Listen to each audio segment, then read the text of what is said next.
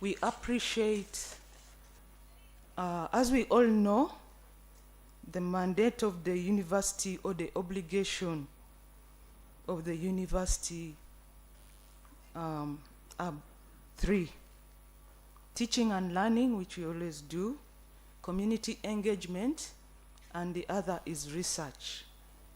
When we carry out research, there is need for us to disseminate our research findings. This conference comes in time to unite people from different walks of life, research organizations, academic staff, commercial sector, the industrial sector, policymakers, students, both graduate and undergraduate, to mention but a few, some of whom are going to make presentations during this conference.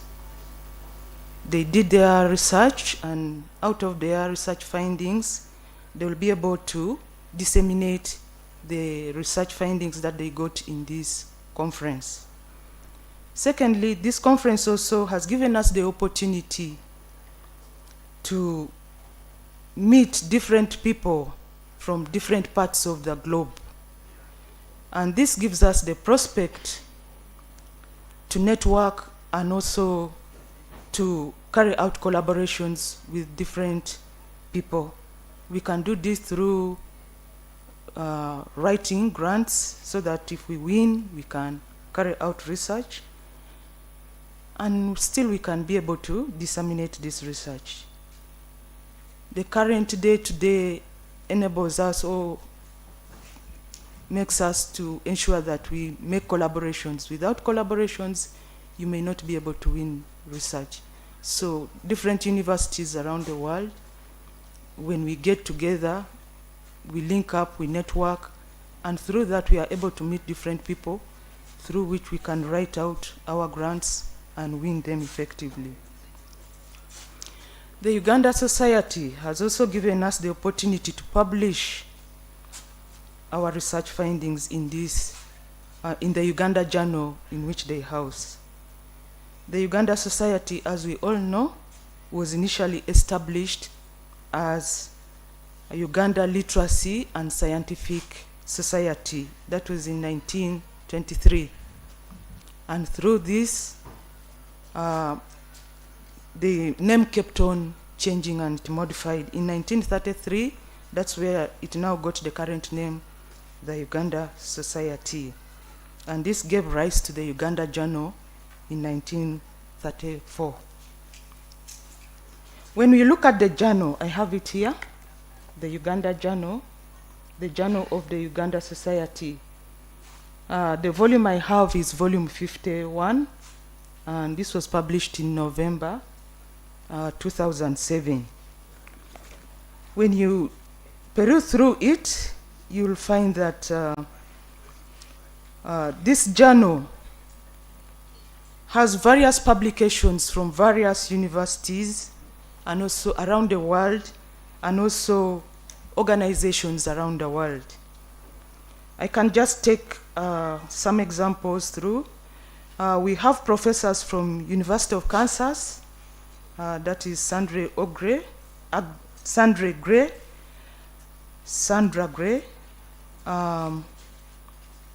She's one of the professors who published in this journal. Then we also have professors from Kenyatta University, like Onywere, University of Dar es Salaam, Mwakalila, Moi University, we have Getenga,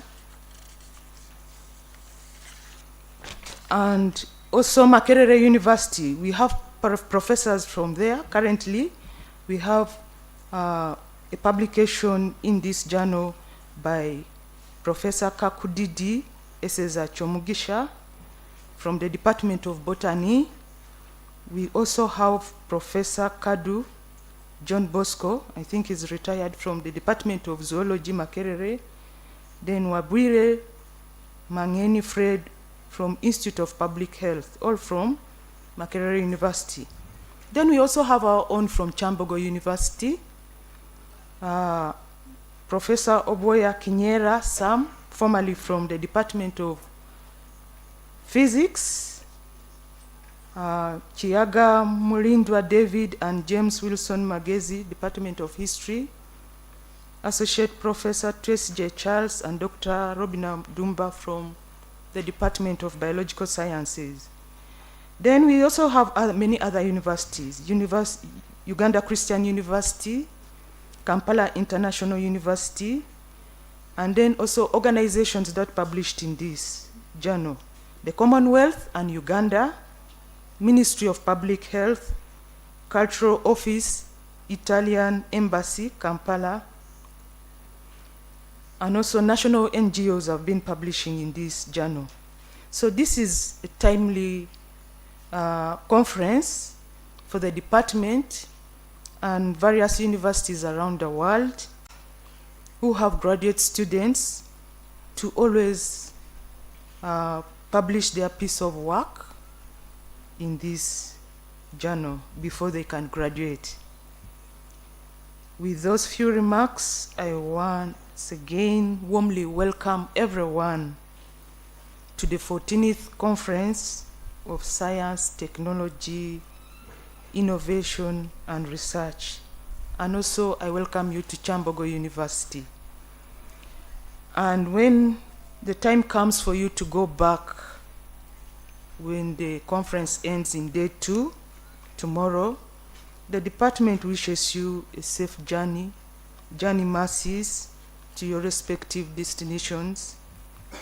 And please come again, karibu tena to Kyambogo University. Knowledge and skills for service for God and my country, Jumuiya ya Afrika Mashiriki. My name once again is Dr. Asio Santa Maria from the Department of Biological Sciences. I thank you. Thank you so much, Jumuiya ya Afrika Mashariki. And that is the head of biological sciences. She is very East African under any circumstances at all. And going forward, certainly in the next, I am told that we shall be using Swahili for teaching. So you should better start practicing yours now. We are already practicing ours at the moment. Karibu tena for the moment. Sawa. So she has talked as the head of Biological Sciences Department.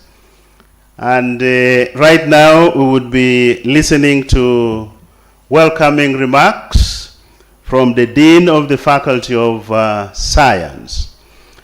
And I'm reliably told that she's representing the Dean of the Faculty of Science, who is away on a tight program within the faculty as well. So I want to take this opportunity. My boss, the Dean of the Faculty of Science, I need a paycheck for next December. So I have to let you speak so that my name does not miss out on the payroll. Dean, you're welcome. Thank you, Chair. I spoke for both the head of Department Biological Sciences, as I said earlier on, and the Dean Faculty of Science. And we observed a moment of silence for the departed son. Thank you so very much. My apologies, at least I'm now sure that I'm still in the payroll. So you can't take things for granted. So thank you so much. I want to take this opportunity to now invite the director of Trinity Energies. He chose to sit somewhere in the podium. Oh, perfect, cool. Richard, you're welcome.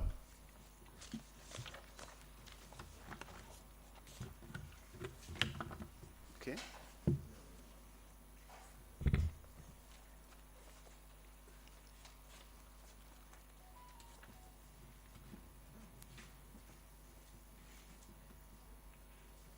Honorable Alfred Okot Okidi, Permanent Secretary, Ministry of Water and Environment, Professor Charles President of Uganda Society, all other honored guests here, and all protocols observed. For us, Trinity Energy Limited, we are a purely African company headquartered in South Sudan. However, we have our offices and our retail stations in Kenya, and we are also planning to open here in Uganda. It was an honor for us to be associated with this event today. When I also happen to be a PhD student of this university. I am the first year PhD student. So it was an honor when I was told about this celebration, 100 years of Uganda Society. I went through the history of Uganda Society, and it has been a very prestigious institution by itself and contributed enormously to the development of this country, especially in the fields of science, technology. Apparently, it is one of the former member of Uganda Society who discovered the oil fields in Lake Albert, near Lake Albert. I don't want to talk much more than that. Actually, Kyambogo University, when I went with the professor along with my fellow students, we went to Queen Elizabeth Park, and we were going. We actually we sailed through Kasinga Channel. So it occurred to me I want to do a short film on Kasinga Channel. So I would like you to have a look at that. It will be running for about 15 minutes. Thank you.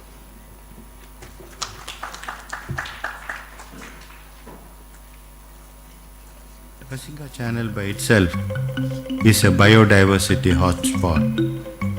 You can see a variety of habitats and a variety of mammals, reptiles, fish and birds living in this channel.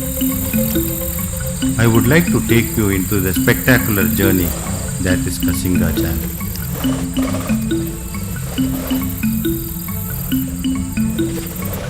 Welcome to Kasinga Channel. The Kasinga Channel is a wide 32-kilometer long natural channel connecting the two lakes, Lake George, which is in the east, and Lake Edward, which is to the west.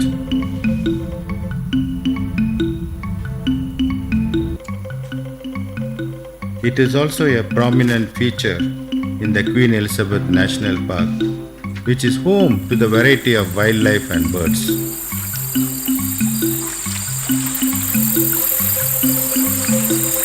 The channel is about 32 kilometers long and has an average depth of 2.4 meters. It is one of the largest habitats for hippos and crocodiles.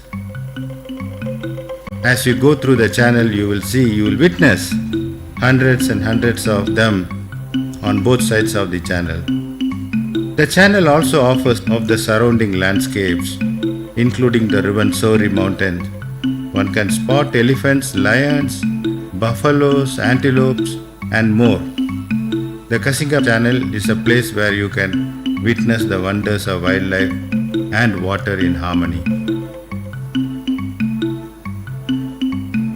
The Queen Elizabeth National Park, through which Kasinga Channel flows, is one of the mightiest national parks in Africa.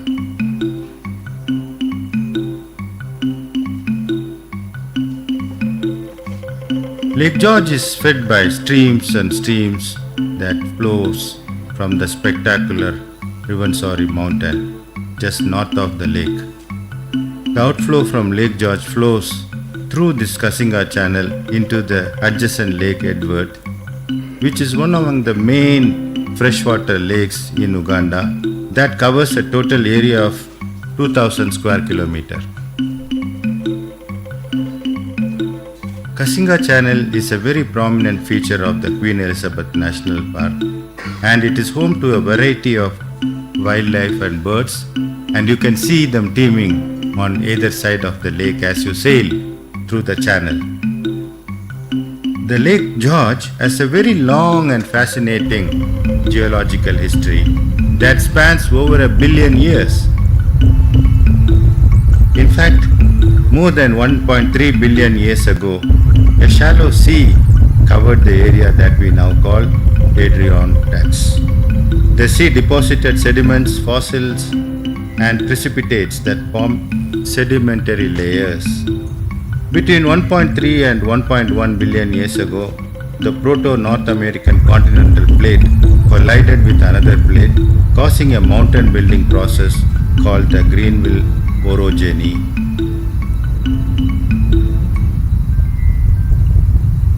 During the same time, magma rose through the rock layers, forming dikes, intrusions that can be seen today in some exposed outcropping of road cuts. During the next 400 years, 25 kilometers of rock eroded from the mountains, exposing the older metamorphosed rock.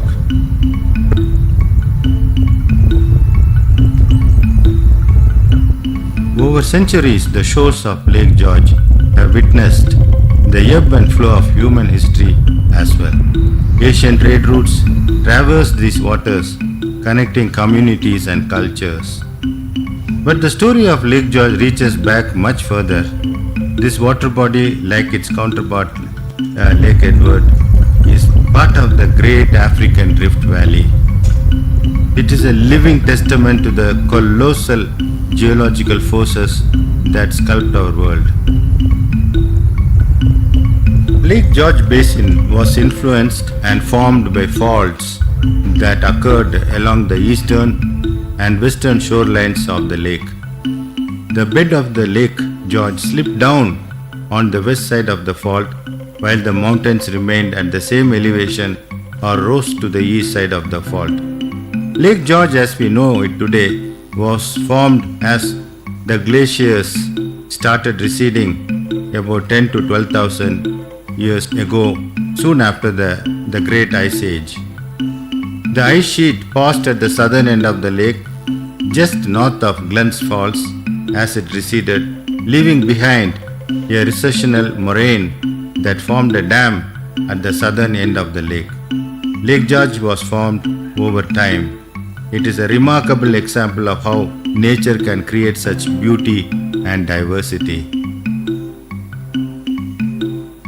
From 450 million years ago to the late Tertiary or Miocene epoch, that is about 5 million years ago, there was little tectonic activity in the region, and the Adirondacks continued to erode and become a nearly flat surfaced area.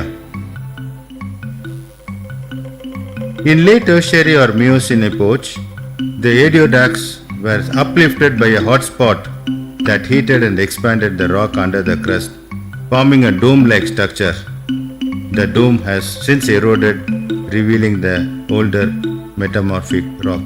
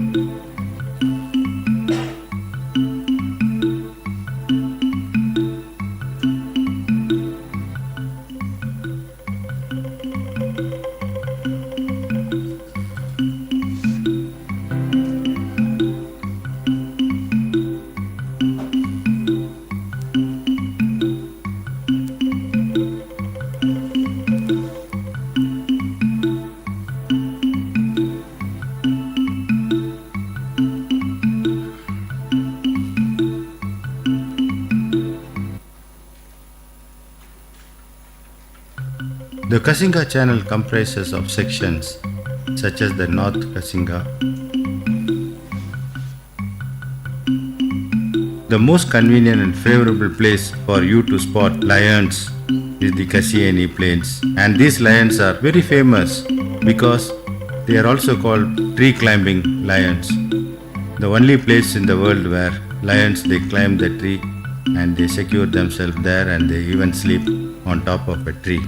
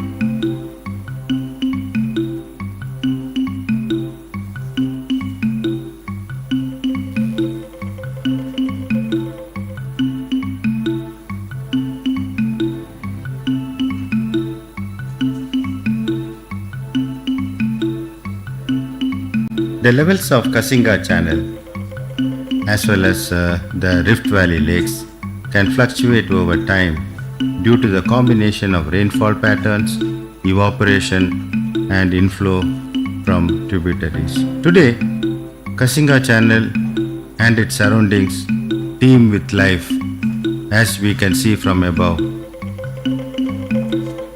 It is a living mosaic of diverse habitats. I think we can stop it now. To a breathtaking array of species.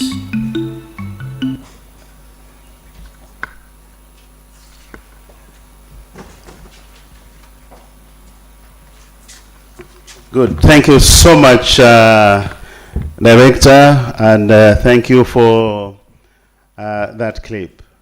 Very enriching clip that reminds us of the history.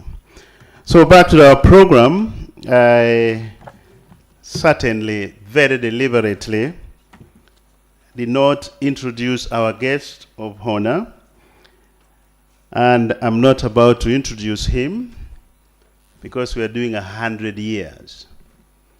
And what a better way for the president of the society to come and address us and also introduce to us our guest of honor.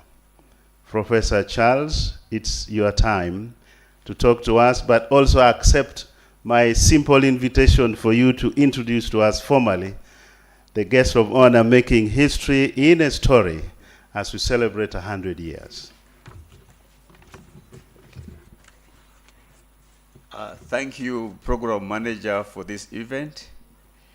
I am really excited that I have lived long enough for the Uganda Society to celebrate 100 years. And before I give my address, I would like to thank the head of the Department of Biological Sciences, because she has made my job very simple. And that allows us to save more time. Dr. Santa Maria Asiyo is a member of the Uganda Society, and that's why she was able to tell us our history under the journal. Now, before I proceed, I would like you to, I know we have colleagues from Makerere University, we have colleagues from different universities, and I received information that the DVC, or Academic Affairs from Makerere University, will be represented by a principal, and I would like you to ask if the principal is here to stand up for recognition.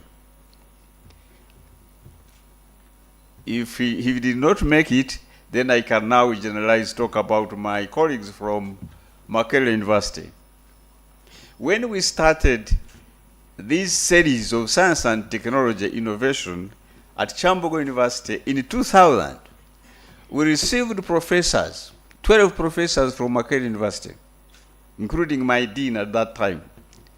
I have a great attachment with Makerere University because I have done 4 degrees from Makerere University.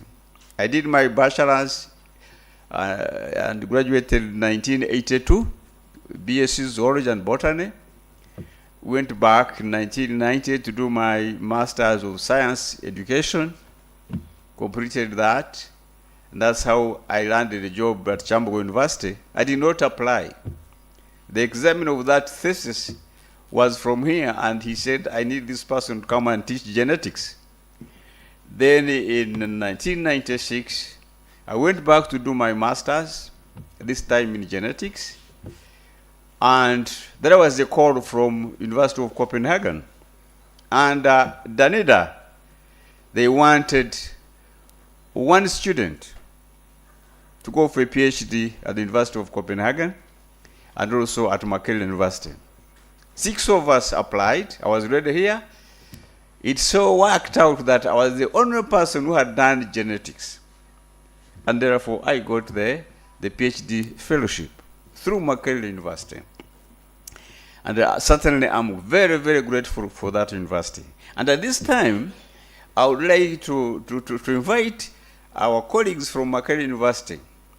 I've met most of them. Please stand up so that the people of Kyambogo can know it is important to collaborate. I see different principals and deans. Please. Yes. So thank you very much, Makerere University. Then at this note, I would also like to recognize management from Kyambogo University this time. We have the university bursar, Stephen Kasirye. Please stand up, and he's not only my bursar but my friend. Then we have Director of Quality Assurance, Dr. Sister Kawa. You know, my sight is not so strong. I don't know whether there could be some other people I have not seen. I was expecting Director of Research and graduate. I don't know whether he's in the room. If he's not, but those are, I'm sure we have got people from Council. You are most welcome. We have people from Chiwasa Leadership. You are welcome. It is with sad note that our chairperson of Kyambogo University academic staff lost his dad, and I think tomorrow is burial. And then we lost a son to one of our members in the Faculty of Science. So really, it's a sad day for us in this week. And the numbers would have been great, but others are attending now a burial of our son. Then others are with our head of department, environmental sciences, who is also our leader, our chairperson. So it is that sad moment that we are in. Now, I would also like, in a special way, to recognize Professor Fred Bakablindi. Yeah, is our keynote speaker number 1. He has a very interesting topic he'll talk about, and that is the state of doctoral studies in Uganda. It is something that I'm particularly interested in as a coordinator of doctoral programs in the Department of Biological Sciences. Then we have the second keynote speaker, Dr. Misach Wayengera, a very old colleague of mine, and the chief scientist from Ministry of Health. Then we have Dr. Godwin Anywa, who is my deputy in this conference. Then I have Professor Tugume. Please. Yeah, he's from where I studied from. You can say, I can give you 2 minutes to talk about yourself. Don't worry. This is part of my speech. That's where I was raised. Right now, yes. I'm going to not say much. Thank you so much. My name is Tugume, and currently I'm a professor of anthropology at Makerere University and also the dean of the School of Biosciences. Okay. I was requested by the principal of the college to represent him here. I don't know whether that's the principal you are talking about. That's why I kept quiet. I was representing the principal of the College of Natural Sciences in this occasion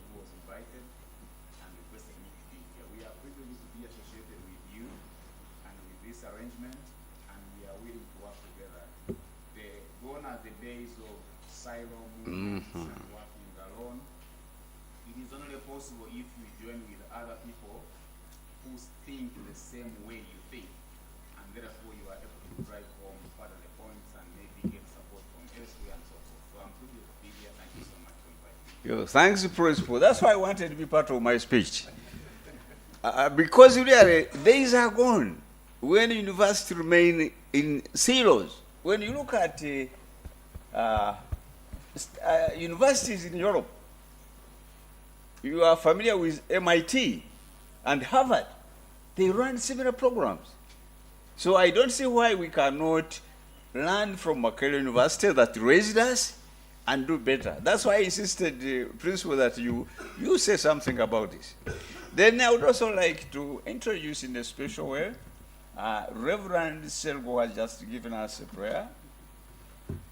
He's a senior member of the Uganda Society. And then I would also like to introduce my friend and colleague, also a senior member of the Uganda Society, Dr. Joseph Chikafunda. Yeah. Yeah, he's an agronomist and will be chairing a number of presentations. Then at this note, I would like to introduce members of the executive of Uganda Society. I think we have the treasurer with us. We have the secretary. Please stand up and wave the people. Yeah, these are very important people that I do run the society with. So now I would like to turn to our guest of honor, Honorable Alfred Okot Okidi, who I have always known through the TV and radio, but a few days ago I had the chance to meet him in his office, and he kindly accepted to be our guest of honor. Honorable, you are most welcome. Help me to. And today, Kyambogo University is now concluding a marriage. And you know, marriages of these days are fragile. That's why we need the reverend to pray for us. Last year, the permanent secretary wrote a letter to us, asking us to collaborate. So when I met him in his office, I reminded him that I had read his letter. And we discussed a lot. A number of the students we have in our master's program come from his ministry. So we are going to initiate an MOU with the Kyambogo University, with the Ministry of Water and Environment, for the purpose of doing research and supporting each other. He really mentioned that we don't have much knowledge on our waters. And I'm glad to let you know, Honorable, that in 2003 up to 2008, I was a member of the team that did research on the Lake Victoria Basin, covering all the wetlands. And the CEDA sponsored over 500 professors and lecturers from Eastern Africa. We had colleagues from Makerere University, Kyambogo, from Rwanda, from Kenya, and we published work that I will be sharing with you some of that work. And for a project to go through, it had to have gender balance and regional balance. 5 people wouldn't stand here in Kyambogo and write a proposal and be supported. You had to get somebody from Makerere, and even if you are all men and you are from Makerere, Kyambogo, still you not be funded. So it is when we satisfy that requirement of gender balance and also of regional balance that would be funded. So really we know a lot about waters. We are going to have an MOU, and we jointly do research with our colleagues from Makerere University. And you know, Lake Victoria is shared by other countries. We shall involve people from Tanzania, from Kenya, and we shall work together. we only need prayers for this marriage that we have started together. So with that, I have already recognized the dignitaries that we have here. So briefly, I want to go through my speech, but before that, I would like to remind Richard Raja. Raja, you are no longer a first year, you are now a second year. And the work he has presented is part of his PhD. He will be working in the Albertine Graduate. He's not only my student, but my colleague. When I told him that I've been invited to attend the 21st International Conference in Kwa, he said, Professor, I will go with you. Inkwa paid for my registration, but he paid for his registration, and my stay in Italy would have been very miserable. But with him, I felt at home. The university at that time did not have funds. You know what is happening with the PCS. You need to do something for universities. So I traveled to Rome on the mercy of God, and Inkwa and my friend. But we had a very interesting time. So Richard Raja, I will forever be grateful. And then for this sponsorship, from this I'm putting on, all these decorations you are putting on, these tents, whatever you see here, Director Richard Ladd is responsible. I want you to clap for him on behalf of Uganda Society. So as I mentioned, part of my speech, my head of department has really done very well. And we started in 1923. In 1933, we moved to Kampala. I was discussing with our guest of honor, Kampala Club is where, when they moved from Entebbe, that's where they started having their public lectures. And when they started, all the members were in Entebbe. Why did they move to Kampala? To have more people. And I think they got them. But from there, they settled at the National Theatre now for some time. And 1963, there was an opportunity to raise funds from Ford Foundation to extend the Uganda Museum. And members of the Uganda Society at that time wrote a proposal, raised the funds that extended the Uganda Museum. And in 1923, toward the end, we moved into the Uganda Museum. And since that time, the Uganda Society and the Uganda Museum have shared a home. We have a library and we have an office. Along the way, the society made challenges, especially during the war. Things were not good. The paper for printing the journal ran out.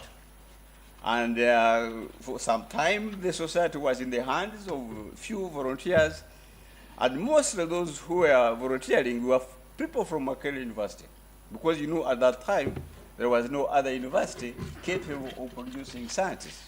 Why was this society started? The people who were running the country then, administrators and directors of research, geology, they were all members of the Uganda Society, and they were founders.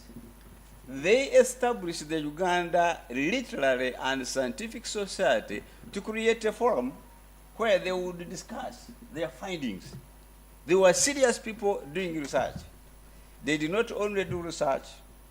For example, he has already mentioned, they discovered oil. Edward James Wayland, one of the first presidents of the Uganda Society, is the person who discovered oil in the Albertine region. And he was moving on foot at that time. Really, we appreciate the work they did. Now, the challenges they had, again, was the time of Idi Amin. You know, the people left, the Indians left, the experts went. But then in 1994, again, professors from Colline University resurrected the society. And until then, we have been working together. Now, I would like to say something about how this 14th edition came in place. After attending an international conference at the University of Aarhus in Denmark, which was attended by close to 2,000 participants, I saw graduate students with their professors and the lecturers moving all over the place with the posters, and I could see there was great interaction between the students. Actually, they had been collected all over Europe because the conference was the European Conference for Evolutionary Biologists. We were only 2 Africans in a conference of close to 2,000. And since we were PhD students and had just arrived in Denmark, we did not have anything to present. But I was inspired by the experience. And when I returned in Uganda at the end of 2001, I wrote a proposal. By then I had joined the Uganda Society in 2000. And at that time, the society was being run by volunteers who were mainly from the United States and Europe. When I joined the Uganda Society, I recall we were always 2 Africans, myself and Mrs. Sarah Tilo, the late. And I got concerned. This is the Uganda Society, and when we met, it's only people from Europe. I wrote a proposal and presented it to the management of Kyambogo University. By that time, I had been appointed the chair of lectures, because we always have public lectures on the last Thursday of every month. And because I was the youngest at that time, I proposed to them that students of Kyambogo University can actually come and attend these public lectures. I requested for buses, and I would go with, at times, 50 students. That is where the society realized I was somebody, although young, useful. So when we organized this 2002 Congress, and I wrote a proposal to management, was being headed by Professor James Rutalo Bosa, who had been a member of the Uganda Society.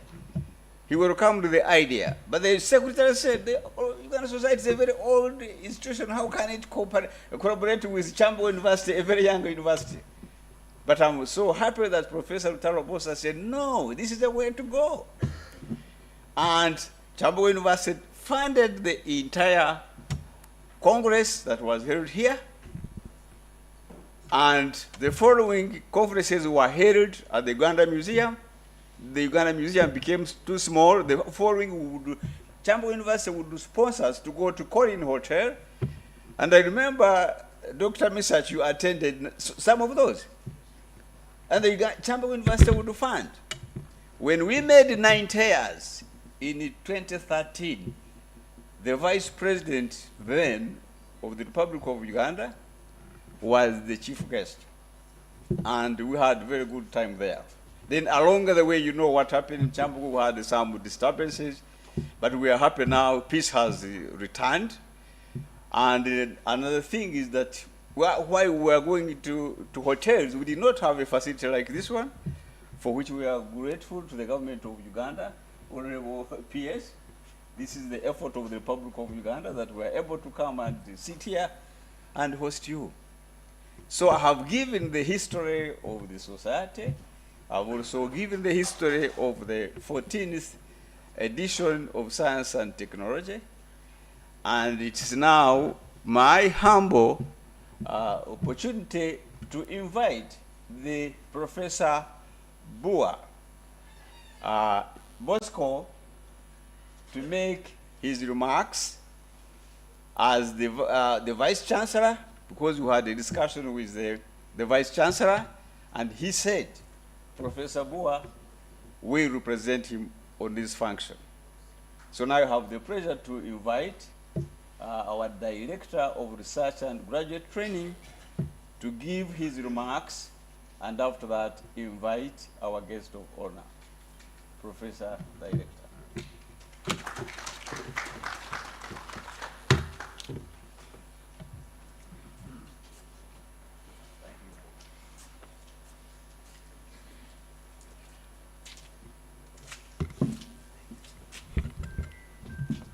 Good morning, ladies and gentlemen. I want to take this time to welcome all of you for this gathering. In particular, I want to welcome our chief guest, the Permanent Secretary, Minister of Water and Environment. I want to welcome all the members of University Council who are around here, members of top management, and all our sponsors. In particular, I see Prima, Director of Trinity Energy, and all other participants here. We are delighted to have you here. You have heard the speech from the President of the Uganda Society. And what I painfully heard is the Uganda Society being run by people who are not Ugandans. I see the hall here is not full. I don't know where other people are. But as Kyambogo University, we are very happy to host all of you here. From the speech of the President, I think we have been consistently supporting this initiative, and I'm sure we shall continue supporting. But as the President said, public university these days are a little bit constrained in terms of resources. But we'll see what we can do. I see the university bursar is here. So I'm sure when they come knocking your door, you can see what you can do for them. But as a public university, I think there's a lot they expect from us. One of the key things they want us to do is, of course, teaching. Kyambogo University, all of you know, is the second largest university in the country, with close to about 30,000 students on campus here. And then another 20,000, what we call affiliated institution outside, making a number to about 50. The second thing which we're supposed to do as public university, we're supposed to engage in research, which of course many people don't want to hear about. One time somebody told me research is hard labor. So meaning people want things which are on a silver platter, the one which is ready-made. But also the funding for research has dwindled from government. I think the priority these days is on UPE and USC.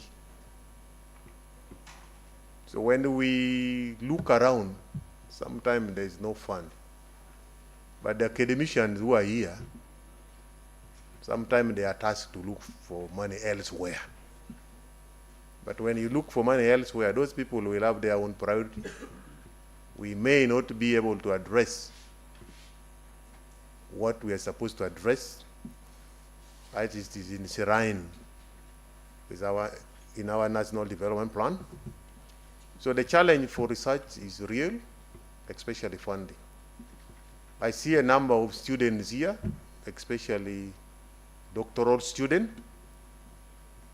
Many of them are also here struggling, to the extent that when you try to task them, they will tell you, sir, you know, the funding is not there. So who is going to fund this research for us? I think we need to agree together, how do we generate knowledge to support the growth of this country. All those nations which you have seen them develop, I think all they do is anchored on the research findings. But many of them have prioritized what to do. So I think we need to see how we can adjust a little bit. The second thing which I think is very relevant to this conference is the third mandate of universities. It's supposed to be community outreach and engagement. All that we do should be able to support the growth of society out there. Because if we don't work for them, I'm sure all that we are doing here will be null and void. So it is a great honor for Kyambogo to continuously support this. And I think I'm making a commitment, not that I'm there. I've told you Basa is here. That is the only person I've seen he handle money. He may also not have money to handle, to give you, but through the initiative or the support from top management, I'm sure they lead to, even this space, I'm sure if you had gone somewhere, you are going to hire. But I'm sure they are not charging you. That's a contribution. So for us, we think it may not only be money for us to come in, but we can see whatever little assistance we can come in. I've already mentioned that there's a number of students who are here. I've seen some of them have something to present. That is our contribution. They will make sure the other people who have not attended will know what is happening here. I've seen some colleague here, I won't mention his name. He has been very supportive. And I'm sure he's going to talk. When he comes here, we normally invite him. He tells PhD students, he said, now you see the level where you are. You are now very close to sit on the other side of the table. So I'm sure he's going to give you tips of what you need to do so that you get to the other side of the table. The other thing which maybe I should have mentioned, the president said that they had discussion with the vice chancellor. I'm sure they had a lengthy discussion, but I was not part of the discussion. But I met him yesterday for some other thing. I think he sent his apology, not able to be with you here. But he's there with you in the spirit. And I'm sure that is why we are here. Because if he had said no, maybe we would be in some hotel somewhere. Not so. But the hotel somewhere would have asked you for some money to pay. Which money the president has said, sometimes it is a struggle. So I did not prepare a speech because it was like also a last minute ambush. But I want to welcome you once again and thank you for choosing to come to Kyambogo University. I'm sure you are, during these 2 days, there are a number of things which you are going to learn from us here. Many of you have been here. He talked about 2001, 2002. There are many things which have changed here. This building was not there, for example. Some of you were here in 2001, 2002. So this infrastructure, many of them have come, but through support, I think, from Ministry of Education, which was to public university. So we got this building. We call it Central Teaching Facilities. We have a state-of-the-art Central Library. We have another building opposite here. We talk about as technical teacher education. They are also supporting those engineers when they go and teach in the colleges and the institute. And then I think we also have a Central Science Laboratory. And then what else have I not mentioned, which has come not in those early days, but later. CLB. Yeah, there's another one that is the latest. We have another investment, let me call it. We are calling it Central Lecture Block, just across the other side, to increase space for teaching, and then also for us to have space for other things. So that is the development which has taken place since that time, and I'm sure they are still planned for more. So with this, I want to thank you once again on behalf of management of Kyambogo University for choosing to come to Kyambogo, and for all the presentation you are going to make, I've seen a lot of stalls outside there. That means there are many things which we are going to see, and I'm sure it will inspire us to take science seriously. I know there's a debate which I want to go into, science versus arts, not so? But we need ourselves. So I'm sure that one will come later. I won't go into it. So with this, I want to take this opportunity to now invite our chief guest to come and deliver his speech and also declare this workshop officially open.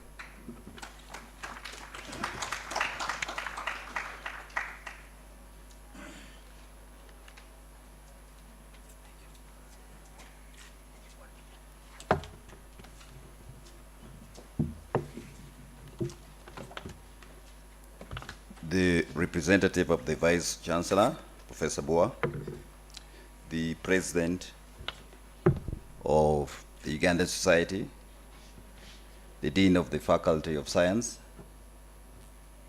the Head of the Department of Biological Sciences, the Director, Trinity Energy Limited, officials of Kyambogo University in your various capacities, the academia represented here, the student community, the members of the Uganda Society, all the stakeholders, ladies and gentlemen. On behalf of the Minister of Water and Environment and the Government of Uganda, in general, I wish to thank the organizers of this conference for inviting me to officiate at the opening of the conference for a society that is marking 100 years. And thank you for bringing me back to Kyambogo. Kyambogo is not new to me. I was telling Professor Charles that when I was a little bit younger and my head was a lot more blacker than now, in 1986, we were one of the pioneers when Makerere University was being decentralized, if I may use that word. So our campus was looted. And I found myself here as a student for almost a year, but not doing engineering. I was actually sleeping in a place called Kulubi. I don't know if it's still there.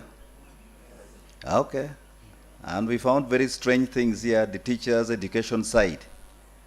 Men were not allowed to go beyond the reception. And 6 p.m., the guards will come physically to remove you. But these days, I think they even, up to morning, they are there. So things have changed. But I'm also your neighbor, just I say next to your farm. So I'm happy to be here, and I'm happy to associate with engineers. I'm not an engineer, I must admit. I'd like to formally congratulate the Uganda Society for 100 years of excellence and contribution to the development of Uganda. Very few institutions and organizations make it that far. Congratulations. I have noted the objectives of the Uganda Society to promote literary and scientific knowledge among the people in Uganda and to provide permanent organization for that purpose.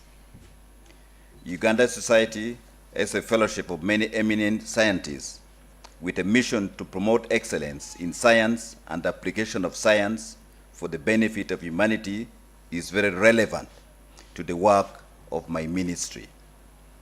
The theme of the conference, Science, Technology, Innovation, and Research in Socio-Economic Development, is therefore appropriate and gives more focus to the mission of the society. I'm therefore proud to be associated with you all since we pursue common objectives. Ladies and gentlemen, as you may be aware, the Ministry of Water and Environment is the government lead agency for all issues of water, environment, and climate change in Uganda. The mission of the ministry is to promote and ensure rational and sustainable utilization, development, and effective management of water and environment resources for socio-economic development of the country. The above responsibility is realized through collaboration with various stakeholders in the planning, development, and management of water and environment resources as vested in the various existing legal and policy frameworks. Ladies and gentlemen, water and environment are central to Uganda's development process and key to achieving the desired middle income status as designed in the National Development Plan 3. Water supports various uses, including water for domestic, irrigation, livestock watering, agro-processing, nature, wildlife, and other uses in rural industry, oil and gas, energy, environment, flood management, and control. The multiple uses of water and environment resources requires coordinated planning, development, and management of these resources, involving all stakeholders to create synergies, leverage available resources, and avoid duplication and wastage. Involvement of all stakeholders in water and environment-related program is one of our priorities, and we believe that we are stronger together. In order to provide a neutral platform for all stakeholders in the water and environment sector to collaborate and engage on priority issues through applied research, applied training, dialogue, and outreach, my ministry has established the Water Resources Institute in 2018. This is meant to be a center of excellence of addressing water, environment, climate change, and related issues in the country in an integrated, holistic, and coordinated manner. This is aimed at fostering a holistic, integrated, inclusive approach to sector strategic planning, human capacity development, mentoring, and building a multidisciplinary pool of professionals in the country to address the emerging water, environment, and climate change challenges. The ministry, through the Water Resources Institute, has continued to deliver on its 4 focus areas through partnership with various organizations and institutions. We therefore feel that collaboration with academic institutions is key in realizing one of the objectives of the Institute, which is to bridge the gap between theory and practice and develop a pool of experts to help the country achieve its policy and strategic objectives. Ladies and gentlemen, I've also been informed that the Society has been publishing journals since 1934 with the aim of collecting and publishing information which may add to knowledge of Uganda and to record what is in the course of time might be lost. We shall be happy to work with you to share knowledge on water, environment, and climate change through this journal. My ministry actually initiated the process of producing the Water and Environment Journal. I feel that we can learn from you and possibly join hands and just have that one journal as part of yours. Ladies and gentlemen, my ministry is aware that Kyambogo University and similar universities have prioritized innovative research in various priority areas of the country. And we feel that we can work with you and your relevant colleges and departments to move forward the research agenda on water, sanitation, environment, and climate change. There is no doubt that the outcomes of the partnership shall generate knowledge and innovative ideas that will promote sustainable utilization and management of water and environment and natural resources, and also help the country to address the challenges of climate change. Besides, the research partnership will create opportunities for very close interaction between the academic staff, their students, and the practitioners in the water and environment sector, so as to link theory to practice. This should also create more employment opportunities for students who complete their courses. The lessons learned and experiences gained shall also be used to inform policies and practices at national and local levels that support the implementation of innovations. My ministry will be ready to avail its relevant staff and facilities to work with the Uganda Society and Kyambogo University and all the other academic institutions, as well as providing the required data and information on water, environment, climate change, and related issues that may be needed as far as research is concerned. The ministry will also be available to participate in any activities such as fieldwork, capacity building, monitoring, and documentation, among others. On behalf of the ministry, I made a formal request for partnership with Kyambogo University, and I'm glad that this is coming to fruition. We already have similar partnership that we have signed up with Uganda Management Institute and Makerere University. And this is proving to be very useful because we are able to tap into relevant local expertise at affordable rates, and we leave the resources also in country. And the knowledge generated is also in country, as opposed to exporting that knowledge through very expensive consultancies. I would like to thank Trinity Energy Limited for the sponsorship and for the interest that you have shown in biodiversity. That is another area which requires a lot of research. I would like to thank the Department of Biological Sciences for being part of this organization and the university administration for allowing us to be here. Let me conclude by wishing all of you an enjoyable event full of experience sharing and learning based on the achievements of the previous editions of the conference. It is now my honor and privilege to formally declare the 14th edition of Science, Technology, and Innovation Conference formally open. I thank you all for God and my country.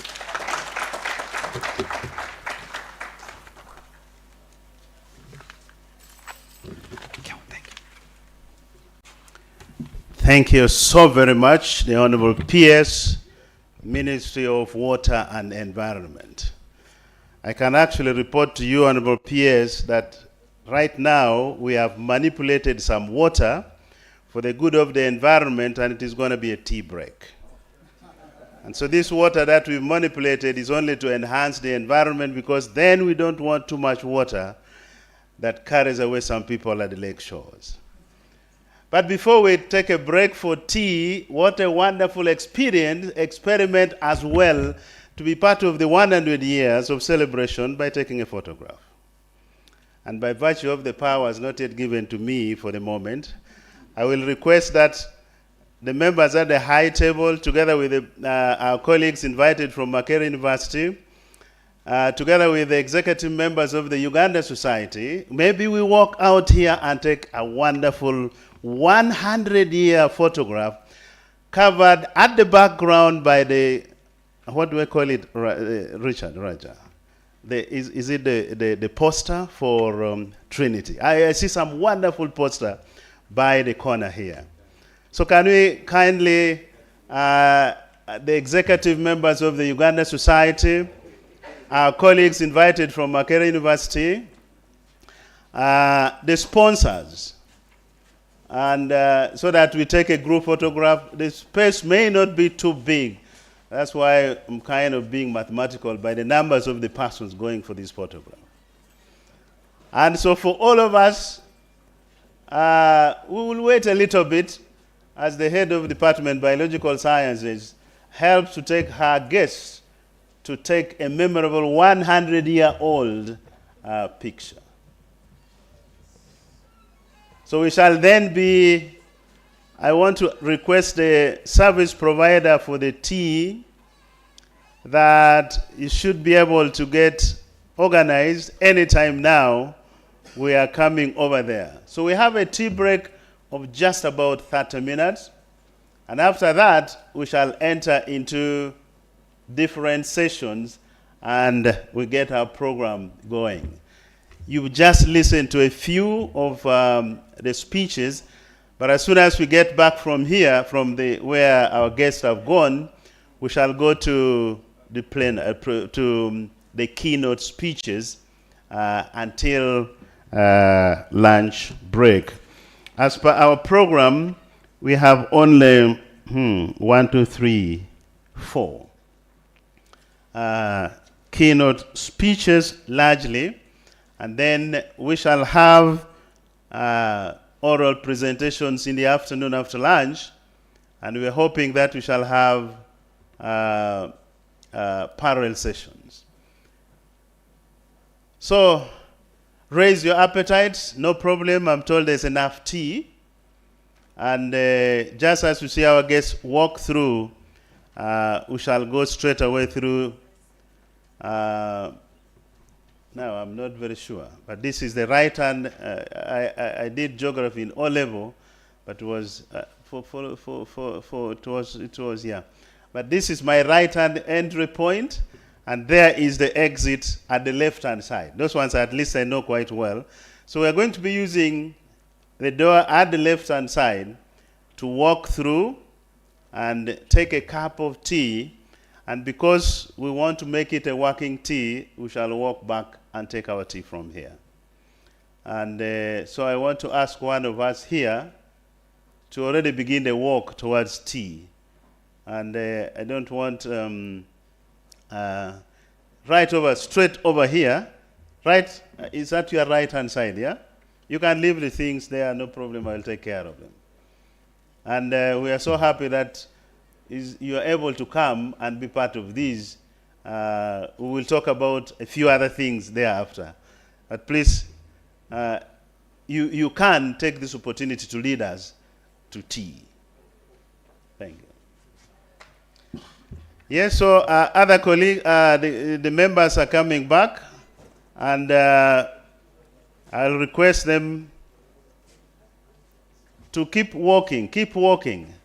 The members coming back from the photograph opportunity, don't go back to sit, just walk straight.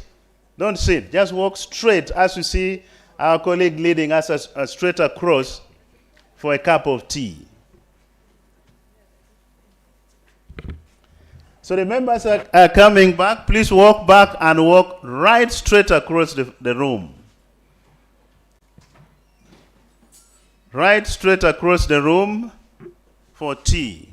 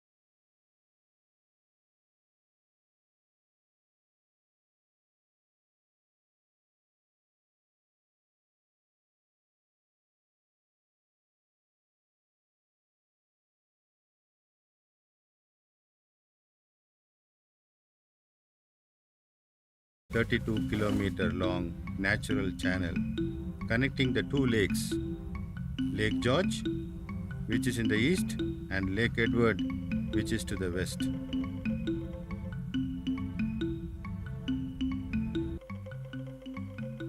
It is also a prominent feature in the Queen Elizabeth National Park, which is home to the variety of wildlife and birds.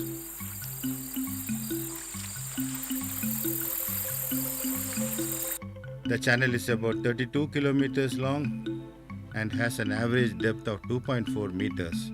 It is one of the largest habitats for hippos and crocodiles. As you go through the channel, you will witness hundreds and hundreds of them on both sides of the channel. The channel also offers of the surrounding landscapes, including the Ruwenzori Mountains. One can spot elephants, lions, buffaloes, antelopes, and more. The Kasinga Channel is a place where you can witness the wonders of wildlife and water in harmony. The Queen Elizabeth National Park, through which Kasinga Channel flows, is one of the mightiest national parks in Africa.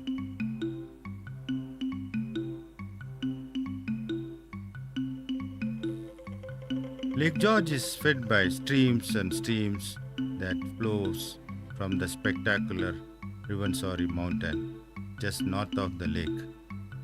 The outflow from Lake George flows through this Kasinga Channel into the adjacent Lake Edward, which is one among the main freshwater lakes in Uganda that covers a total area of 2,000 square kilometers. Kasinga Channel is a very prominent feature of the Queen Elizabeth National Park, and it is home to a variety of wildlife and birds, and you can see them teeming on either side of the lake as you sail through the channel. The Lake George has a very long and fascinating geological history that spans over 1 billion years. In fact, more than 1.3 billion years ago, a shallow sea covered the area that we now call Adirondacks. The sea deposited sediments, fossils, and precipitates that form sedimentary layers. Between 1.3 and 1.1 billion years ago, the Proto-North American continental plate collided with another plate, causing a mountain building process called the Greenville orogeny.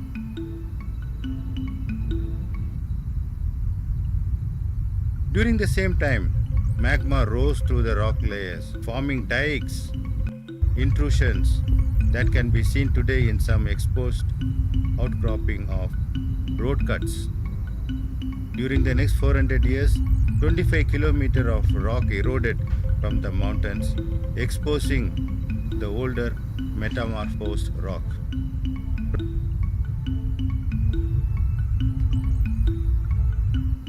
Over centuries, the shores of Lake George have witnessed the ebb and flow of human history as well.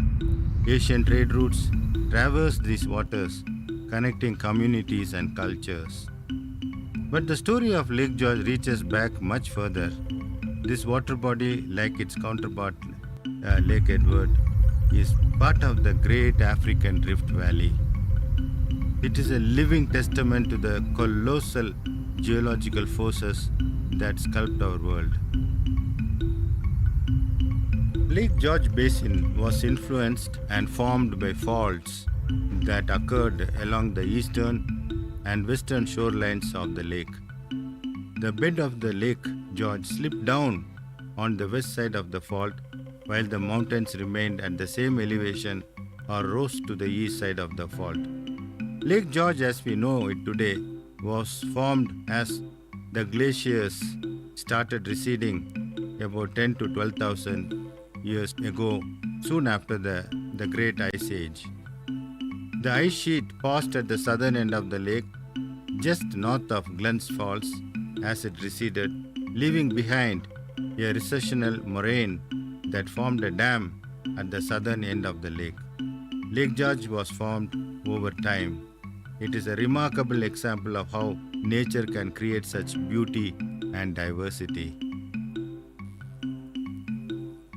From 450 million years ago to the late Tertiary or Miocene epoch, that is about 5 million years ago, there was little tectonic activity in the region, and the adiabatic continued to erode and become a nearly flat surface area. In late Tertiary or Miocene epoch, the adiabatics were uplifted by a hotspot that heated and expanded the rock under the crust, forming a dome-like structure. The dome has since eroded, revealing the older metamorphic rock.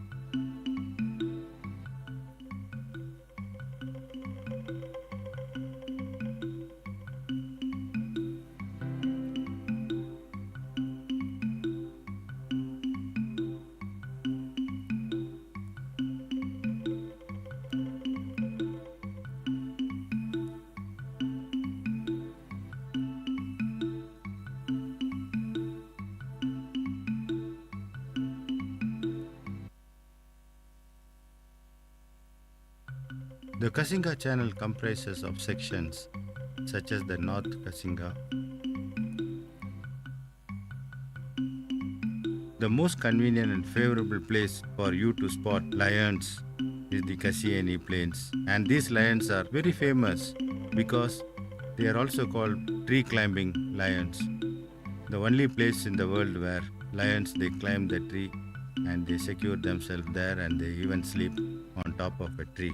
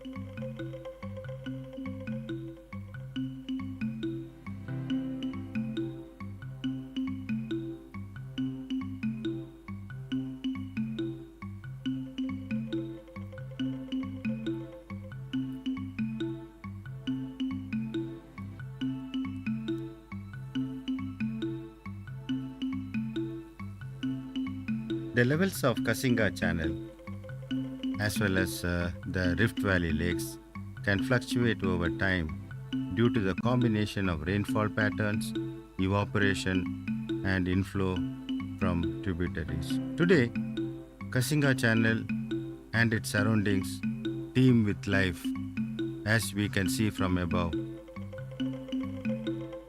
It is a living mosaic of diverse habitats, providing sanctuary to a breathtaking array of species.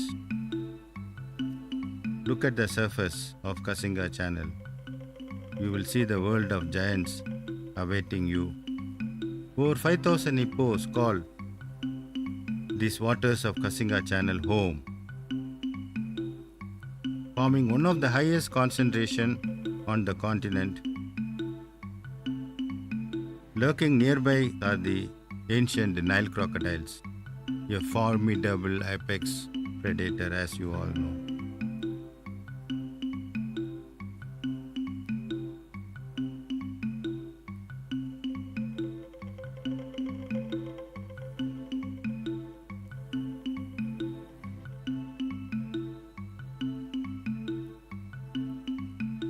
Above the skies come alive with a symphony of wings. Over 60 species of birds grace the Kasinga Channel and the wetlands, from majestic African fish eagles to the colorful plumage of kingfishers. Apart from the majestic pelican and also the national bird of Uganda, Kasinga Channel teems with a variety of bird life. The most prominent of them are the African skimmer. The African skimmer has a long, thin lower bill that skims the water surface to catch fish. It has black and white plumage and a bright orange bill. It is one of the best places to see this bird in Uganda or even in Africa.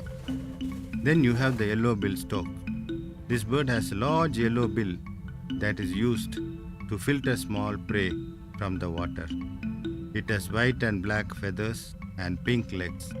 It often nests in colonies with other water birds. Spoonbill. This is another spectacular bird that graces the Kasinga Channel. The spoonbill has a distinctive spoon-shaped bill that is used to sweep the water for food. It has white feathers and a black face and legs. It can be seen in flocks all along Kasinga Channel. Knob-billed duck. The knob-billed duck has a large knob on its bill that is more prominent in males. It has brown and black feathers and a red eye. It is a nomadic duck and can be found in various wetlands of Uganda.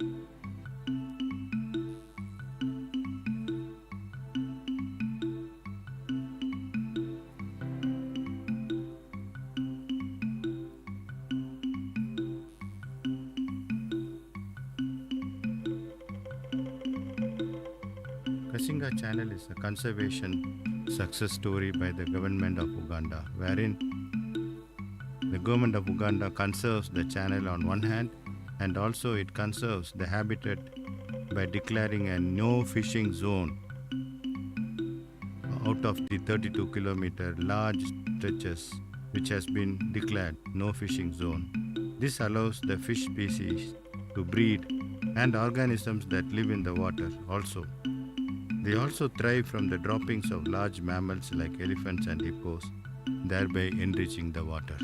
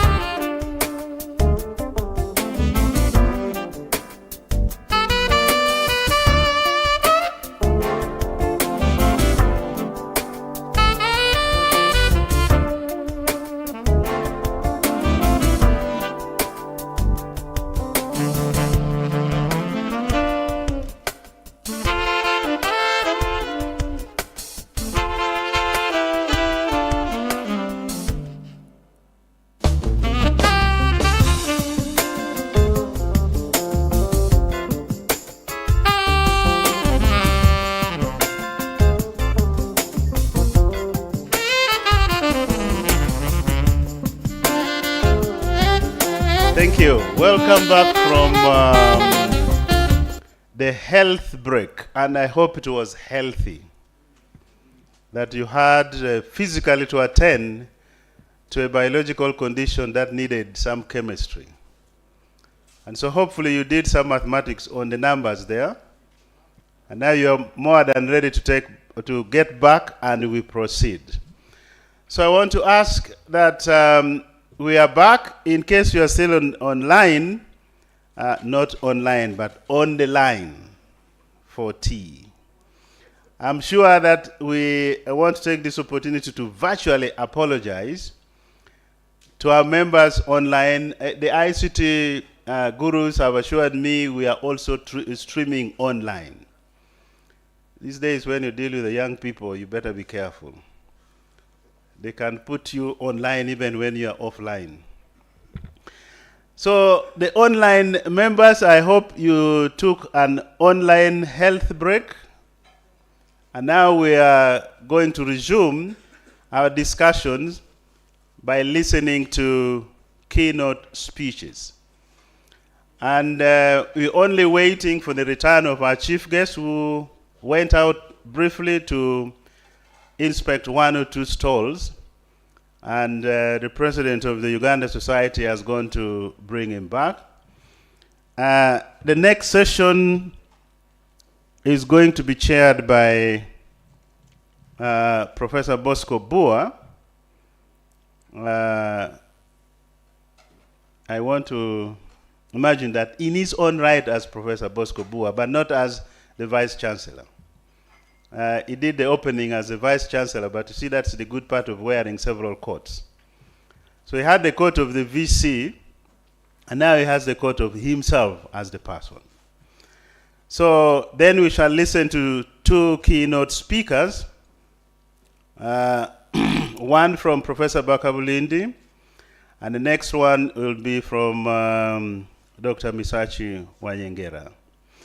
And thereafter, we shall hope that the next two sessions will also take place before we break off for lunch.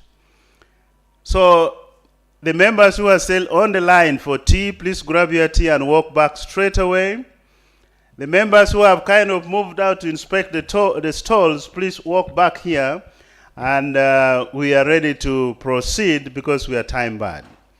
It's not yet lunch. What you've had is just health tea break, so we shall also have a lunch break, and we shall have all the other breaks. So don't break yourself before lunch breaks you. And we want to engage in the celebrations for 100 years. So you don't want to be part of, you don't want to miss out on the story and be part of the history of the Uganda Society. Welcome. We have the Reverend from the Uganda Society as well. He's not as old as 100 years, so don't ask him when he was there when the society was born. And this is why we love to do history quite a lot, because then it preserves to us lots of things.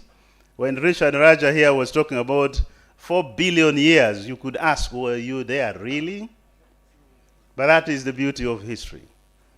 And that is sometimes the science in the history. And it's so enriching. Right, now that the executive members of the Uganda Society are back, the treasurer, most importantly, is back. The treasurer, are you there? The general secretary, are you there? So once the treasurer is there, VC, you are, I think the Basa has moved somewhere. They could be talking now, because these are the people who handle monies. Our Basa could be talking to the treasurer of Uganda Society, and before you know it, things could be happening. So we're happy that we are back. So I don't have anything else to say here other than to invite and hand over the session to Professor Bosco Bua, and it is up to him to have the next two sessions organized in the style that he proposes. Professor Bua.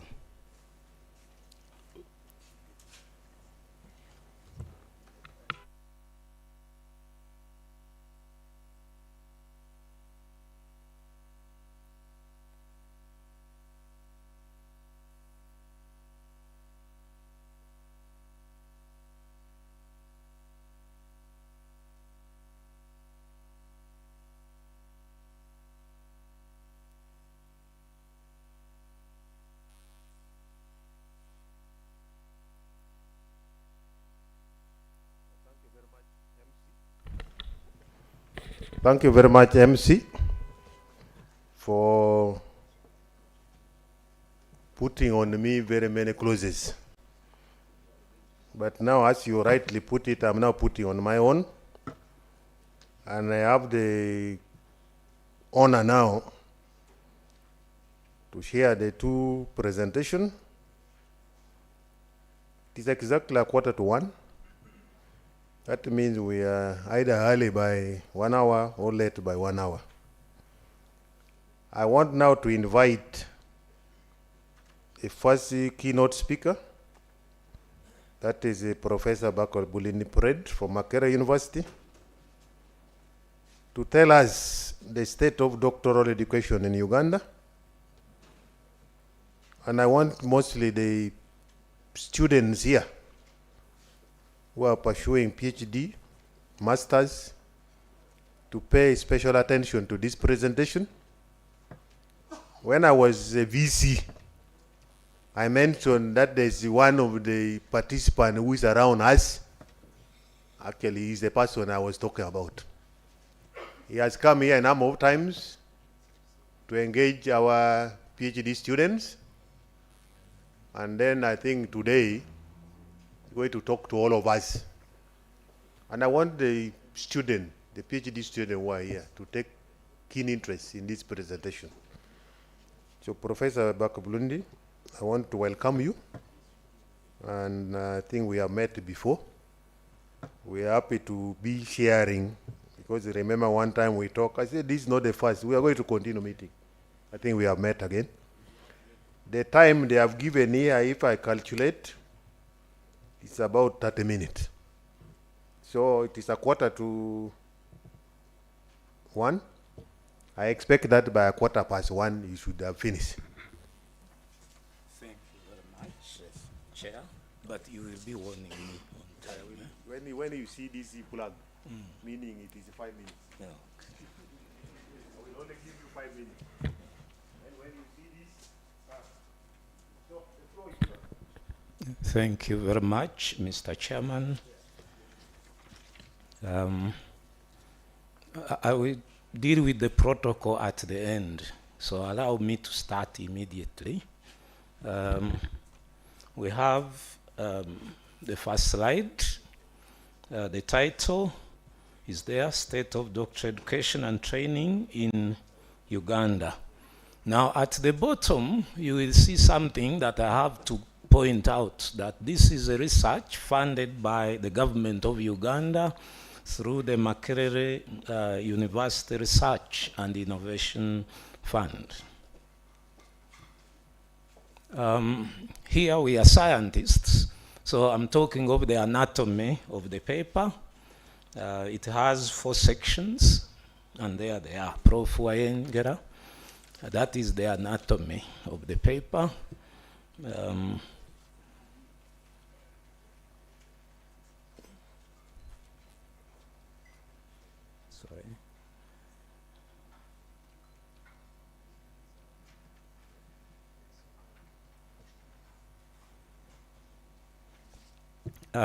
The slide there is on the introduction. I want to point out that I'm here to present a baseline study which is part of a project called CEPID. CEPID stands for Capability Enhancement Project for Innovative Doctoral Education and Training in Uganda. CEPID is, as we said earlier, part of MACRIF, Makerere Research and Innovation Fund, which provided the money. CEPID had many objectives, one of which is this very, very baseline, checking the state of doctoral education training and training in Uganda. CEPID is being implemented through a number of activities, the first one being this baseline study. Now, I'm obliged to show the project team. The very first person there, Dr. Irene Tomaru, was one time a staff of Kyambogo. I hope you see me following there. Then the last person is a staff of Kyambogo. She's now Miss Stroke Doctor anytime she will graduate. So I can even call her Dr. Jane F. Wiruka. I hope she's around. Some concepts underpinning this baseline. The first one is the concept of a doctorate. The word doctorate comes from Latin, docere, which means to teach. So when somebody studies for a doctorate, they are studying to qualify as teachers, but not teachers at primary, secondary, but at university and other higher institutions. So when we talk of a doctorate, we are talking of qualification to teach at this level. Second bullet reminds us that when we talk of doctorates, we have the academic and then the professional. The academic is the PhD, Philosophie Doctor. The professional is the one for the practitioners. We shall see later on that in Uganda, many institutions claim to be giving PhDs when actually they are giving the professional doctorate. The PhD should emphasize research, while the professional emphasizes, say, management. So you look at the percentage of research in the program, you will see that probably many are offering the professional. If it was a PhD, why would it be necessary for National Council to say you must publish? Publication is part and parcel of the PhD. PhD students should be attending such fora. Are they here? That is the question.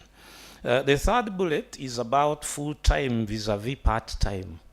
Ideally, doing doctoral studies should be full-time, but unfortunately, most students are part-time, and that's a challenge. So that means our doctoral students have to work extra hard.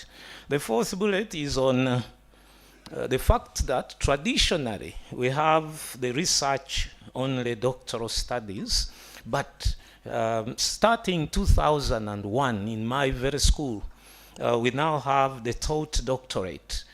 We shall see that the taught doctorate is more prone for becoming professional than the research only. So when teaching is involved, people normally end up teaching more than emphasizing research. And then the last bullet is talking about the doctorate by publication. If really we were awarding PhDs, the doctorates by publication would be more numerous. Now you can see National Council has to give orders that we must publish. Context. The context is about who offers doctoral education and training in Uganda. As you guessed, right? Public universities offer. And the very first one was Makerere. It has been awarding since 1970. Second to award doctorate was Guru. That is 2013, followed by Mbarara 2014, UMI and the Kyambogo 2018. Then we have Kavala and the Busitema. Those are yet to award. And actually Busitema is even yet to admit students. So those are 7 public universities offering doctoral education and training in Uganda. Now, what about the numbers? The numbers of doctorates awarded are roughly around 1,500. But Makerere has awarded slightly below 1,250 of them, which is over 90%. The one that follows Makerere is Mbarara with about 7%, a distant second, and then others share those numbers. We don't blame them. These are young institutions. I'm not here to blame. Makerere is very old. In fact, if we had doctorates awarded before 1970, Makerere would be having much more. Regarding the gender dichotomy, of all the degrees awarded in Uganda, only less than 25% have gone to the females. And that's because most of those in Makerere have gone to the males. So that gender issue is still a challenge. Then when we go to the hard science vis-a-vis soft sciences, the hard sciences take a lion's share. So far, the hard sciences take about 68% of all the doctorates awarded in Uganda so far. Then when you come to the private universities, the first one to award was Islamic University in 2001, followed by Uganda Matters 2004, then followed by Nkumba 2009, then KIU 2011, Bishop Stewart 2012, Busoga 2014, and Uganda Christian University 2018. Ndejje has awarded their first doctorates. Bugema, I'm not sure. I stand to be corrected. I'm not aware they have awarded. And then ISBAT. ISBAT has advertised, so they are yet to admit students. Regarding numbers, KIU takes a lion's share of about 49%, followed by Nkumba, about 32%, and then others follow. Regarding percentage of females, again, in those private universities, it is almost like in public universities. Less than 25% have been females. When we come to the hard sciences, while in the public universities, we had 68%. In the private ones, hard sciences only have 11%. And I think the reason is easy to imagine.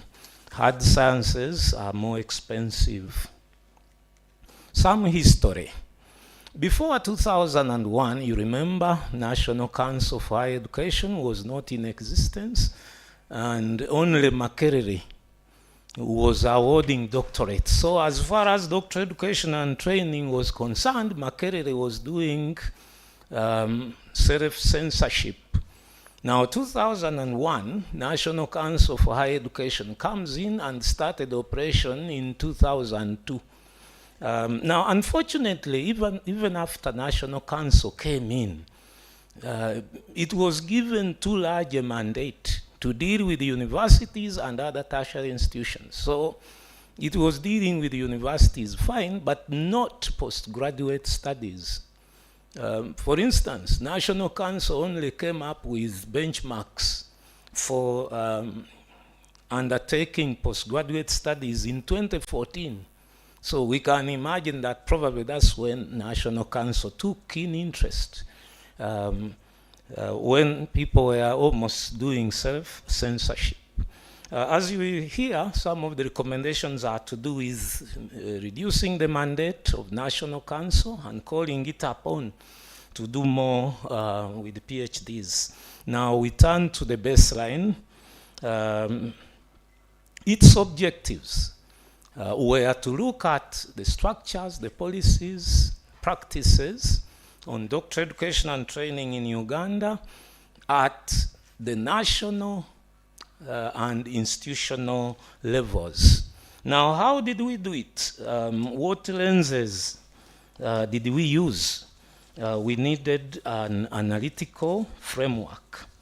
And I know people will challenge us. We use the European Commission's framework, the 7 principles for innovative doctoral education and training.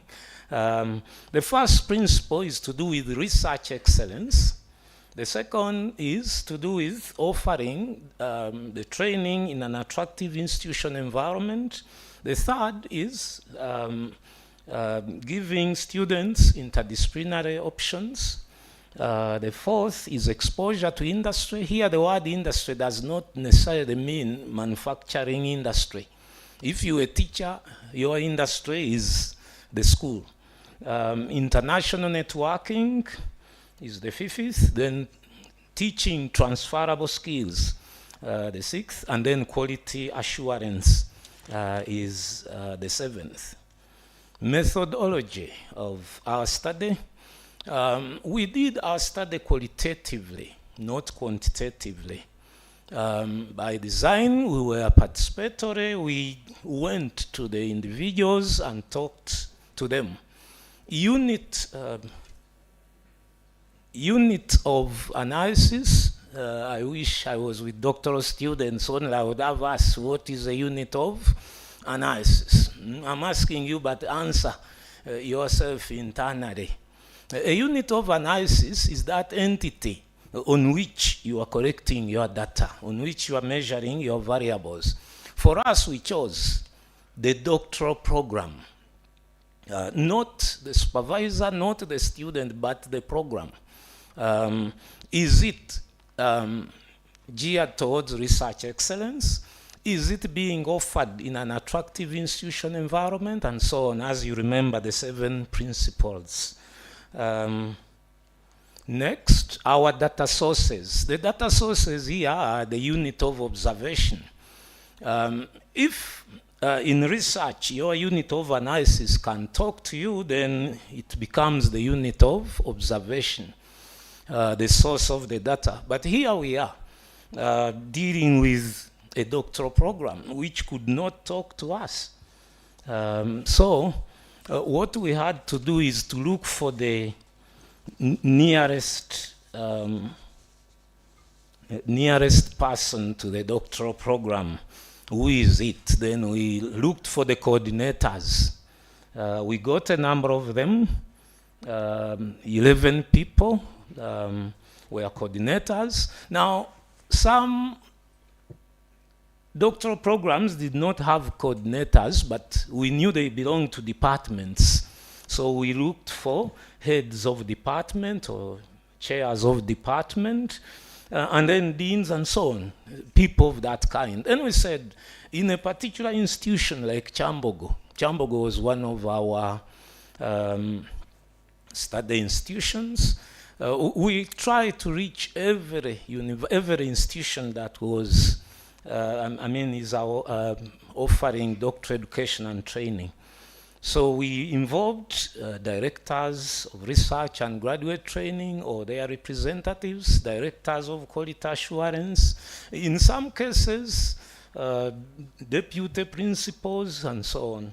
So we got a total of 49 participants, including 4 from National Council for Higher Education. We said National Council is in charge of these things. Data collection methods, as we said, we were qualitative, so we talked to people, many of them individually, others in groups, focus group discussions. Instruments, interview guide, it was a standard guide, and then data management, we used thematic analysis following what is called framework analysis. With a number of steps. Now we turn to the key issue of this presentation.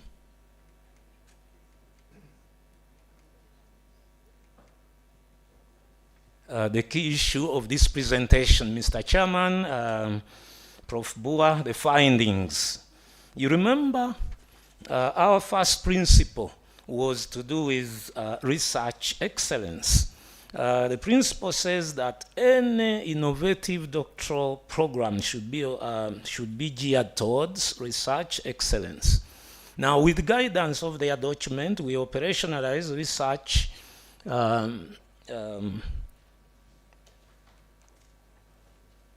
research. Sorry, the thing is, I can't see. What is the heading, Doctor? Fine. Attractive? Oh, sorry. I cannot see what is there. I hope we are back to research excellence. So we operationalize research excellence following the guide of the document as academic standards, originality, creativity, and so on, and then whether a given program had a critical mass of academic staff. What were our findings on academic standards? Of course, we looked at documents, we saw commitments from government, commitments from all stakeholders, and then guidelines, National Council calling upon every designer of a doctoral program to ensure research excellence. At the institutional level, we found that the predominant model of offering doctoral education and training is still the PhD by research. However, many institutions are adopting the taught one, and unfortunately many are saying they are giving the PhD, but sometimes they emphasize the management and other things that they teach. So we could find that people are offering professional doctorates more than academic doctorates, PhDs. Yet, many people were of the view that the taught PhD is superior. You know, those who read, actually, you saw the title of this report. If you Google, you can get the whole report, members. So don't worry about writing what I'm saying. After this, download the whole study and read it.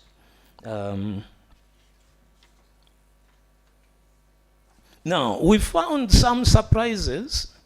Mr. Chairman, we found that some PhD programs, especially those by research, were not documented. People had PhDs but without curricula. Others had curricula but which had not been approved by National Council for Higher Education. We were surprised that one of our participants actually defended the absence of curricula for PhDs. When you read, you will see his arguments.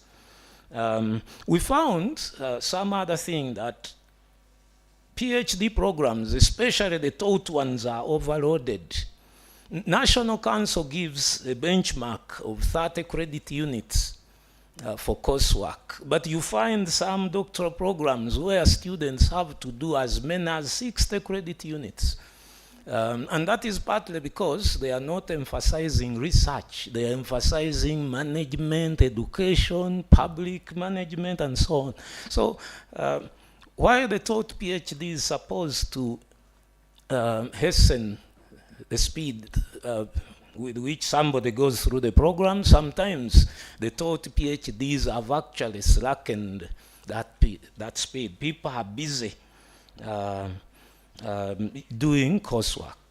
Regardless, people still said the taught PhD. In fact, many who were offering the PhD by research were announcing that they were soon launching. Others were eager to have their programs from National Council so that they launch them. On creativity, originality, and so on, many participants actually said, PhD is by nature, you know, something creative, so we may not need to do much. Others said, we have to think about it. But overall, it wasn't something many were striving to embed in their PhDs. Others said that once you teach philosophy, that's enough. That is creative thinking. That is, you know, that kind of thing. Then regarding the third bullet, the critical mass of academic staff, all participants were synonymous that it is important, but on the ground there were challenges. Almost all participants decried the shortage of adequate academic staff. That was more so in the private universities, which were really envying the public ones. Yet the public ones are also having their own challenges. In fact, many from the private universities were saying, for us, we get our staff from public universities.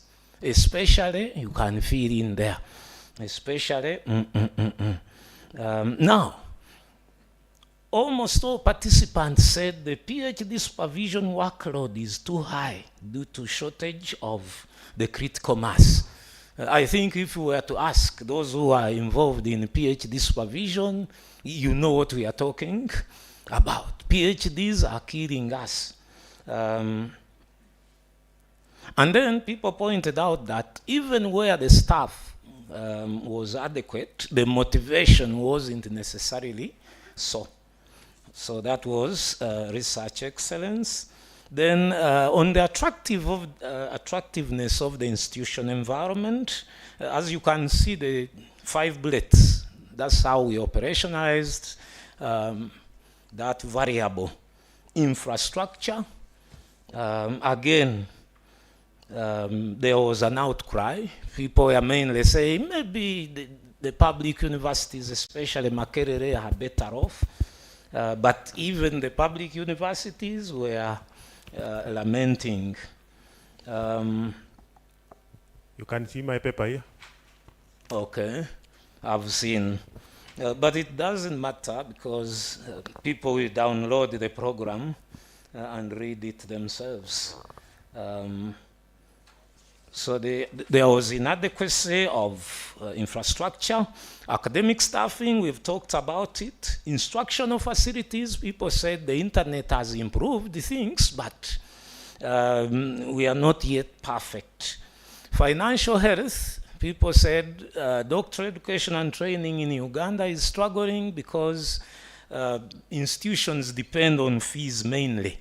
When we came to facilities for PWDs, one participant said, in my institution, we don't have them, that is the PWDs, we don't have their facilities, and I don't encourage any of them to apply to our institution. Interdisciplinarity, cross-disciplinarity. Now, those bullets are telling you some of the synonyms. Again here, people are saying, yes, we offer cross-cutting courses, yes, you know, but there wasn't much on the ground. In fact, some people are saying, no, the moment you make something interdisciplinary, you might be forcing people to meander from their areas of specialization. Exposure to industry. Again, here people said that is more natural with STEM disciplines. Co-funding with industry was almost non-existent. Co-teaching, co-supervision, informally done. Networks, almost non-existent. Knowledge sharing with industry, maybe in STEM disciplines, but there wasn't much. International networking. Sorry, has it brought it? Has it come? International networking? Internationalization at home.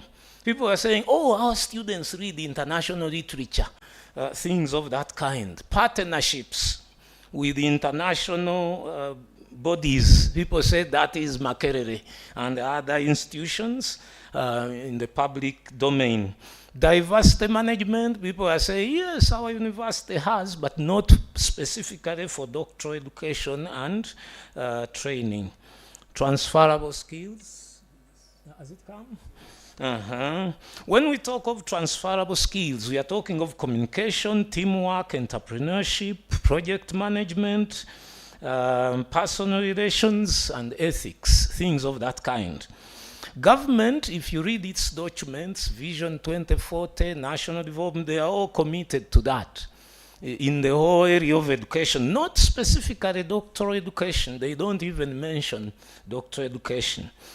National Council does not mention the term transferable skills training, but it calls for it. So when it says every institution has to offer 5 cross-cutting doctoral courses, institutions commit themselves when you read their strategic plans, but the situation on the ground is challenged. by funds, by time, and so on. And then finally, has quality assurance come? Has it come? Quality assurance. Now, this one is an area where there is a lot of mileage. You know, National Council was created for this. Quality assurance of inputs. Government is committed, National Council demands, institutions are committed, but at times there are challenges. Processes, the same story. Outputs, same story. Mr. Chairman, is the time over? 1 minute. Thank you very much. We have conclusions. Now, the conclusions, as you've heard, we are saying government should mainstream doctoral education and training in the development agenda. I'm recommending already.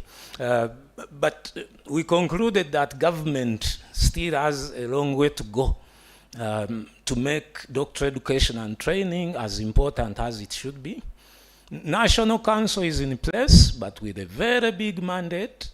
So it is struggling to really oversee doctoral programs. Institutions are committed, but they are constrained by facilities, by funds. So the recommendations, one, government should mainstream doctoral education and training in, I hope those are recommendations. Is it so? Government should mainstream. Let us go to vision. We shall soon have another vision, 2080. We should see doctoral education and training very prominent there. We are going to have NDP 4. NDP 3 does not mention doctoral education. If anybody has seen that term anywhere in it, you can put up your hand. But I think it's not there. So National Council should be empowered. In another paper that I completed, I called for the trimming of its mandate so that other tertiary institutions go elsewhere. And then when it remains alone, we challenge National Council to have a unit specifically on doctoral education and training. And then government should fund National Council a little bit more. Professor Kasozi, who was the first executive director of National Council, said he wanted the staff of National Council to be as strong as staff at universities. Now, as it stands, National Council has only one professor, that is the head, all others. So with empowerment financially, something will happen. Mr. Chairman, people should download you go to Google after this presentation and put those words, State of Doctoral Education and Training, you will see the whole report. Otherwise, I'm holding a copy of it. This may not necessarily be its colors. It is in the Makerere University colors. I thank you very much.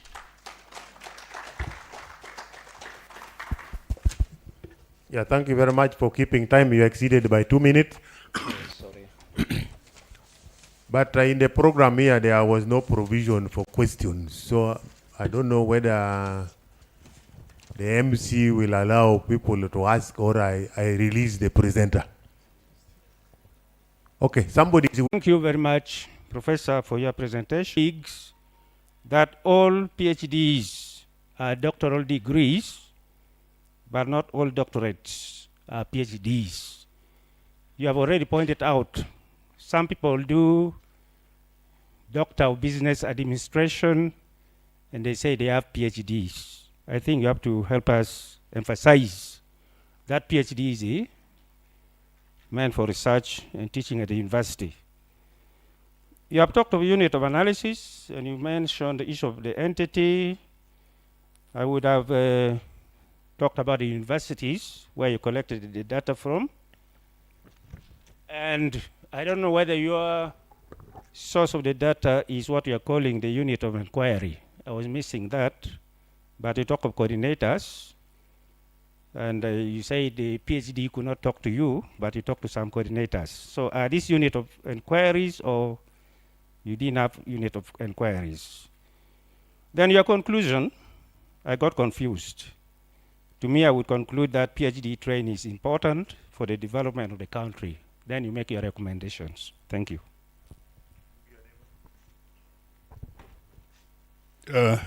Thank you very much, Professor Bakabulindi, for that presentation. My name is Byarugaba Bazirake, Associate Professor. I noted two main issues of concern in your presentation, Professor, and these need address either by the government or other stakeholders concerned. You mentioned that PhD by teaching is superior. Is it what? Yeah, superior to by research. I have to say that I was one behind in the mainstream of starting a PhD at Kyambogo University, and I met colleagues from the senior university who were insisting that we should do it by teaching. But when we went on a round table, they didn't have what to teach at PhD. So I would wish to know which university is doing a PhD by teaching now, and which content, because most of the content, research methods, blah, blah, is covered at master's and undergraduate. So we found it would be a waste of time to go and teach PhD students in class. Two, in your findings, you have mentioned where in Uganda, industry is linked, is not attached to PhD training. That's a very serious issue of concern, because developed countries or developing countries are harnessing doctoral research to bring products and services. I did my PhD in South Africa.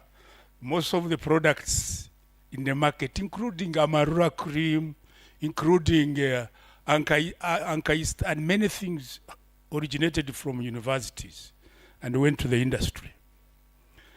To use the wonderful findings and should come out. Thank you very much. Another on this side, all of you are just consumers. Huh? So, Professor, you can respond to those two. Thank you very much, Mr. Chairman.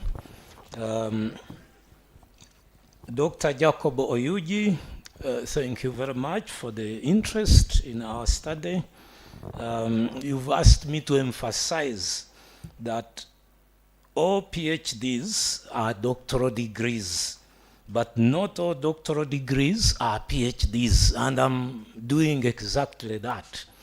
But I want to add that perhaps the National Council is not helping matters. In the benchmarks, those who have the benchmarks on offering doctoral education and training in Uganda, Chapter 4 is on minimum standards for conducting doctoral education.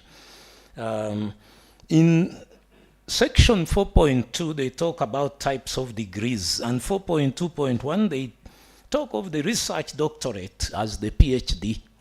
Then 4.2.2, they talk of the professional doctorate as being professional, saying the two are different. But somehow in their benchmarks, benchmark C, they say professional doctorates are equivalent to PhDs and they shall have the same privileges. I think that is something that might require amendment. Now, having said that, National Council goes on in benchmark standard D to sort of contradict. Having said the two are equivalent, they say institutions intending to conduct professional doctorates shall give a clear justification as to why they want to offer the professional doctorate. Yet they have said the two are equivalent. So National Council there, perhaps with empowerment, they will streamline such documents. Dr. Yuji has asked, unit of analysis, unit of inquiry. I think those are synonyms. I usually tell my students that if you know something in only one way, then you don't know it. He talked of universities. We took those as our context. In fact, not universities only. We also involved UMI, which is another tertiary institution, those we took as contexts. Then he said in the conclusion, we would have said PhD training is important. True, but that is not from our findings. Our conclusions had to come from our findings. So we were not checking whether PhD training is important or not. That one we almost took for granted. So we had to conclude. And I couldn't give all the conclusions in the interest of time. Prof. Bazirake, I know Triple B a little bit more. I think he's your brother. Bernard Bamuhiga Bazirake. You don't know him. Wambi Prof. But thank you very much for the interest. I worked with with BBB in Makerere. You talked of two issues, but the good thing you elaborated on them. So I don't know, I only have to summarize them. Prof said that I said, quote, PhD by teaching is superior. Actually, I'm not the one who said it. Our participants are the ones who seem to say so. It is not my own view or our view as the researchers. Then you said, what do you want to teach if you start a PhD? If you open these guidelines, National Council suggests 5 cross-cutting courses. Those alone almost make half of what you have to teach. Prof. Bazirake, pick your pen, teach philosophy. Teach philosophy. They call it philosophy of knowledge, but I think you can call it philosophy of science in your case. Then research methods. That one you can break it into as many modules as you want. Then there is institutional pedagogy, because a doctorate is for teaching. At university level, many of the people you recruit are not necessarily teachers. Probably you will call it institutional andragogy, because peda is a child. Peda, then agogus is leading. So pedagogy is leading a child. So when you use it at doctoral level, that is contradictory. Andra is an adult. So andragogy, that is leading adults. So you can teach institutional andragogy. Then you teach scholarly writing and publication skills, Prof. Bazirake, and then computer applications in research. Then given that your people are in botany, I read your article in the Monitor and I kept it. You can look for some content from the sciences, just to remind them of what they might have done long ago at their... You know, the taught PhD prof has the advantage that our students don't necessarily transition from bachelor's, master's to PhD. They first work. Some of them are actually retired, so some retire as doctoral students.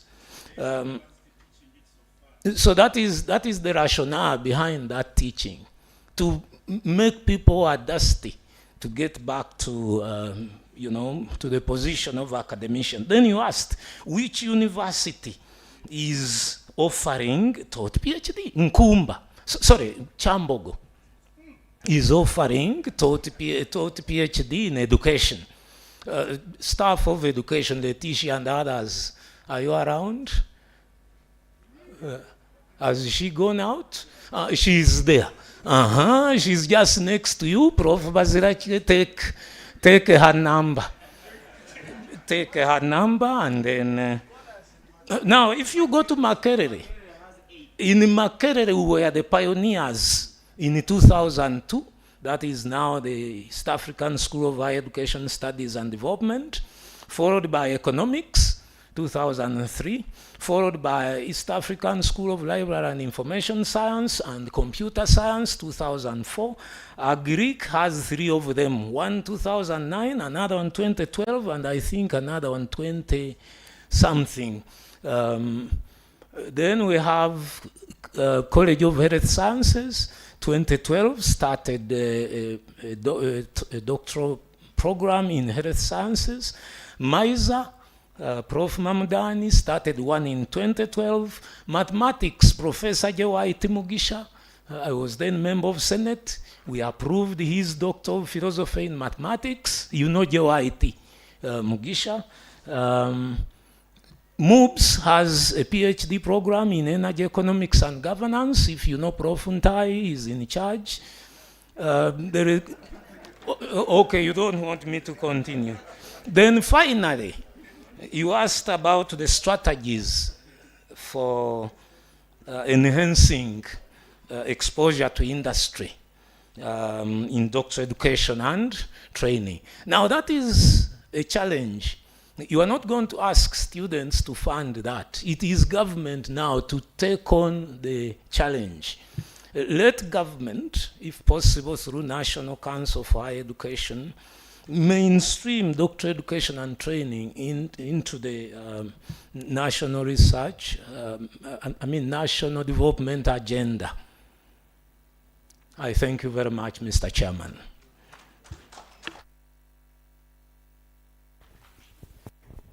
You have clapped when I have not asked you to clap. Yeah, thank you very much.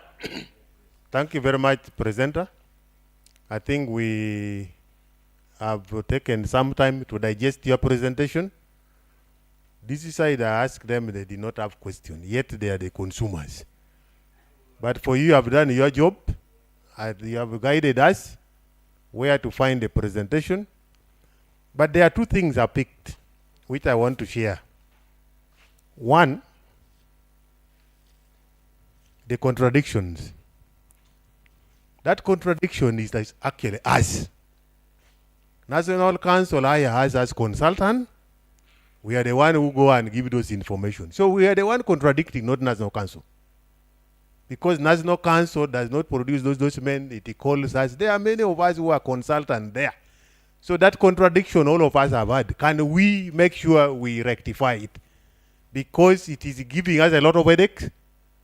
The PhD they talk about here, you write, he said by research, then they said, where are the content? Which content? Because the content which you have highlighted, 5 of them, to me, those are general issues. Because now, for example, if I am an educationist, what is the key thing which you should teach me there to build me up? So those one has come, when we are in program, graduate board approving these things, we have issues. When you send it there, they said, this one does not reflect. So I think that one, we need to take note of it. The other thing which I pick from yours, which I'm also saying, maybe we need to agree on this. NDP 3, I think has something called human capital development. It's in the way this thing we are talking about training comes in. So what kind of level are we training?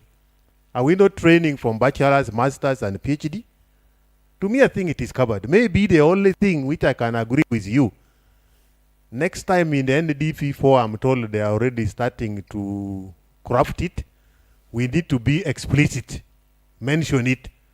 But to me, generally, it is there covered under human capital development. That is program number 18. That is a task for all universities now. We are supposed to produce the human resource for this country. And the human resource, I think, starts with the bachelor's, the master's, the PhD, advanced. So I think that is it. We can give him a hand clap. And then, of course, he's still going to be around with us. I've said he's a common visitor here. You can even imagine he's challenging one of us. That is a third PhD in Kyambogo. Yet some of us are not aware of this. So, MC, I'm sure my time is still on. I want to invite the second presenter. If you are around, you can take the mic and then you want this one?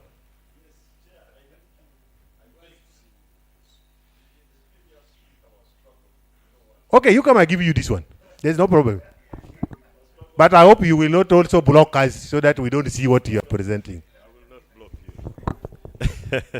Thank you, Chair of the session. Prof, I wonder why you went into...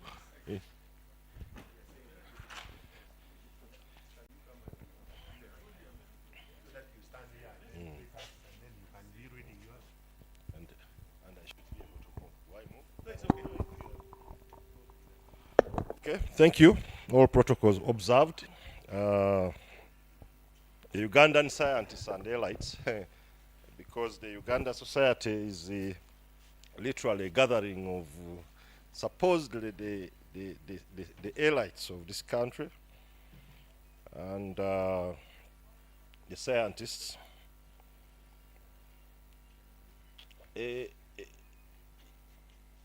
Chair, you had asked to comment on the session, but it's very difficult for me to jump into my presentation without saying something about the previous presentation.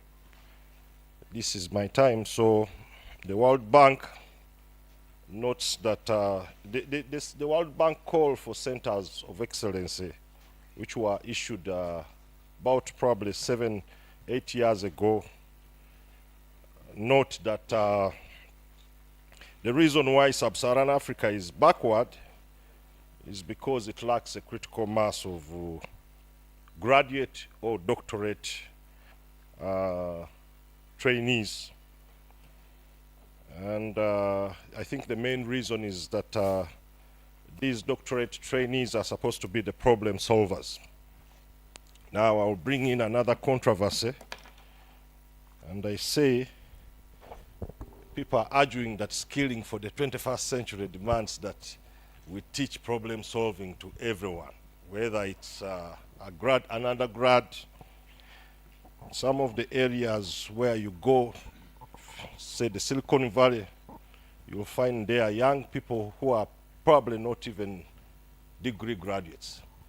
And they are doing a lot of programming because they are exposed to the necessary knowledge. My talk is about the threat of pandemics to Uganda and the world.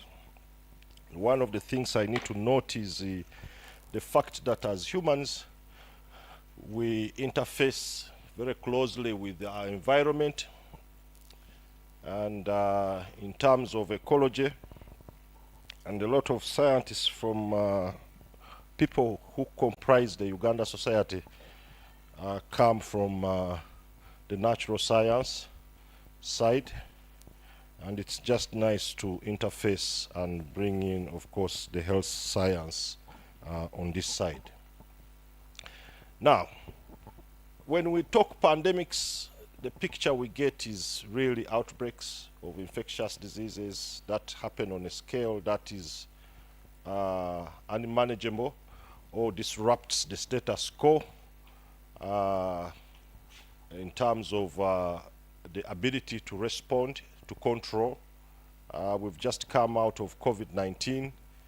COVID-19 was a pandemic in the sense that it spread across where it originated and spread across the world, made it difficult for us to respond, needed international cooperation in order for us to respond. So the WHO International Health Regulation, when it's defined pandemics, those are some of the criteria they put down for you to say pandemic. But a lot of these are caused by infectious pathogens that live with us every other day. The other day I was on TV and there was an outbreak of a virus in India called Nipah. And of course, the journalists as usual got excited and say, okay, tell us about the risk of Nipah. There's a little known paper published, I think probably should be now coming to 5 years ago, studying the seroprevalence of Nipah viruses in Ugandan pigs. And trust me, there was positivity of the Ugandan pigs for Nipah viruses, and tells you that at the rate at which Ugandans like to consume their pigs, or their pork, there is potentially high risk for Nipah. Maybe already it's happening, but we just are not able to pick it up. So most of the risk for pandemics comes from pathogens that live in the wild. Many times we don't know about these pathogens. They are usually new pathogens. So the population is naive to these pathogens. And these pathogens, in the natural sense, jump from their natural reservoir, which are usually animals, and they jump to humans. But there is the question of also, of course, more recently, gain of function research, which we've seen emerging from COVID-19 and the virus that causes COVID-19, SARS-CoV-2, and we'll probably talk about that. Now, in 2010, we published this paper, which apparently I have struggled to republish as the general theory of the origin of viruses. And the main thing we really theme in this thing is the cross-species jump from a host, a natural, does this point? Or, yes, the middle one, but I don't see anything. From a natural host to, of course, the new host. There are many forces that play at the molecular level, but the biggest thing is that what we need to understand is proximation. As the susceptible host draws closer to the natural reservoir, there is increased risk for transmission. And these are some of the factors that we have that are explaining what is happening. We have increasingly globalization. The world is more globalized today. Small village, really more interconnectedness, and there is quick travel. In our setting, we still consider it a privilege to get on a plane. But in the Western setting, people are crisscrossing between countries left and right as though they are boarding taxis. The way exactly what we do, we jump on bajajis to move from one area to another. We see increasing urbanization. I live in a place between Entebbe and here. As you move towards Sisa, that area was a forest when I went there. It's now turning into a very urbanized area. It's amazing. People tell me Namugongo, Charlie Wajala was literally bush. It's amazing what is happening. But with urbanization, of course, come many things. The bus transport system, the taxi transport system, and in the Western world, the issue to do with the, of course, the metro trains. But most important thing is the encroachment on the virgin ecosystems. Human economic activities like mining, the outbreak in Kasanda for Ebola that happened last year is very closely related to activities of mining, and we'll probably look at that. But also timber logging, Eastern DRC, a lot of this is happening, and increased contact between humans with the wild animals that live outside there. And then, of course, the practices of eating meat from animals as a delicacy. People eat bats. And my mother comes from Bali, and I'll tell you that the Bagisu, they love their bats, particularly the people from the mountains. They really enjoy their bats and trap them, they eat them. On the other hand, of course, the Congolese and, of course, many West African countries, I'm not sure about Ugandan tribes, eat monkey meat. Now, the concept of gain of function research. Is it possible for me to pick a virus which I have isolated in monkeys, or a virus which I have isolated in bats, and I train how to survive? Now, naturally, viruses are commensals. They get parasites. They depend on the host to survive. And viruses cannot survive outside. Now, the WHO, of course, in identifying the potential next cause of a pandemic, listing disease X, puts viruses to be the potential major pathogens that could lead to a pandemic. And because viruses cannot survive outside a cell, it means that if the virus is going to jump to the next host, we need to train it on how to survive in the next host.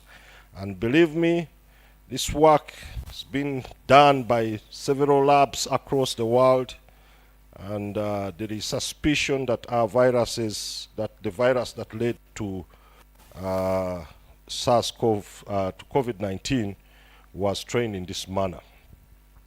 Now, this picture tells us, of course, the beta coronaviruses, three groups, the mass, which infect mainly the camels, but then you also have the SARS-CoV-1, and then, of course, SARS-CoV-2. It's unfortunate I can't point with this pointer, and I don't understand, maybe because the pointer is pointing at the screen. But SARS-CoV-2 is down. SARS-CoV is up, supposedly having come from civets, and then the mass happens heavily in the Arabians, where they keep the camels, and it's suspected that SARS-CoV-2 emerged from the pangolins. But when you hear the other story of a potential engineering of the virus, then the picture gets a little bit twisted in terms of the origin. But this is the picture that we have in terms of natural emergence of viruses. Now, in the wild, of course, these pathogens exist in their own environment, comfortably surviving there until we begin to encroach and they jump over. So the zoonotic cycle for viruses is divided into zootic and epizootic. You can see the jump from the bats, for example, for coronaviruses into the other side. So the outbreak of COVID-19 demonstrated to the world, 100 years, celebrating 100 years, probably been close to 100 years since we had the Spanish flu outbreaks. So you can imagine, when I came here, I thought I was going to speak to people who are 100 years and older, but I'm speaking to people who are 100 years younger. So the history is lost. But COVID-19 actually awoke us, or brought us back to the appreciation of what happened in 1918 when the Spanish flu outbreak happened. It happened so fast. Why? Because the world is globalized. So many people were lost. Of course, transmission happened across the world. Uniquely, of course, Africa was spared on many fronts, but we could potentially talk about many reasons. If you see, this is a factor of urbanization. Africa is under-urbanized, and I will tell you, a lot of people don't understand that.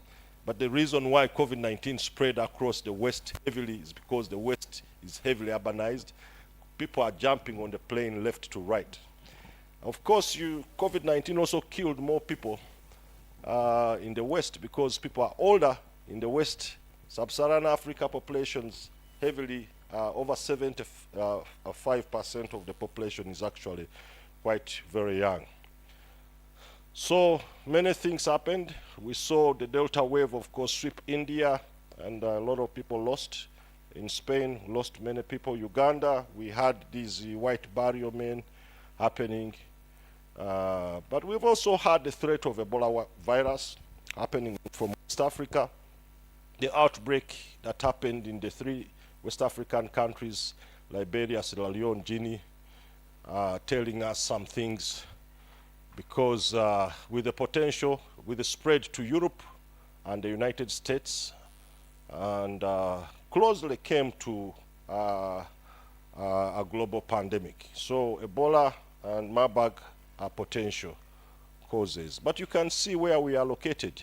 The East African region, particularly the Eastern Central African region, is at high risk for outbreaks of not only Ebola and Marburg, not only Ebola, but Marburg, because we live with many of the potential animal hosts for these bugs. So, in terms of course, the first outbreak for Marburg, which is a sister to Ebola, or brother to Ebola, happened in Netherlands, in Germany, actually, the city of Marburg, but it was linked to monkeys that were imported from Uganda. So it's important to know that as Uganda, we are very close to this. This is a phylogenetic tree to try to show us the relationship between Marburg and Ebola and the different species. But that's not really the main reason why I'm speaking. What's Uganda's pandemic preparedness? Where have we come from? Between 1980 and 1985, a series of Ugandan physicians led by Professor Serwada and Nelson Sewankambo described, of course, you have Professor Mugerwa. Most of these, Professor Mugerwa is deceased now. Dr. Robert Kiri, I think, is also deceased. Downing is still here, he's senior. Serwada and Nelson are still alive. Described slim disease and its association with, of course, this new virus, which they call the human T-cell leukocytic virus. This turned out to be the HIV or the AIDS, the HIV and AIDS that we know now.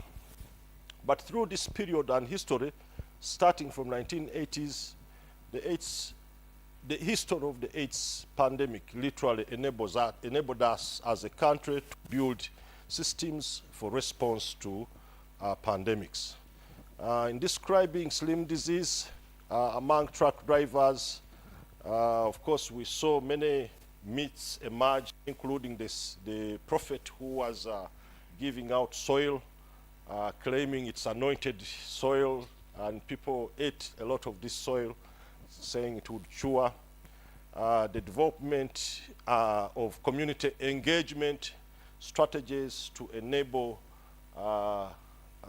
communication of risk to the communities and to the people, empowering the people through the ABCD messages, the creation of the AIDS Information and Control Center, the AIDS Research Committee, the actually committee to really evaluate scientific protocols was very closely related to the AIDS Information and Control Program. And then, of course, the TASO, the story of the creation of the TASO by Dr. Cotino, and UESO by the First Lady, JCRC, Infectious Disease Institute. All this literally driving a lot, including, of course, the initial trial of zidovudine as a single drug. Later on, it was found that one drug alone cannot work. We needed a combination of drugs. Uganda participated in the initial vaccine trials for HIV, which failed. Of course, over time, we've learned many things, but we've also built a lot of capacity in terms of vaccine trials. A lot of vaccine trials happening, and you can see more recently, I think, Ugandan scientists are saying we are going to develop our own vaccine in partnership with other people and be able to test it locally.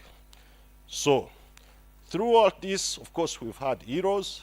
In the middle, we have Dr. Matthew Lukia, whom we lost during the 2000 outbreak for Ebola which happened in Gulu. And Masindi, there was a small whatever in Masindi as well. We have Dr. Samuel Okware and of course, Professor Omaswa. But in terms of providing leadership, I think the top leadership, this is the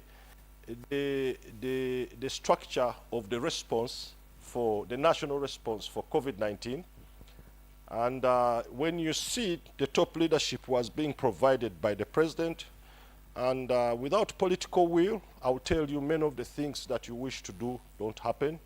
You had the national task force chaired by the prime minister, and then of course you had the strategic committee in the Ministry of Health being led by the DG and the minister, and subsequently many other things. Us, as it is the scientific advisory, we came in auxiliary. We were independent, we were not under anybody, and that enabled us to give good and independent advice. Is that mine for 5 minutes? Oh, you are reading, Chair, thank you. So what have we done? We've built laboratory capacity and with funding from WHO and CDC. We have very good labs in Butabika, which are supposed to become a supranational reference lab and also public health laboratory. We have a sample transportation system that is heavily based on the GeneXpert, because the GeneXpert machine, which is a PCR machine, automated, enables us to do many tests, including for TB, but also HIV virology. More increasingly, the platform can be changed to test for other diseases as well. It was used for COVID as well. There are cartridges that can be used for Ebola testing. Very interesting. I'll tell you something. In the Uganda health system is arranged such that you have the health center 4 being the highest, close to the district hospital. The health center 4 has a theater. It has also a maternity. The health center 3, on the other hand, will have a theater, might not have a maternity. The health center 2 and the 1 are literally very non-physical. The health center 1 is a village health worker carrying a backpack. So the health center 1 is mobile, can move around. So when the health center 1 goes into the villages, finds somebody who potentially has symptoms, they can take off a sample. There is a transport system which is run with the post office bus, delivering this sample to the nearest lab which can do the test and make sure that a result goes back. And of course, we have surveillance systems which partly are coming from the leadership. The leadership in the community, the LC ones, are the ones who will call and say, hey, we have a disease here. People are dying, you know. Or someone in the village will be calling and saying, people are dying uncertainly. Then we sending people to investigate. So that's how we are able to detect some of these bugs. I don't know how to learn this. But in any way, we've learned, and I'll tell you through that experience, we were able to very rapidly control the outbreak of Ebola. People never knew how close we were. The outbreak of Ebola last year would have turned this region up and down. The fact that we had cases enter Kampala, particularly in Masanafu and in a school in Masanafu, was the suburban areas or the suburbs of Kampala, very difficult places. When a disease gets in there, sometimes even finding people, we had to resort to tracking people's phones. We had to call in the intelligence system to make sure that we know who Professor Baziraki called, who had he been communicating with, in order to pick some of the contacts for Professor Baziraki. Otherwise, people were not speaking. That's how we managed to be able to pull some of these cases, because having the outbreak reach the city was very threatening. But we were able to control this within under 92 days. That's amazing. So the countermeasures that we need diagnostics, we need vaccines, we need therapeutics. We also need other things, as we'll see. This picture talks about the efforts that are ongoing to test vaccines for this variant of Sudan. Vaccines were developed to the variant of Zaire during West Africa, but this one does not have vaccines. And so the WHO and of course CEPI and other partners, Gavi, made sure they donate some vaccines, and their efforts to continue testing this. 3 candidates in place, and these trials are ongoing. There were trials for some of these therapeutics. The problem is these therapeutics are expensive. This MVP, we had donations of, I think, probably there were 10 doses donated to us. But every dose is 10,000 US dollars. Can you believe it? But these are isolated from antibodies taken from our survivors. You will not believe it. And so we are doing quite a lot now to replicate this, to make sure that we are able to do this and be able to pick out these neutralizing antibodies and use them as therapeutics. My team's been working on diagnostics. I thought we should just talk about this. We developed that rapid Ebola test, testing all the species, detecting all the species, and many things have happened along the way.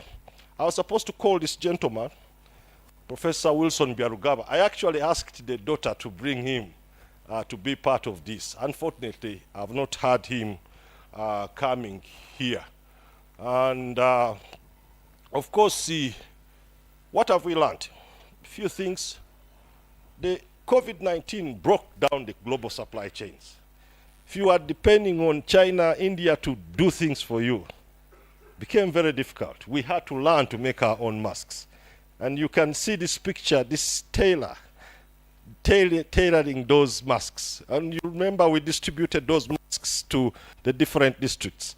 It was very difficult to get this done because, believe me, if you're expecting that man to at 10,000, it takes a little bit longer because his approach is not automated. And this is where we need the science to begin transforming. And of course, you can see gowns as well as other things were made.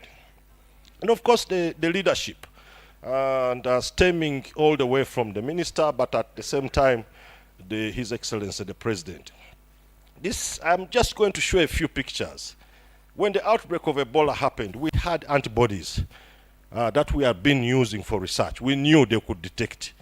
But these antibodies have to be conjugated to gold nanoparticles in order for us to use them for detecting the virus. So we went to take, and there's a young man there who is doing heavy metal work, and he's the one this is creating nano gold particles.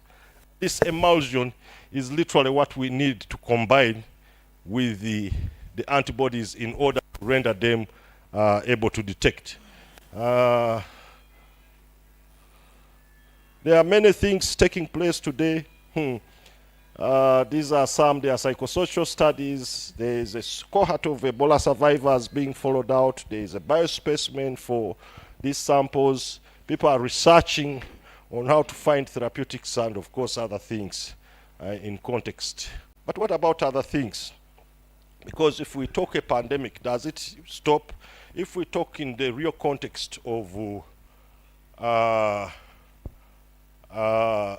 potential threats, do we stop there? What about the chemical and nuclear? And people have talked quite many things, but I don't want to spend my time on this side because that's not the biggest point why. The key question is to tell you that these things are very close to us, both the biological, and they can be used as a source of as a vehicle for terrorism, and that's the biggest threat that we have now. This is a story of these letters being sent to the White House and many other places having anthrax spores. This is the sarin 1995, I think, sarin attack, chemical attack in Tokyo. And of course, the most recent story is the attack on this Russian former general and KGB operative using a radiological agent, which of course subsequently killed him. Real question is, are we better, or are there better things, more things that we need to do to make not only this country, but perhaps the region and the world a better place? I should have completed my time, Chair. Thank you.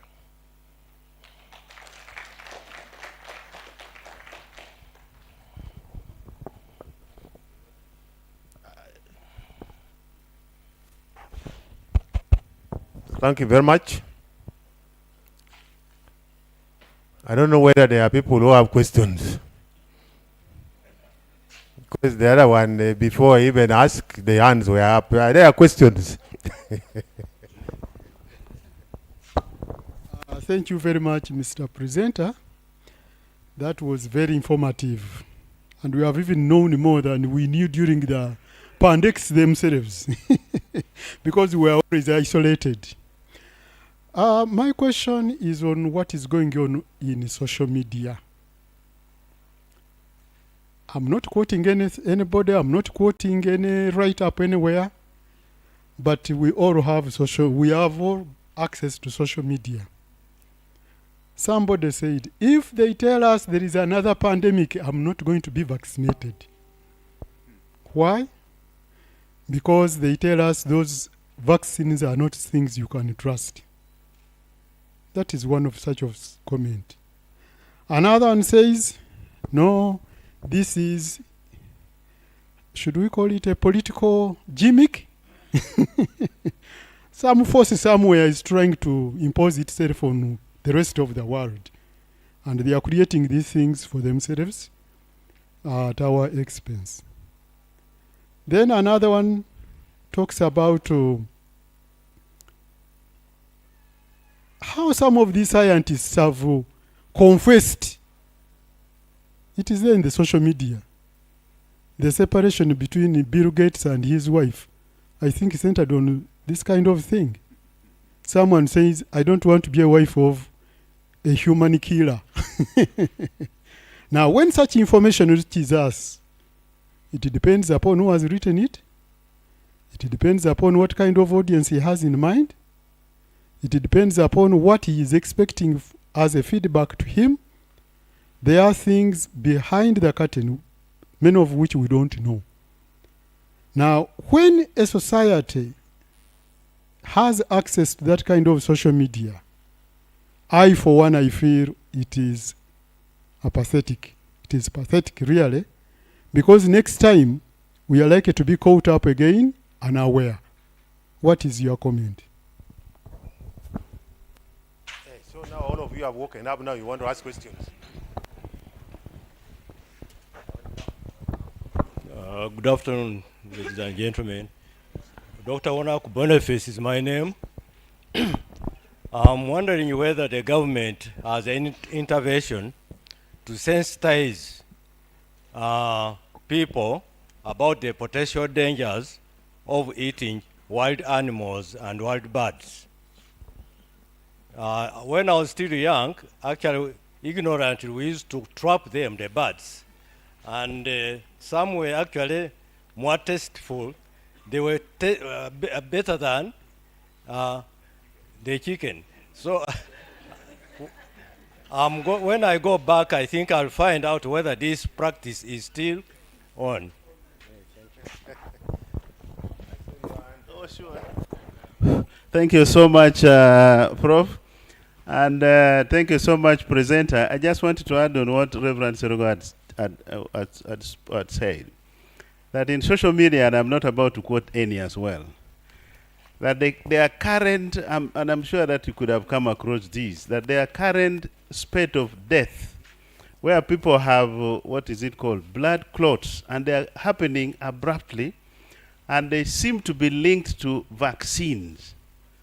And that some people have even started taking, I think, I'm not very sure, I'm not a medic, but they seem to be taking, is it aspirin, to thin blood, so that they don't abruptly collapse and die as a result of vaccines that were given due to COVID-19.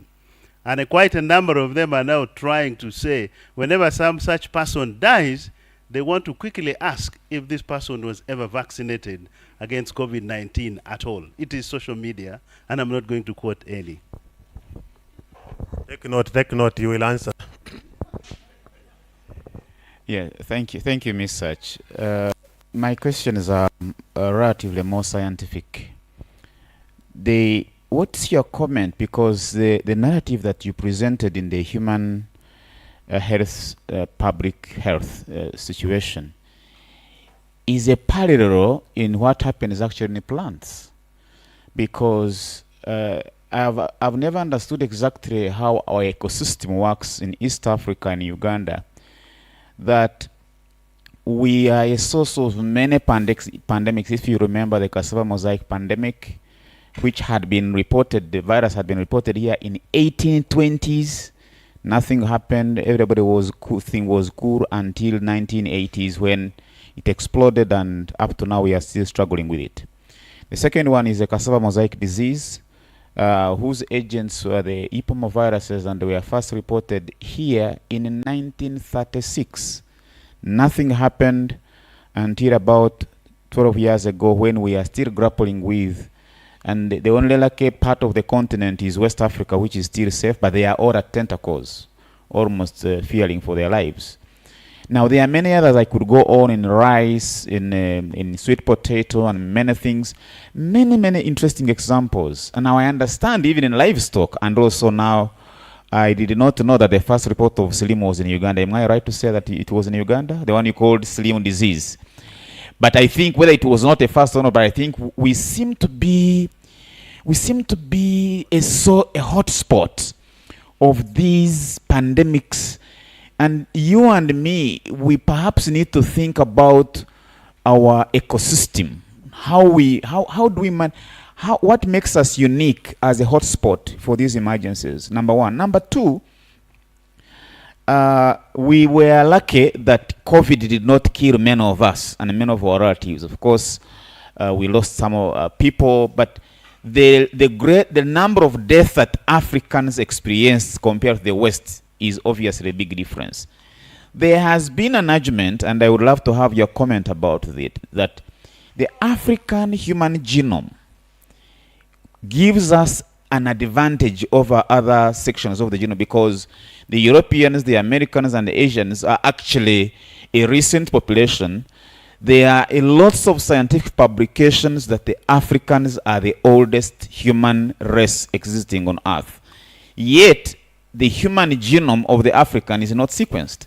So the vaccines that are given to us, they are based on a white genome, which is lacking a lot of things that we Africans have.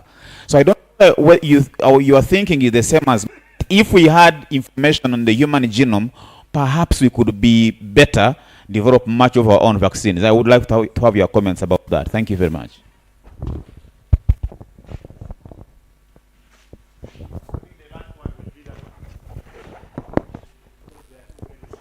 Thank you very much, Professor. My name is Dr. Lobo Morris from Uganda Christian University.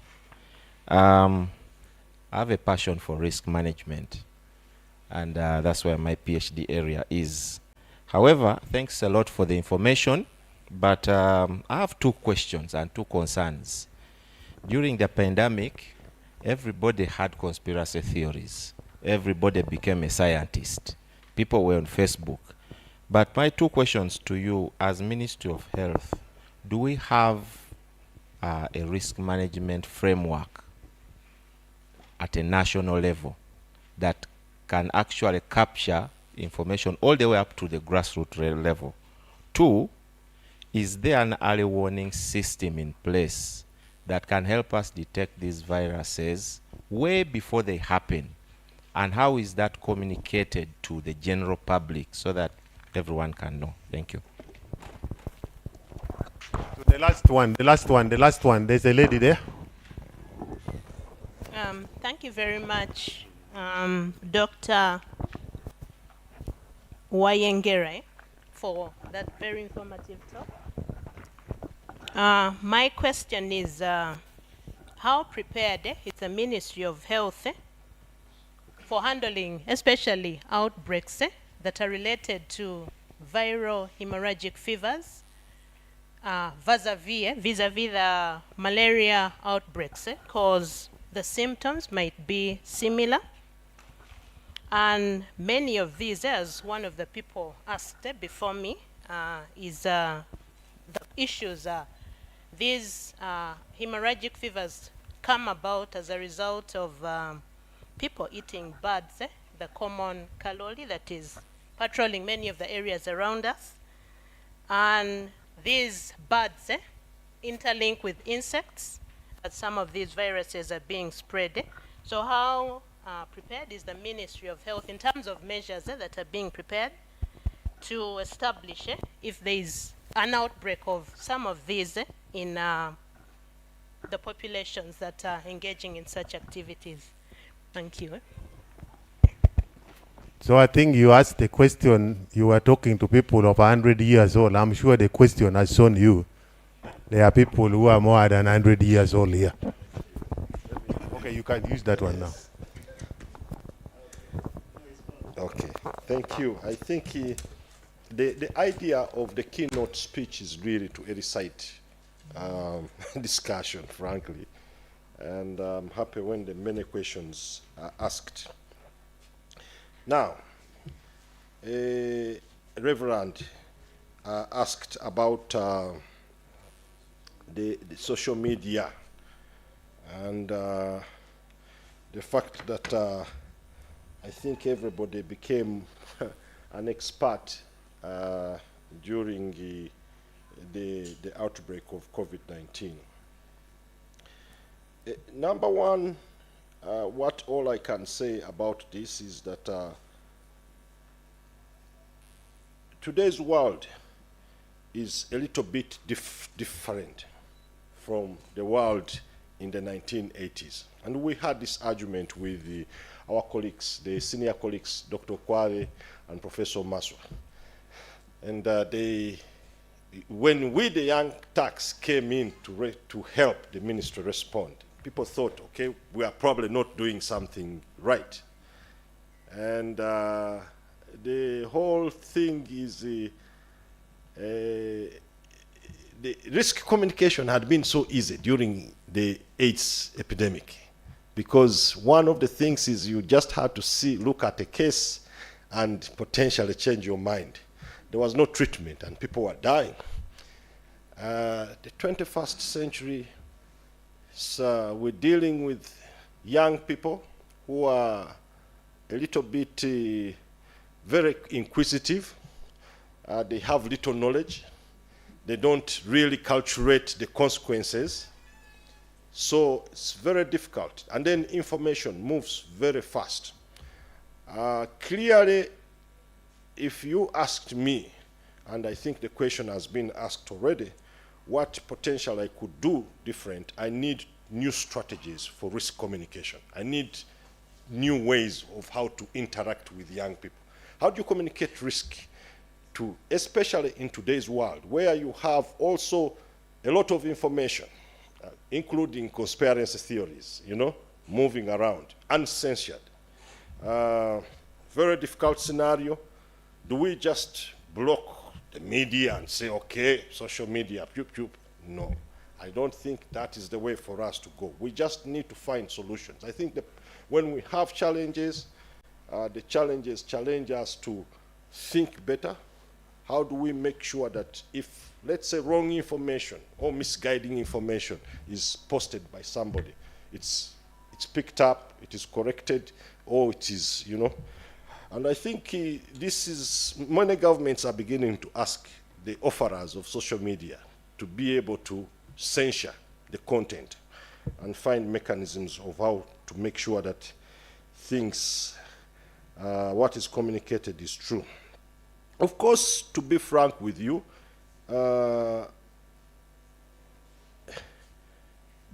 we had an issue, particularly when you begin to talk about issues to do with the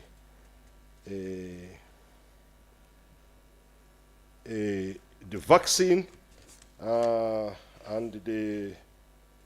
I think another question had been asked about the vaccines, everybody becoming an expert and other things, and I will combine these questions.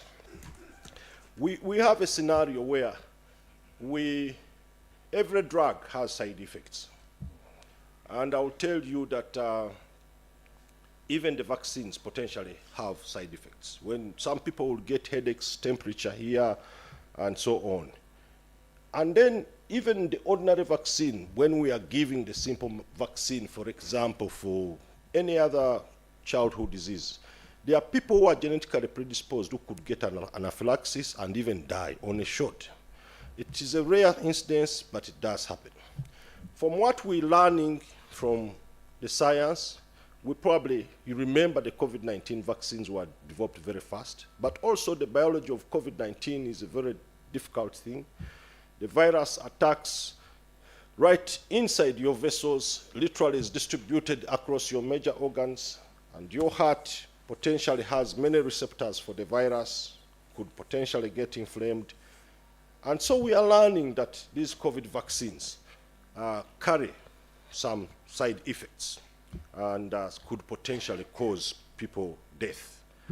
The key question, of course, now that comes is that you have a time, we developed these vaccines very fast. It was a pandemic time. People argued for regulatory clearance through what we call emergency clearance, in which case you don't have to do all the tests that are needed on a vaccine. For example, the messenger RNA technology should probably have taken another 10 years to enter human, but it is because of the fact that it's easily manipulatable. COVID-19 essentially provided messenger RNA the entry into human testing, and messenger RNA technology is now here.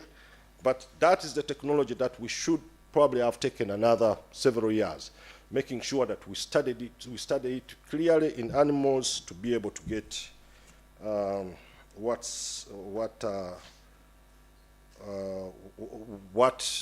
side effects are associated with it.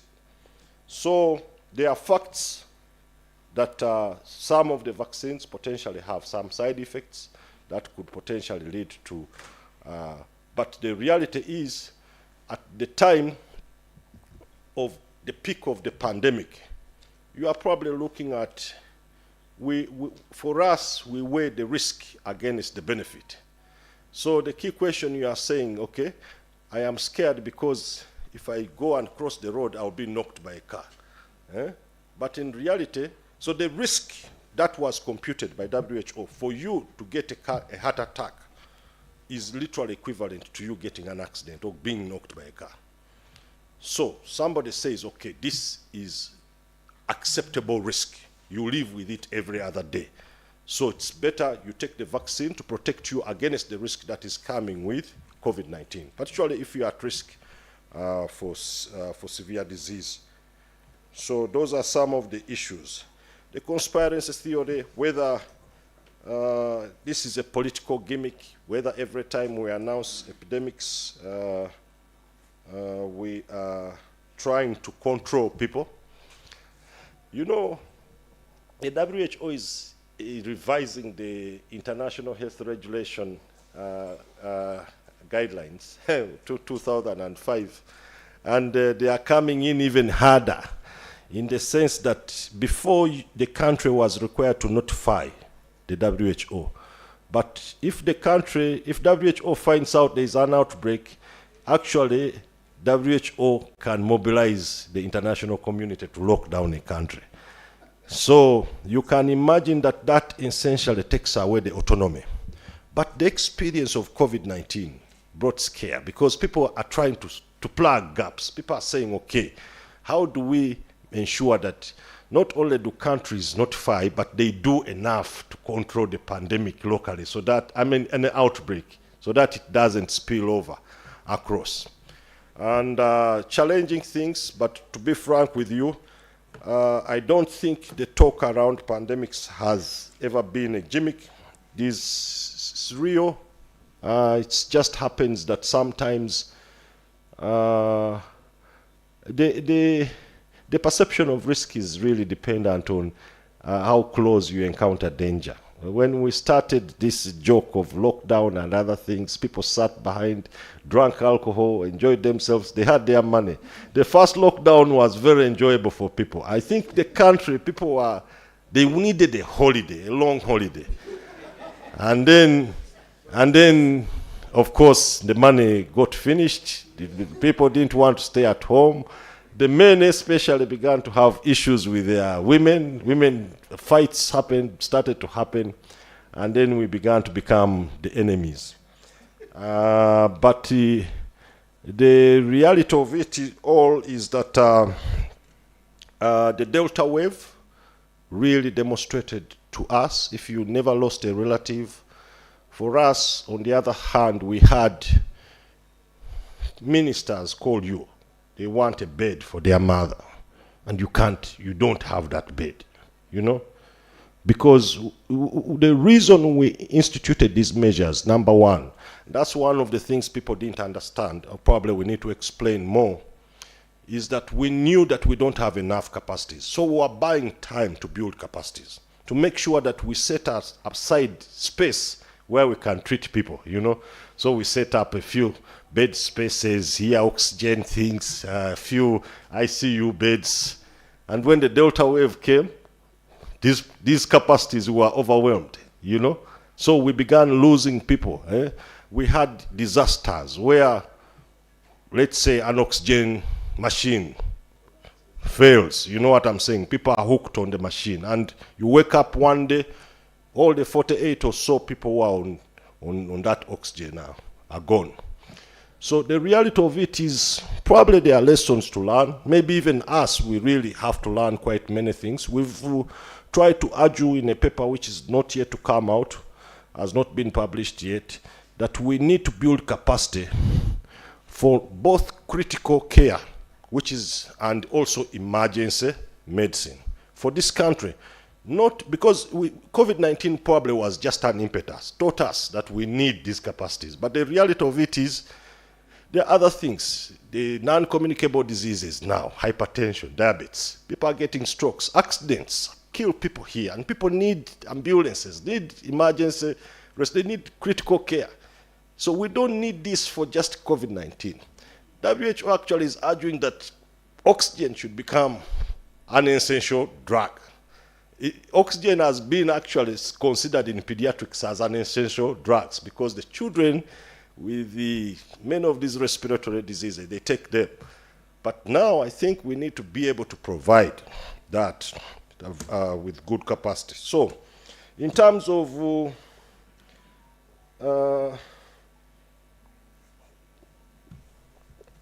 how government needs to sensitize people on potential dangers of eating bats, I think the information is there and the efforts are there. I think sometimes we just don't do enough. And I think this is one of the things where I'll tell you that we need stakeholders, we need partners. Because there are things I have learned that Professor Bakabulinde will do very good research and he somehow get it published somewhere and he assumes everybody knows. But I think we probably need to do more to how to communicate these results to the relevant people who make use of these results. And this concept of knowledge translation remains a problem. And sometimes I think when you get the prevalence, for example, the church to speak about this potential for outbreaks. The last time we had to get the Kabaka and the from Jinja, Chabazinga, to be able to convince their people to be able to uptake vaccines because there was a lot of hesitancy. So I think these are things that we need to do. How do we bridge that gap? We need to find ways of communicating this. Blood clots, I've told you, it's real, the risk is there. It's probably increased in some few people, but it is manageable. In the context of the outbreak, that risk was acceptable, you know. But today now, when you wake up and begin saying, I'll tell you that what the vaccines cause, even the virus itself causes. That's the controversy. So, whether you got vaccinated or you naturally got infected, essentially if you're at risk for a blood clot, the only problem is that the technology. So people are finding that, for example, the messenger RNA vaccines persistently expose you to, you know what I'm saying? So that issue is a natural infection, the body will clear the bug and it goes away. But on the vaccine, sometimes things stay longer, and those are the questions now we're beginning to ask ourselves. In terms of plant viruses and so on, historically, Uganda has been the place. Marburg, of course, the first case reported coming from monkeys imported from Uganda, the city of Marburg in Germany. But we know there are diseases like Onyong-Nyong, associated with the Onyong-Nyong virus described here, viruses isolated in western Uganda, Zika virus. The Uganda Virus Research Institute, previously I think the East African Institute for Virology, done quite a lot of work. Unfortunately, of course, because of the challenges we had in the 70s, a lot of this is broken down, still coming up. But the question you are saying, yes. I want to say Uganda was described by Sir Churchill as a pearl of Africa because of the good environment. And I think the bugs also love the good environment. Or can we say the animals and the plants that harbor these bugs also love the good environment? So you can picture that the ecosystem that is not only just Uganda, but probably Eastern DRC, and is a niche for many of these viruses. And remember, you're looking at virgin areas. There are forests in Eastern DRC where I think as humanity we have not reached. And we are, because of the encroachment, we are beginning to just penetrate and reach areas, either because we need the timber or because we need the minerals that are there. But as we do that, we potentially encounter bugs that could cause problems for humanity. Chair, I think how prepared is Uganda? So in terms of, we have a framework, and I'll tell you that the Minister of Health has a surveillance. Every week, every district is supposed to report. There's a weekly surveillance report that has to happen. In fact, these are supposed to even occur at the daily level when it comes to the highly infectious bugs. But there are cases that are notifiable, diseases that are notifiable, that when you suspect that disease to be in your district, you must notify. You notify the ministry, and the ministry also has to notify WHO. And for example, one case alone for Ebola, we have to notify the partners. And that's why you saw on 20th September last year, the Director General going to notify on the air, not only the WHO, the region, but also, of course, the country, largely because the threshold is just one case confirmed for some of these high risk diseases. So that per se, I'll tell you, Uganda probably has one of the most robust disease control mechanisms. You know, as you look at this in terms of the lab things, there is the community. Because I told you that the LC1s are the first people, and the village people, especially even the priests, and there's an infrastructure in place in terms of leadership that is established because of the way our community is organized. People will not just die in the community and the authorities are not notified. And that's how we get to know. If you realize by the time the minister was notifying, the DG was notifying because of the confirmed laboratory case, there had been about 19 probable deaths linked to the diseases, but we didn't have a laboratory confirmation. So we maintain them as probable, but we know they're epidemiologically linked. But the leadership had begun already notifying, people are dying. You see this happen more frequently, you'll get to see this. So I think that there are mechanisms for doing this, how prepared Uganda is. So I want to challenge the society, particularly given the fact that the society has many natural science scientists, particularly coming from the biological side. Because we've looked for the reservoir for, let's say, Ebola and Marburg, and we go into bats You sample 10,000 bats, you probably find one bat. You know what I'm saying? So, what are we dealing with? Suppose, is it possible that some of these viruses are actually logged in plants or somewhere? And I think these are questions, or insects, like you say. I mean, we need to probably expand the net and do a little bit more work. But that said, because some of these bugs, we know, the viruses particularly like insect cells. They can survive in insect cells. So I think these are questions we need to ask. In terms of the panels that we use to detect bugs, they are now multiple. For example, we can have a VHF panel. When we run it for Ebola, it is also detecting other bugs which could potentially cause hemorrhagic disease. Crimean Congo, everything is piled together, and that makes sure that we don't miss. We are now adding malaria, because I'll tell you that the early phases of viral hemorrhagic fevers present like malaria. If someone has fever, they feel weak, maybe they begin to vomit.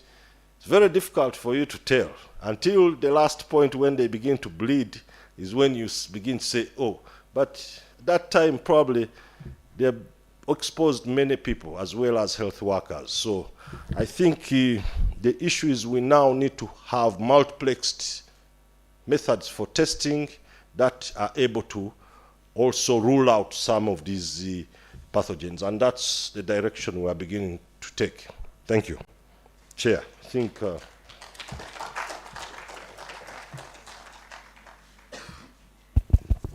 Thank you very much. I think those were two presentations. And the summary is this: 100 years, you can see the level of awareness, what science has done, and that's why all of you are very attentive.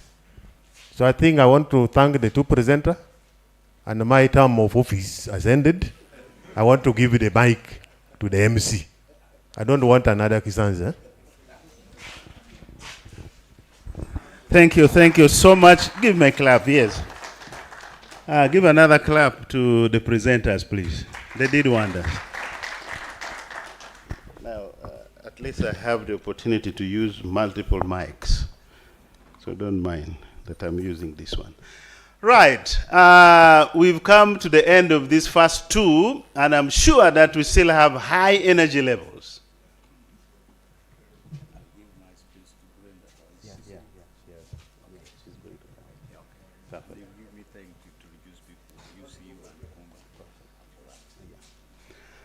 And I can assure you, Dr. Misachi, when he was presenting his stuff here on viral issues, I checked the audience, the temperature was getting to ice cold levels. Everybody was seriously alert, so attentive that they started like, oh, another virus here now. And you can trust me that Dr. Misachi is now the next chairman of the next session. It's a good part of wearing several coats. And you know that Dr. Misachi was talking from a point of information. He actually chairs a committee, if you may allow me, on the Ministry of Health on epidemiology. So when he talks, he speaks from the point of information. And you better take him very serious, because this biological science is life or death. I mean, they say it now, it is life or better life. So the next session will be only 2 sessions, and I want to request the 2 chairpersons. I think, I'm not sure the second chairperson is here. Professor Patrick Ogwok is here around. And so if Prof is not around, Dr. Misachi might have to chair the 2 sessions as well. And kindly request the presenters to take 20 minutes other than the 30, so that we can save time to renew the energy levels. The good part is that we're in the biological department, biological science department, where now they know the energy levels. One of the presenters is a professor of food science.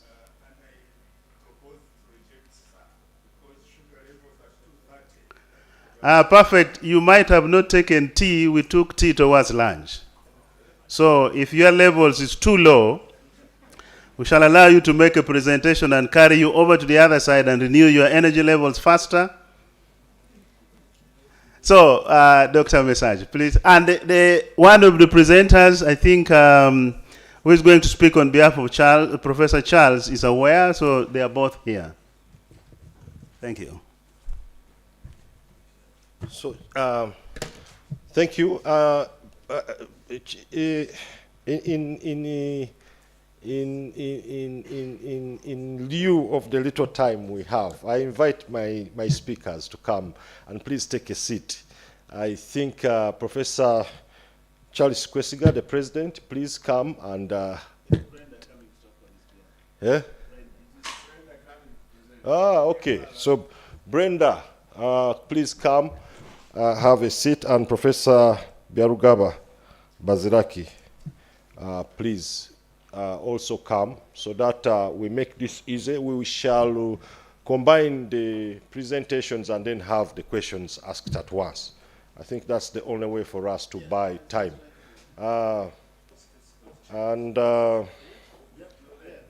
Whichever makes you comfortable, please feel free. This is the screen is, the problem is the screen is there. Yeah. Okay, so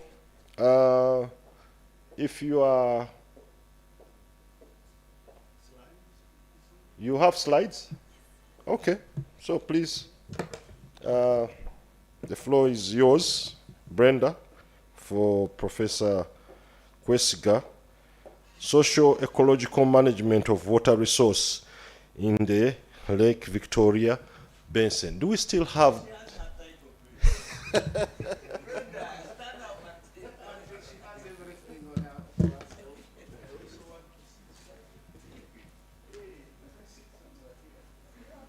Okay, thank you very much, Chair, distinguished scientists here today. Good afternoon. My name is Brenda Nakazibwe. I lead the pathogen economy that is housed under the auspices of the Science, Technology, and Innovation Secretariat, Office of the President, as you will be, as you will be further abreast with it from the presentation I'm going to make. I want to congratulate the Uganda Society for their 100 years. We celebrate you. Okay. So what's the pathogen economy? Kindly, the next slide, please. So what's the pathogen economy? The pathogen okay.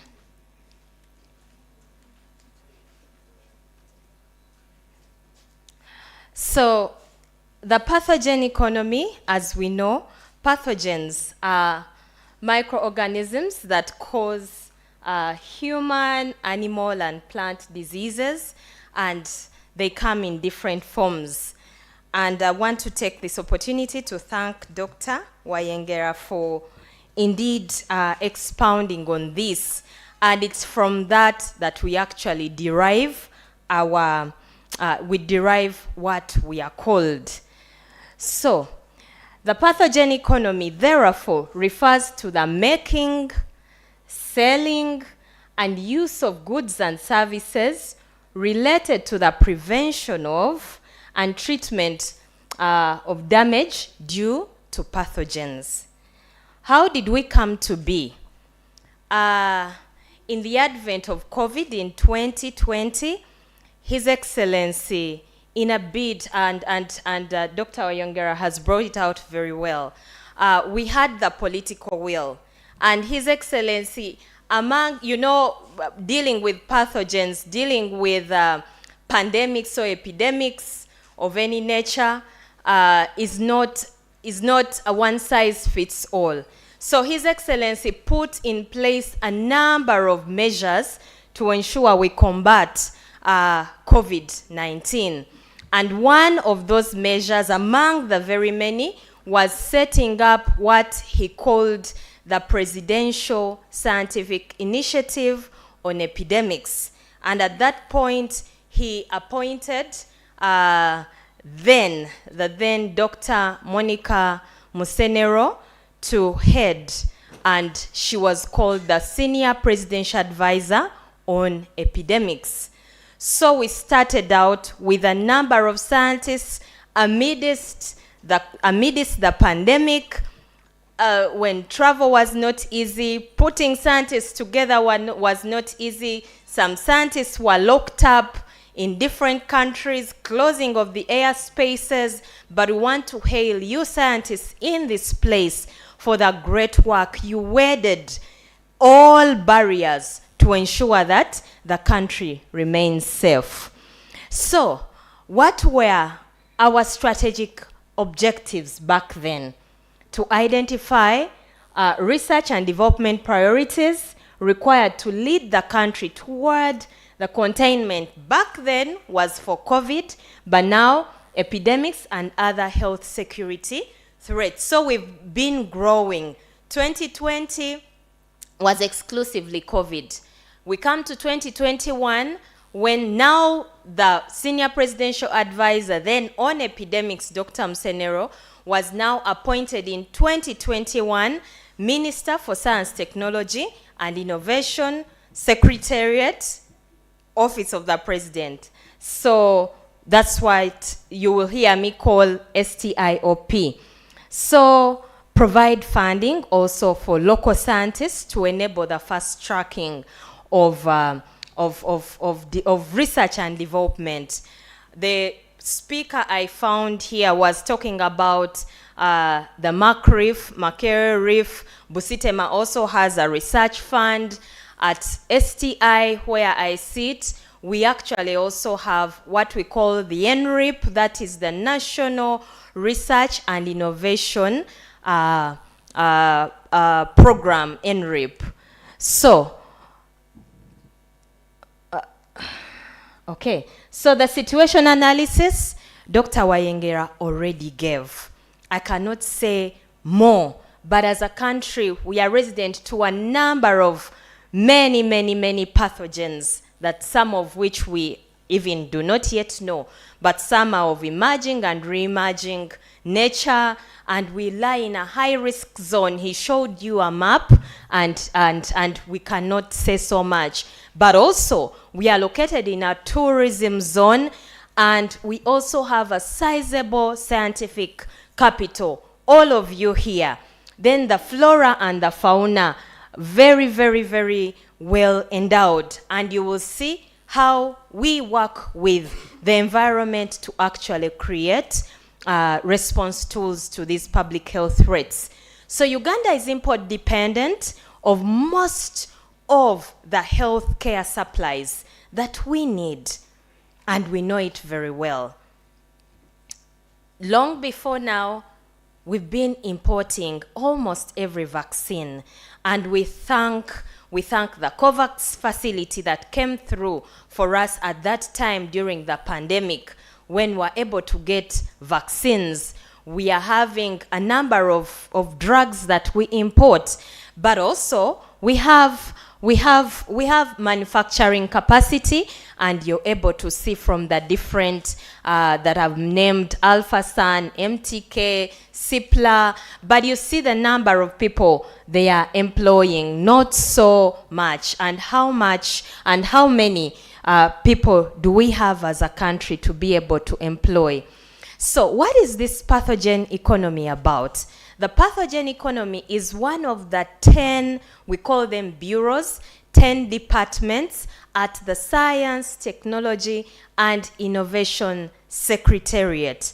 So we have different ones. We have the one we call mobility, infrastructure, industry 4.0, that is everything ICT, and a number of them. And talking about the pathogen economy this afternoon, we are, what is unique about it? The political and business interests in the sector. When you talk about the big pharma, it's the big elephants, the big lions, the big tigers that are in business. When we are talking about CAGR, when we are talking about importation and manufacturing, you really do not see Africa featuring. The security implications, Dr. Wayengera here, and I'll keep making reference because most of what he said speaks exactly to what the pathogen economy is doing. Weapons of mass destruction, and some of what we are using are actually these organisms. Need for strategic oversight. So if the country is in charge of her own organisms, has biorepositories, is taking charge, you're more or less sure that you're also taking charge of the security of your country. And then the proper ideological orientation for R&D. The steps are known, but we are coming up also with novel products that you'll be seeing a little later. I don't know whether this is clear, but who are we as the pathogen economy? We have a mandate. Oh, sorry. We have a mandate, and that's what put us in place in 2021. In 2021, His Excellency the President handed us a mandate, and this is research, development, technology transfer, and commercialization of innovations targeting pathogen control and management in the areas of vaccines, diagnostics, therapeutics, the inputs, the supplies, related technology spanning from the plant, animal, and human health. And our vision is to leverage pathogens to contribute to achieving a science-led economy. What are our key functions? Research and innovation, coordination. So through the NRIP fund, we've given grants to a number of scientists, in addition, like I said, to the other efforts that government has put in. We are actually using the consolidated fund to be able to do this. And within just from 2020 and 2021, when we became a secretariat led by a minister, you are able to see that we have a number of grants, even here at Kyambogo University, all over, even in research institutions. UVRI was mentioned earlier, Uganda Virus Research Institute. We have 2 candidate vaccines being worked on, right? And the patent is ours as a nation. Strategic planning and all the way. We do advocacy. Now, the way we do our grants management, it's actually facilitative. We send out a call, but actually even support you to submit to UNCST, to submit to the REC, so that together we are not prohibitive. It's not just about casting your research, your application, and it's left to fate. If we see that there is something out of your research, we are actually supportive. And the deliverables, we are not yet at gene therapy, but we are heading there. Remember, we are barely 3 years old. Telemedicine, and you'll be seeing what we are doing. Vaccines, diagnostics, therapeutics. So, from the work we are doing, this is how we work. We are multi-sectoral. At the national planning level, we have 18 programs, and one of them is the ITDT. That is the Innovation, Technology, Development, Transfer. There are others. We have infrastructure. We have there 18 under the National Planning Authority level. So we lead one of them. So everything technology, we bring together players that are working on technology issues, and we work together. So Ministry of Health is actually the main off-taker for the pathogen economy. Ministry of Works and Transport is the main off-taker for our Mobility Bureau, or what we call, or what is conventionally known as a department. Ministry of ICT and National Guidance is the main off-taker of all the science and technology happening in our bureau or department called Industry 4.0.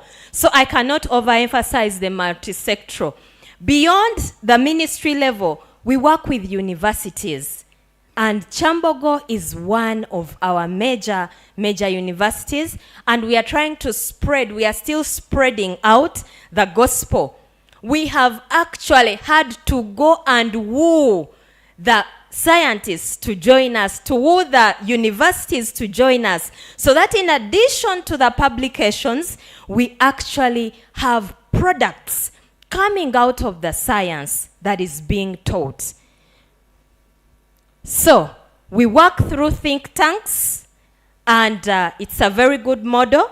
Dr. Waengera here leads one. So we have different think tanks, those working on vaccines, those working on diagnostics, those working on therapeutics. Why? Some of these viruses are evolving. Some of the knowledge today it's different, tomorrow it's, so we have to keep think tanking and hackathoning. We work with researchers. Without them, we are nothing. We are just 22 staff, 22, but carrying the National Science, Technology, and Innovation Secretariat. So, all the work we are doing is there. Yes, Chair. So, this was one of the third last encounters we had with His Excellency, and he told us, you scientists, you have to support my herbalists. Ensure not to steal their innovations. And we are going to show you exactly how we are working with them. So we have a value chain.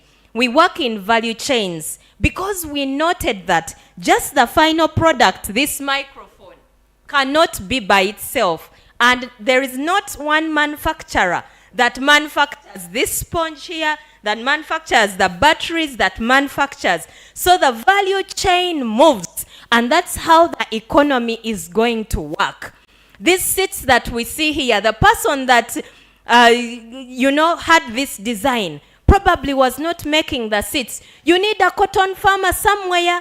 You need someone of the chala, the tailor. It's a whole value chain. So for our therapeutics value chain, you go through the different, but we are starting from the herbalists. You see them there, but also we have pharmacognomists, we have pharmacologists, those at your level as people who have gone to school, but we embrace everyone. And how do we do it? We have scientists, indigenous scientists, that have not even seen P7. But what do? We attach them to universities for incubation, for support. And some of them are actually our grantees. And all the way. Now at each of these points, we have set up what we call central facilities. So we have the phytochemistry, we work with the Natural Chemotherapeutics Research Institute, and we are setting up a pilot GMP plant, good manufacturing practice plant, so that we, the herbalists that have been producing from the backyard, can have our products in a good manufacturing practice plant, and we are funding that as government. In vitro tests, we are doing that at the Uganda Virus Research Institute, the first of its kind, at least that government has set up. We are having the animal studies, and we are working with COVAB. And also the in vitro, you're paid for fully. Come with your sample, as the scientists have told you, and we shall test it. Clinical trials for the therapeutics from natural products, like you're saying, we have set up what we call the clinical trials platform for natural products, and we call it CONAT. Currently, 2 products are undergoing clinical trials, and then we have the regulation all the way. That's why I said we are multi-sectoral, we are multi-campus, we are multi-everything. The vaccine value chain. Currently, we have 3 vaccines, novel vaccines, undergoing animal studies. And I speak, at least as of yesterday, we had 162 colonies of humanized mice bred at COVAB. So we are able to do challenge studies as well. So we are still in the Swiss mice and we are getting into the challenge studies. And what's exciting, which I want to run to, is we are setting up a biosciences park. Earlier, Doctor was talking about diagnostic kits. Yes, we have a PCR, we have a saliva diagnostic kit, and we have a number of them. We've set up a biomarker facility at COVAB as well to be able to support. So all these are central facilities. What are our achievements? I've already mentioned some of them, but 2 clinical trials currently undergoing and clinical trials, 2 products. One is from Busitema University, one is from Kazire. A businessman of over 20 years has trusted the process and has said, test my thing. I want it standardized, and here we are. So we applaud the public for trusting the process. Setting up a biodiagnostic kits manufacturing center, you're going to see. So far, 32 therapeutics have undergone in vitro testing. We do cytotoxicity, antifungal, and antibacterial testing as well. We've also set up a good laboratory practice research facility at Busitema University. We've equipped it. It's a hub that is supporting other scientists. They come all the way from Kampala, all the way from Gulu, Mbarara to be supported there. 100% government funding. The central facilities are here. I already spoke about them.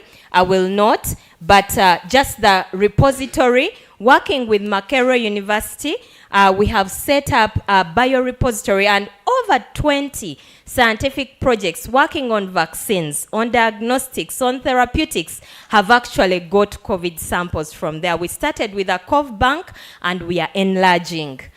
Okay, general challenges. There is a general lack of GMP facilities to support. But what are we doing? We are not whining.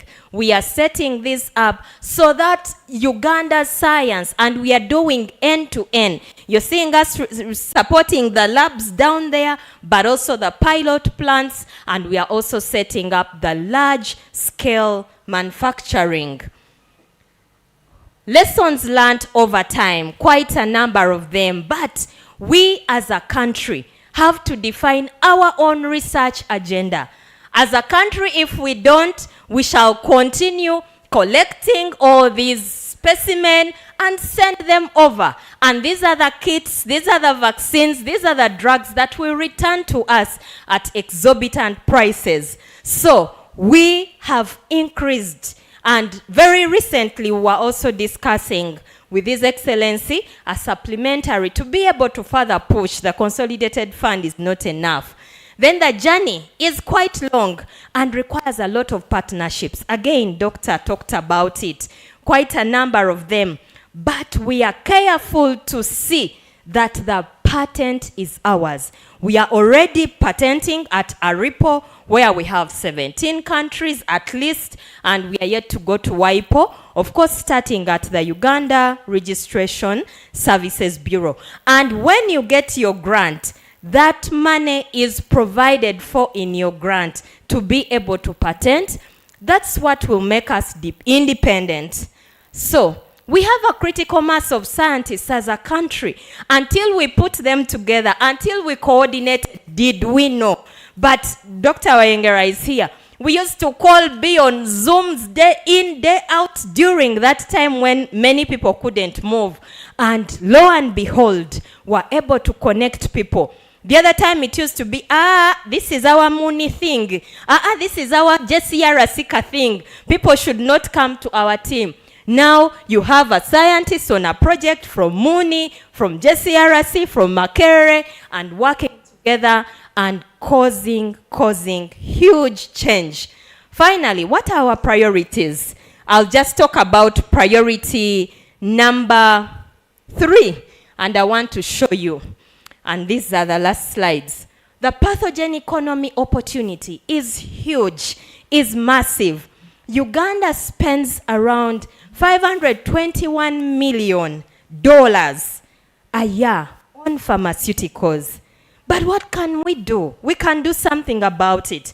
Even if we just contributed 2%, it would make a difference. The other day we had Professor Ogwang. He won a grant with us. We had him at office and we're talking and he said, can I tell you, Honorable Minister, telling my boss, in just the time of COVID to now, I have contributed 2% of import substitution through Jenna Harbors. It was great news to us. So this can be further reduced. Why should we be import dependent all the time?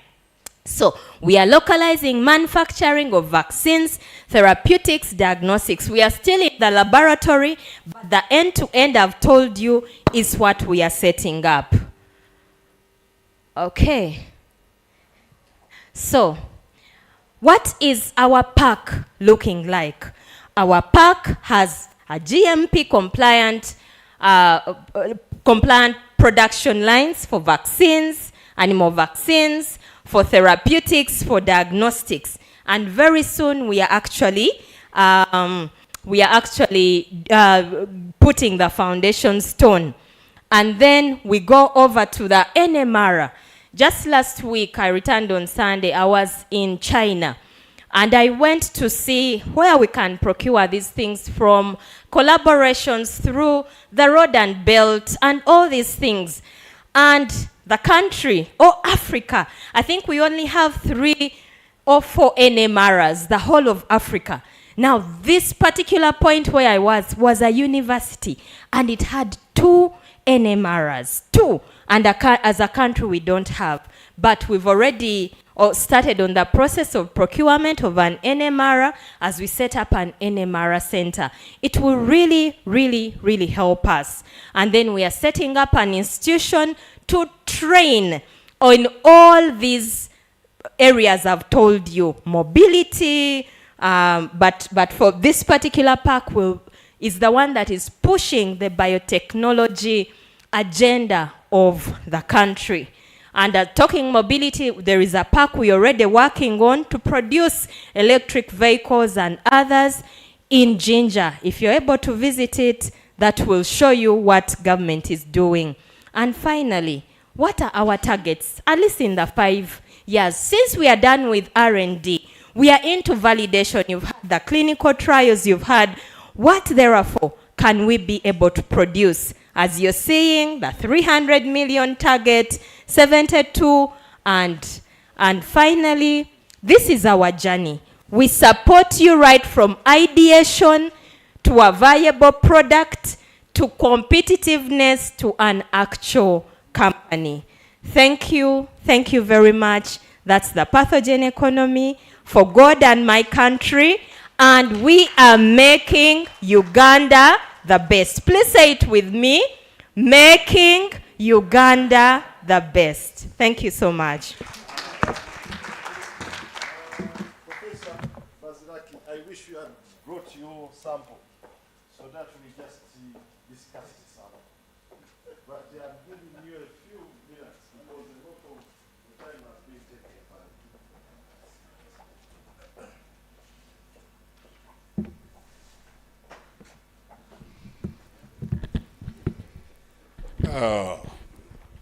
As scientists, really, we have sat for so long.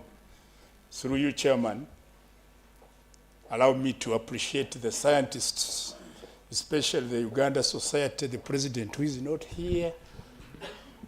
He has gone out. Through Chairperson, I wish to request that all scientists present stand up. Relax, try to touch the ceiling, touch the other wall. We have sat for so long. Can we stand up? Stand up, stand up. Yeah, we are scientists, not health. Try to touch the ceiling.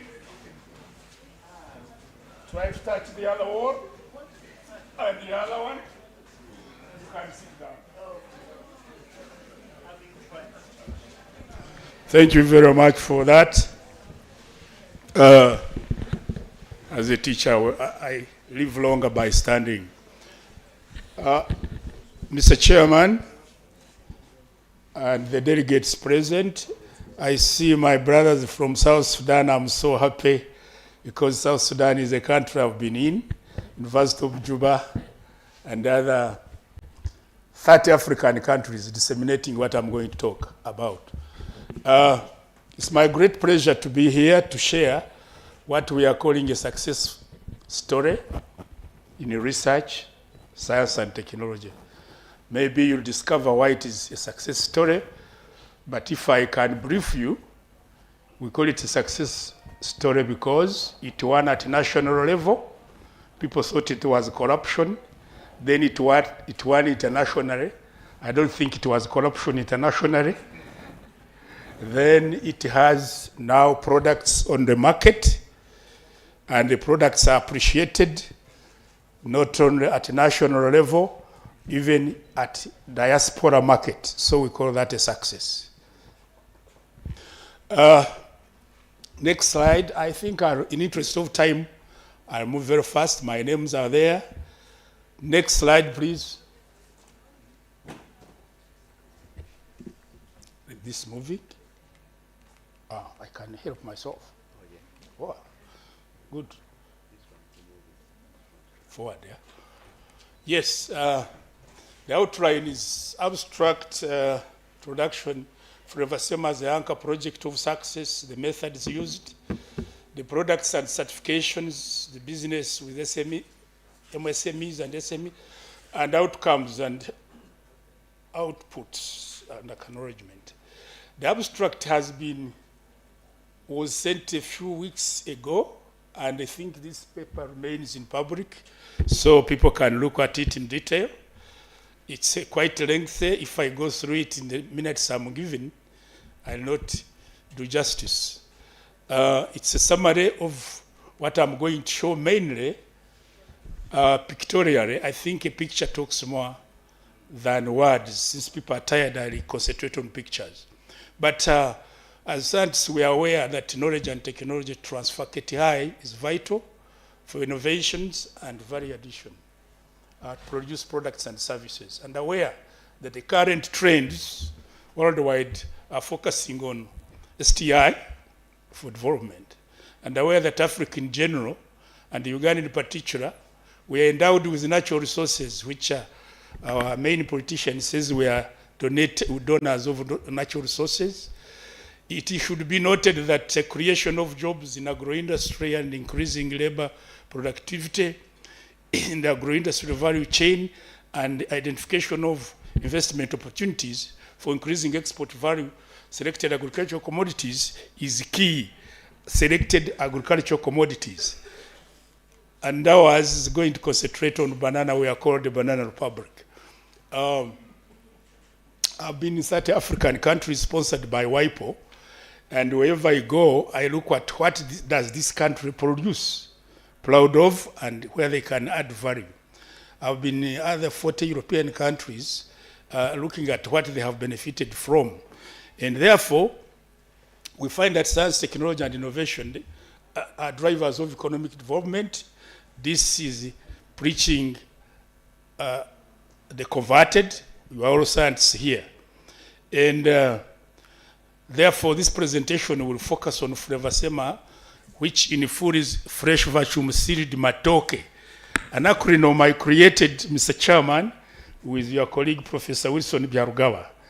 And he was my associate researcher for 4 years, 3 years when we were under government. Of course, it has a time limit. Fresh vacuum sealed matoke is the anchor project that started everything and became an anchor for what was called banana value chain under Afri-Banana Products. The company was registered and as a company limited by guarantee. Maybe younger researchers here needed to know that explained. The merits and demerits of a company limited by guarantee versus a company limited by shares. Do you know the difference? Younger researchers? No. I'll throw light on that. A company limited by guarantee, you don't share dividends at the end of a financial year. it has a lot of advantages because you attract development partners. They don't come to check your books, how much you pocketed, because it is aiming at technology transfer, knowledge technology transfer. And therefore, you are going to see how we have benefited from this setup. We get development partners more willingly than if we are sharing dividends at the end of a financial year. Now, the case of fresh vacuum sealed matoke, which enabled the success story. Fresh vacuum sealed matoke, as a research project, started in 2008 under presidential support scientists.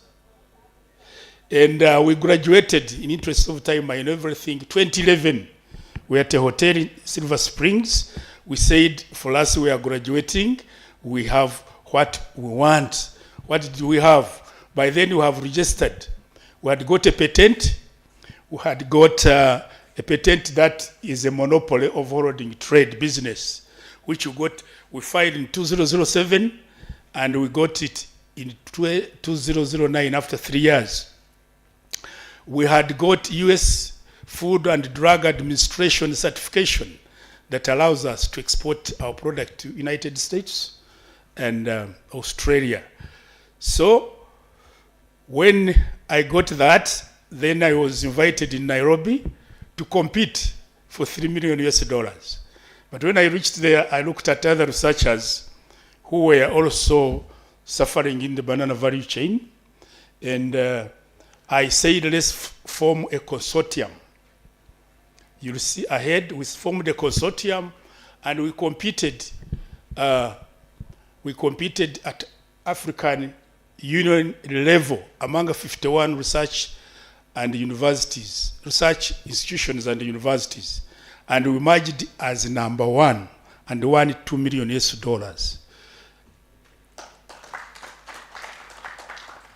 Actually, Uganda, Professor Chamanywa was leading one known as Churad now, and I was heading AfriBanana.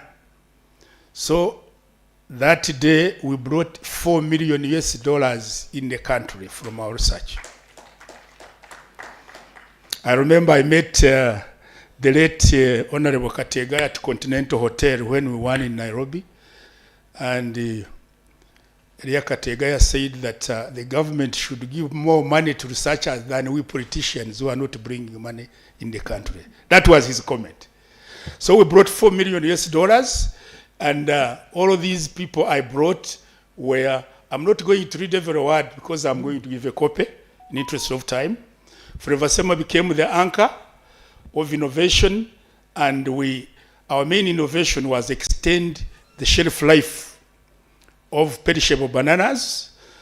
We found that the bananas, by the time they come from up country, you are bringing 40% of the stock and peels, which is not necessary, which is garbage in the city. And when I presented this, His Excellency, the President, at Munyonyo, admired and said, you'll save our girl child from peeling, you'll save the rubbish in the city. We discovered we were accumulating rubbish of 15 metric tons per day arising from banana waste. And when we got the patent was to enable us to export to United States, and the information of acquiring a patent is a long story. Then the patent method of processing for extending shelf life for 6 months was granted by ARIPO, and then US FDA was granted by United States. Then Uganda gave us phytosanitary certification. This year we got UNBS certification. In interest of time, we found Uganda was ranking that is all known to all of you, but we are not benefiting. We are second in the world, but we are ranking 70th country in benefits. And as I was saying, the 40% waste being transported to many places, 25% waste, and I found accumulating, losing 13,000 per ton of waste. All of this, if you filter them out, I found that this was too much. And I looked at the research question. How can I reduce this when I had done my PhD at Stellenbosch University? By inactivating enzymes that cause spoilage, and matoke can last for 6 months, fresh with full palatability. So the main objective of the research was to solve the societal problems. As we know, in the university, we are for teaching, community engagement, and research. So I wanted to engage the communities and to see how they can benefit better. Their matoke was being given to cattle when they get ripe. So the value chain was along that. The specific objectives, there you read, there are quite many, but to ease transportation, to modernize production facilities, to utilize what was regarded as waste for other products, to link the farmers to a wider market, as I said, to diaspora market and more money at the farm gate, to effectively and efficiently market matoke in a better form. And so, while we were aiming at that, Flavor Sema, the technical information we needed was that. An innovative idea born by mind. We must have what is aching me as a researcher. As I said, matoke was being given to cattle when they are ripe. Prices were low. Barricade transportation. So search for a patent was filed to ease the work. Developed summary, synopsis, was all that was needed. A written description, sort of claims. As you know, what a patent requires. Those who need further information can approach me. I'm the IP person at Kyambogo University, and I'm a consultant with World Intellectual Property Organization from Geneva. So we can discuss that in detail later. The scientific information needed was that appropriate food preservation, stable shelf determination, the nutrient retention in the product, the palatability retention, all of those were key. And agribusiness incubator consortium, as I said, in 2012, we formed a consortium called Afro-Banana Products, ABP.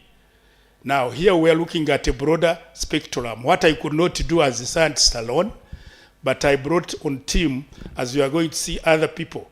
And we were embraced as we won by PANAC, by Sareka, NAFE. All these organizations became part of us. And we danced together. ABP, like Flavor Sema, is focused on SMEs and the banana value chain. Now, innovative impact that was created, commercialized innovation products were 18, the number of SMEs supported, the number of youth led by incubation 62, the direct jobs that were created and indirect. Now, the outputs, we had blended wines, and we have a number of them on the market now, enriched baked products, including edible insects, which UN calls flying food, enriched animal feeds, export products of Flavor Sema, which goes to United States, as you will see, and training human resource and processors, where UNIDO has helped us train in 10 districts, as you will see, Victoria. Then outcomes were that included value-added products, export product, knowledge and technology transfer to our trainees and interns. Outcomes, further projects were created, jobs, better farm, get prices to the farmers who were desperate. We get prepaid. People from US send money and we pay farmers on delivery, better prices. For instance, a bunch was 5,000. And we have been buying a bunch of matoke, by then 18,000. Now it is even 20. Then 150 metric tons of matoke exported to United States and Australia. By then now we have 100 and, I didn't update that figure, 186 metric tons. And on Sunday, no, on Monday this coming week, we are sending 2 tons again. Approximately 16 tons sort of local. Now, other products, this is from the consortium.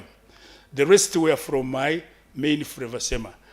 Under consortium, we produced biodegradable bags. Rwanda Air is using part of it. Banana juice, we have taught many, it's on market. Biogas, we have taught many how to use peels to produce renewable energy biogas, and we trained an expert from Aberdeen University.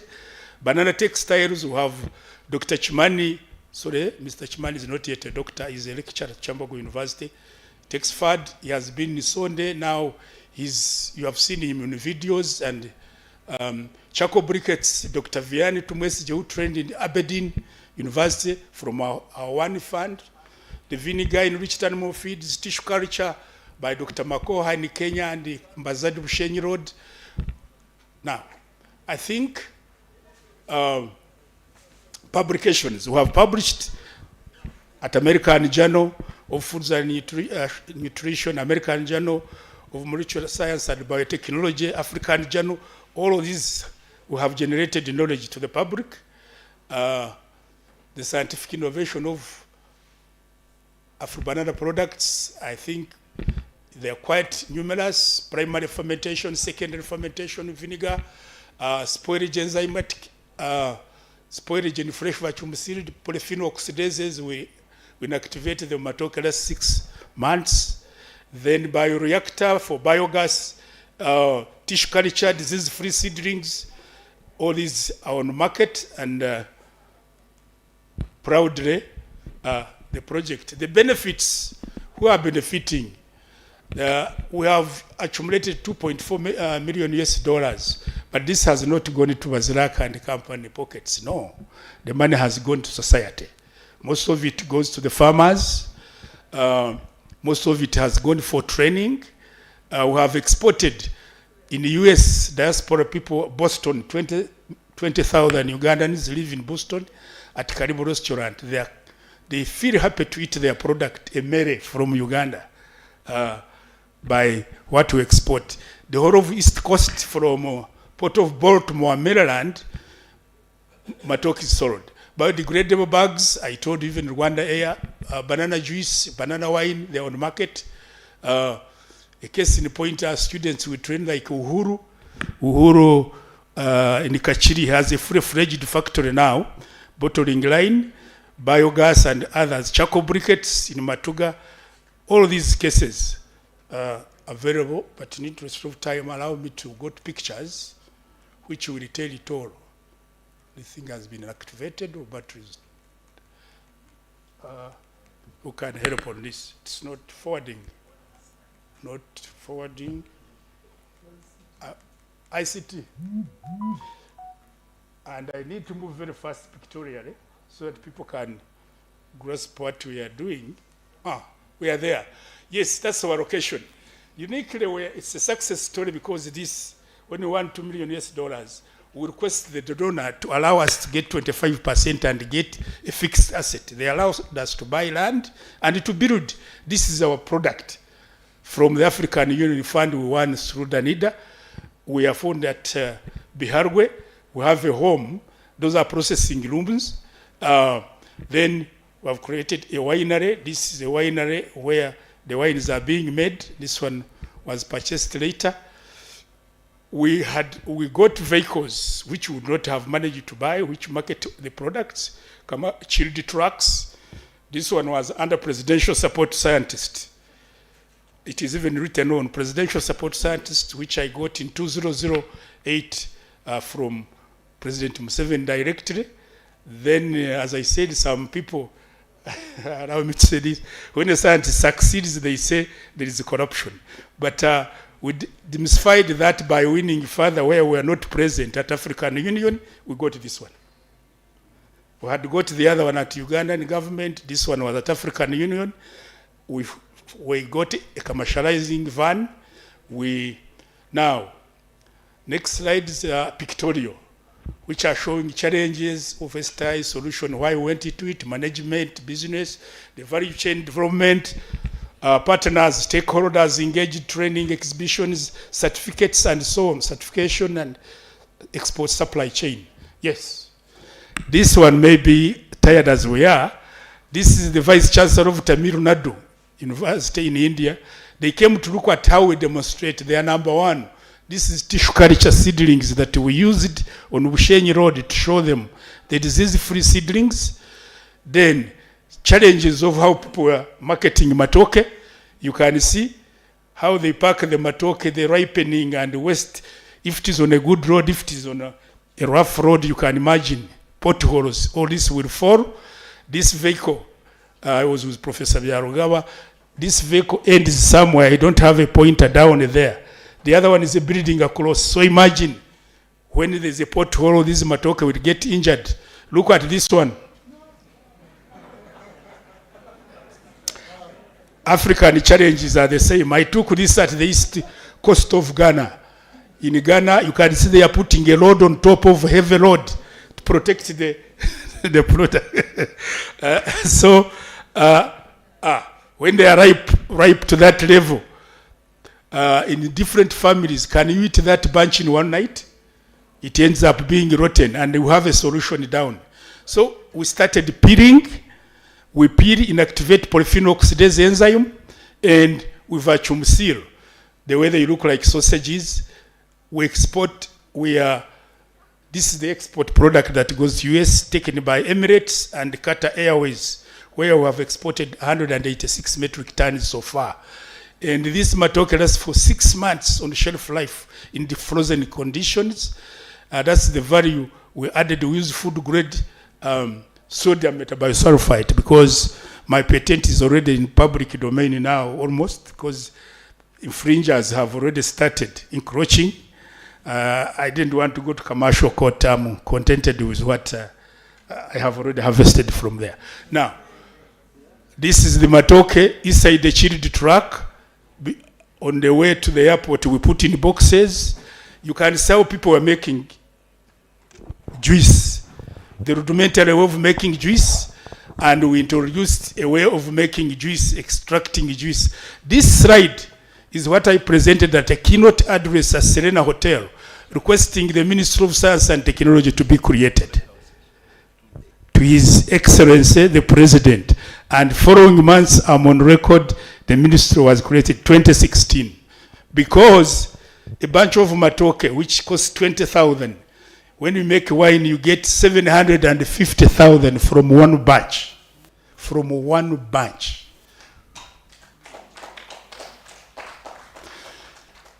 Now, this is what we make. I told you Uhuru has a factory in Kachiri. He's a younger man. I taught here 2015, and he's employing even fellow graduates who studied with him at Kyambogo University, selling products. We went into innovation of value-added cookies with milled grasshoppers, enriched animal feeds, vinegar from natural waste, banana peels other than hydrocarbon derivatives of fossils which you find in the supermarkets. Ours is natural. Biogas, that non-luminous flame for the chemists. You see that tanker going up is full of biogas. Through the water you can cook from banana waste. Now, banana wine, we have trained 11 people who are on marketing wine. We even gave them equipment and technology. These are their products. They were coming for trials and we guide them. Products are on market. To succeed, you need a good governing structure. So we had a board of directors, management committee, the manager, and these other horizontal chain of command other than vertical. Then, how did we originate? For the younger researchers, the idea comes from such a small situation. This innovation started from an idea. I was looking at challenges. So I peeled matoke from my house. I inactivated using polyphenol, inactivated phenol oxidase, the creation. Then it worked, I protected it. Then I went to exploitation, commercialization. That is intellectual property, pass, IP asset. Those who need it, we can talk about it another day. You must be in an environment of university or intellectual property organization advises us. That's the cobweb we have to use. There must be an industry, something novel, of novelty and applicable. Then you must work with researchers, you must have a university coordinator, and so on. Now, we had to make a business model. This business model is another success story. Those who want, I'll send you a letter from Washington, D.C., World Bank. World Bank has quoted this model. To use it, I can send it to your website. How World Bank admired this and wrote to me. Now, we have published. This is US FDA certification. Since 2010, we're paying $595. Even this morning, they are calling me from South Africa. They need $895 per year. We renew it annually. We have published the treasures of intellectual property, where you can find our findings. We have trained the people. UNIDO has identified us, and I have been lead trainer in UNIDO teams in 5 districts. All processors, how to get certification. This is Red Star Wines in Mbarara. Now they have a line. We trained them how to acquire UNBS certification. They are even ahead of us. And that's what we wanted for us. We are teaching. All of this, Roka Hero in Sinjiro, we trained all these exhibitions where we invite all we train to come and exhibit. This was, international community have come. We have exhibited to test our products. Again, I have a writing from this man saying he can no longer look at bananas to be the same. Ian, that the banana wine is amazing. He has never found such a taste. That white man in excitement. Now, these are our products, the wines, which are on market, certified by UNBS. We have got UNBS certification. That's the patent, the grant of a patent that enables us to export to United States monopoly. This is Uganda Export Promotion Board, where we are registered. US 2019, we renew every year. The products that go to United States in tons inside. I went there, may his soul rest in peace, Minister Gagawara Wambuzi, in styrofoam. Our products are received in global food warehouses where African, Caribbean, Latino, and Asian foods are received. And other innovated products include that, enriched animal feed, charcoal, briquettes, briquettes, organic vinegar, sanitizer, biodegradable textile, and so on. Now, all of these, I think, the charcoal briquettes is in Matuga. Dr. Vian Tumwesije heads that. People are buying, and in Namugongo. It's late Godfrey Tumwesije, who was based at Uganda Industrial Research Institute, had popularized it. These are our banana fiber products, biodegradable bags. Rwanda Air is using some of them. Someone took Chigari earrings and other ornamentals from banana fiber. These bags, 50%, and rugs, 50% cotton, 50% banana fiber. Now, the value chain was ranked in that. Of course, the export of banana up there is #1. Details can come later, anchored by Flavor Sema. And we valued how much each brings in small. Then we have trained interns. Every year we have trained over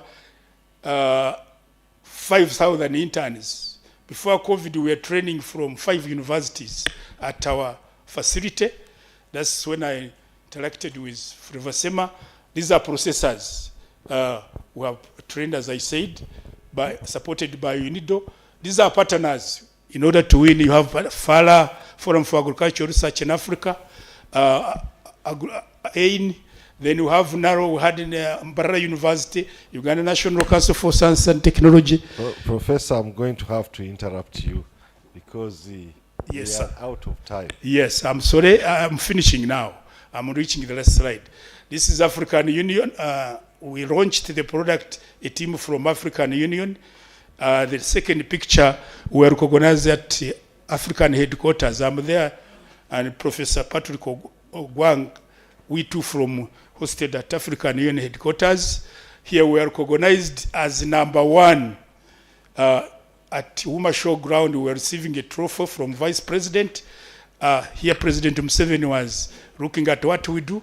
At a glance, this is the value chain that we have created, And we are saying it's a success because out of these 8 products, except vinegar, most of these products are on the market and earning income from research.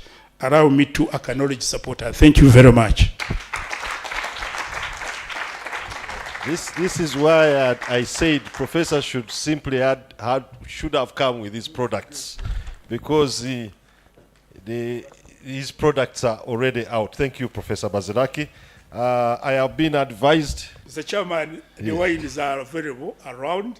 At lunchtime, people can test our wines. Thank you. This is an offer from Professor Baziraki to add on to our lunch. I've been advised we will not have a question and answer session because we have to buy time.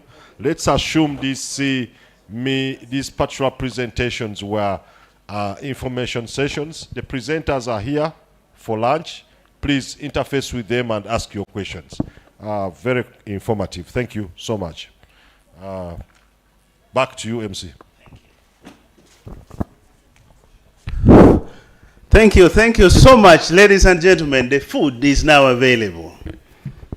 You can smile a little bit for yourself. We are not going to miss out on that. But before we go for lunch, it's late. After lunch, we have agreed to cancel one session. And that is the very last session where we would be coming back here for a plenary. So we shall not come back for a plenary. But after lunch, we are also not coming back here as a team. There will be breakout sessions that will last a short time depending on the chairpersons of that one. So before we go for lunch, let me take a very short time to announce the breakout rooms. For technical reasons, you see Kyambogo has got a whole faculty for special needs. And we normally take students with disability with special consideration. And in this breakout session, one presenter is a person living with disability. And we are so excited to see him. And trust me, for us, when we see you here, we are excited.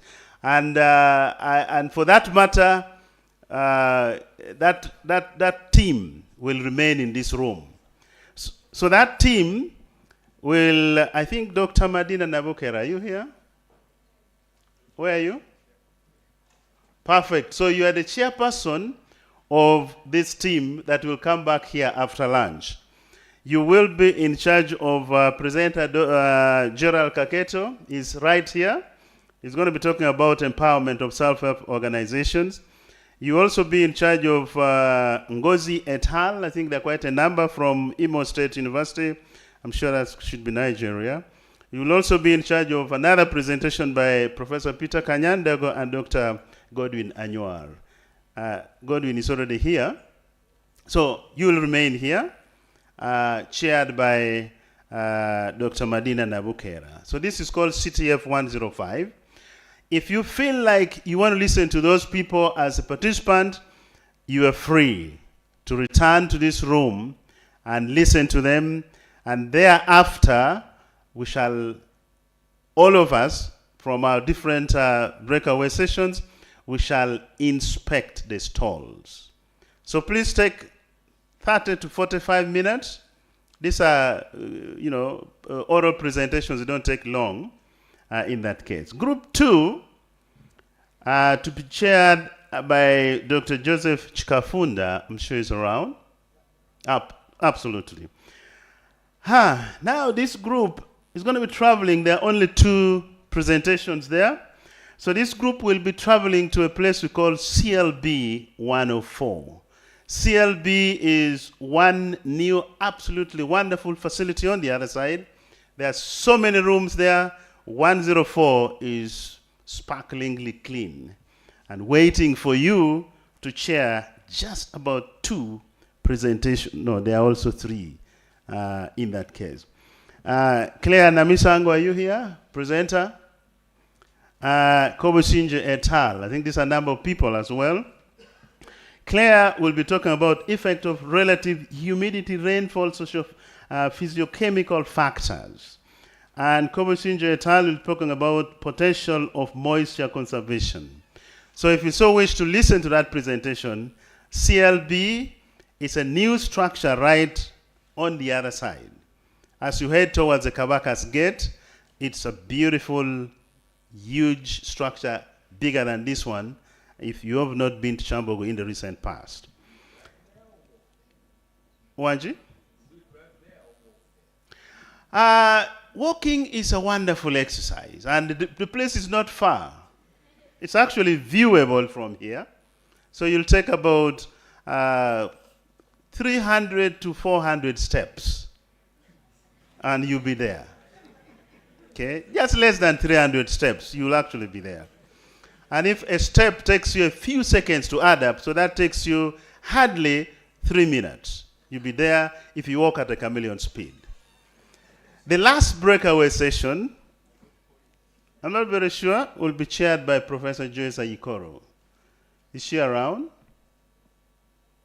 And now I think we shall consult the head of biological, the dean of the Faculty of Science to propose to us the chair of that session. But those people will break away to what we call TTE 204. TTE stands for Teacher Technical Education. Right opposite us here, you will not need to walk anywhere else. It's just opposite, across the road. You'll be in TTE, ask for room 204. You'll get one of us ushers there waiting for you.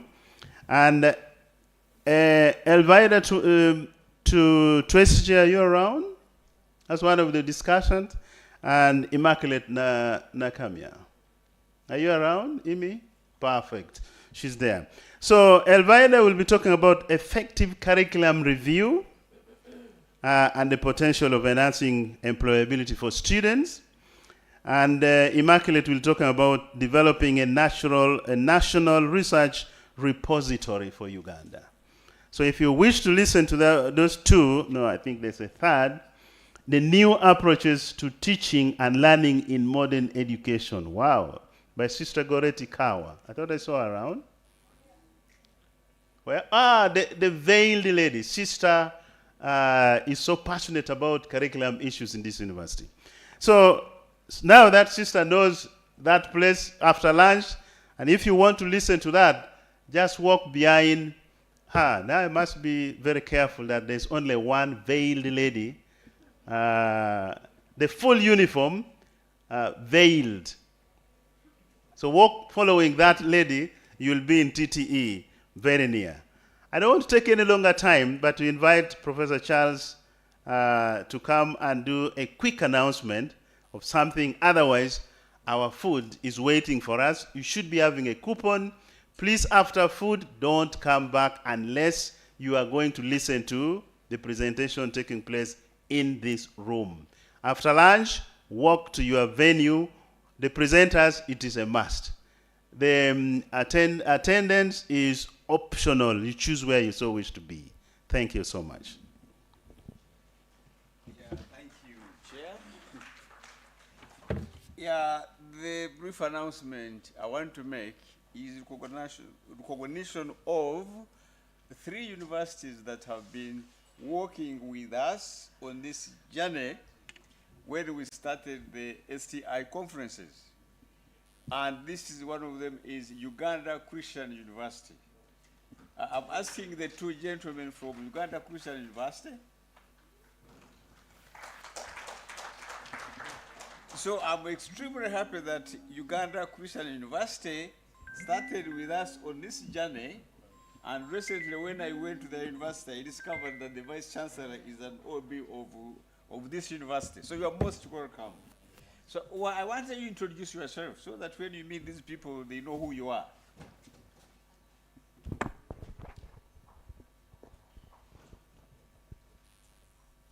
Thank you very much, Mr. President. I am Dr. Isaac Katono. I'm a senior lecturer in the School of Business. My area of interest is entrepreneurship and marketing. Thank you. Dr. Isaac Katono. And he presented the paper in the first conference of the 14th edition we are on now. Thank you very much for being a reliable friend. Yes, and I'm called Dr. Olobo Morris, and my area of interest is finance and risk, also from the same school of management. Thank you. Then I have people from Nkumba University. If they are still around, please stand up, because these have also been reliable persons. Then we have the librarian of Makerere University. I don't know whether she has left us. Those are very key partners for us. We already agreed with Uganda Christian University to work together so that we can make the Uganda Journal online accessible for anybody in the world. So I would like to mention the following partners: Uganda Christian University, Uganda University, Nkumba University, Makerere University, and Kyambogo University have been with us on this long journey. Thank you very much for listening. Thank you so much, Dr. Isaac. You said Katono. My God, I wish these names could change. Because if you are born, you are Katono. Then you keep moving and you are doing big things. Should you still remain Katono? Hey, the other one I always have is called Kato. Every day, Bambi Kato. Ni mwana Mutonyo. I always have issues with names. Ladies and gentlemen, the food is now available on this side. We have a delegation from South Sudan who traveled all the way to attend this conference. But I'm sorry that my eyes are not all that strong. Please stand up for recognition, and then you introduce yourself in a word or two. You're welcome. And I can give you the this microphone.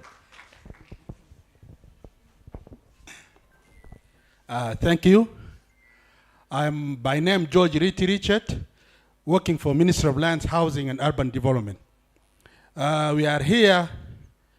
We were invited by Trinity Energy because the company have a deal with the ministry. They are the one going to work in the South Sudan digitized land registry. So we are the steering committee. I am the head of the steering committee, also working as a director in Directorate of Land. Thank you. Thank you very much. My name is Mawal. I'm South Sudanese national. We came and we were invited by Trinity Energy to come and attend this important event. And we thank you all for welcoming us. I'm the one of the directors in the ministry. Good evening. My name is David Genks.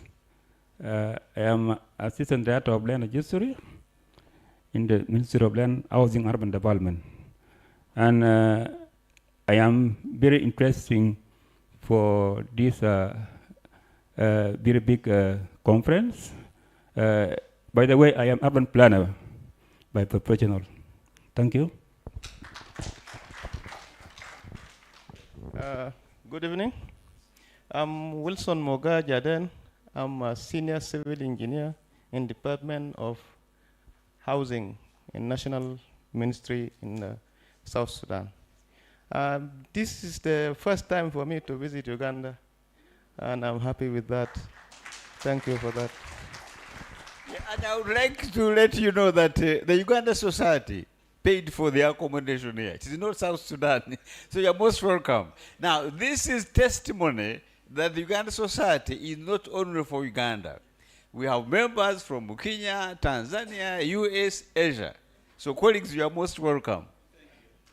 Yeah, so I'm the one who, you must have heard what we received. They are living comfortably in a very big hotel, Hilton Hotel. Yeah, you're most welcome. Friends, it is lunchtime. Don't sit any longer. May I ask all the presenters and the chairpersons to lead us on to lunch, because the the audience seems to be very comfortable where they are seated and they don't seem to be interested in lunch. Lunch is very appetizing. It's right on the same side where we had breakfast. So please walk right the other side. You have a coupon already. And remember, after lunch, return to the auditorium, this very room, only if you are going to listen to that presentation. Otherwise, if you cannot trace TTE,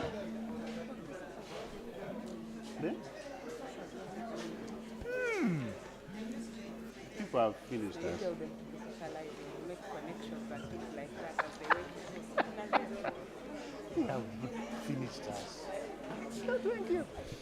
Just as you walk there, in case you find some dish missing, just keep chatting around with the next person near you. I am told that there's a long dish here that requires some serious transportation, and they're negotiating the corners. Somewhere they are failing to get a parking, but we are sure that soon they will be right over there. So as they bring that, it's a delicacy, very specially produced by the faculty where Professor Bazirake works. And so they have decided to design for us a wonderful menu there. So when you find a few things missing, just network, social networking until the transport gets to our place to give us the food. Thank you so much.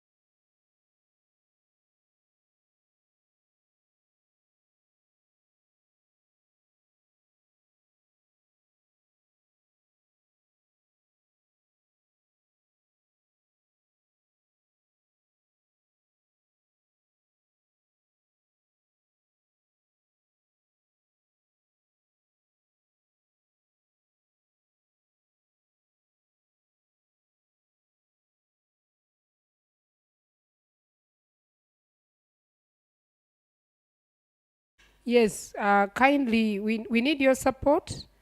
Gerard Kaketo has the slides and he wants to present.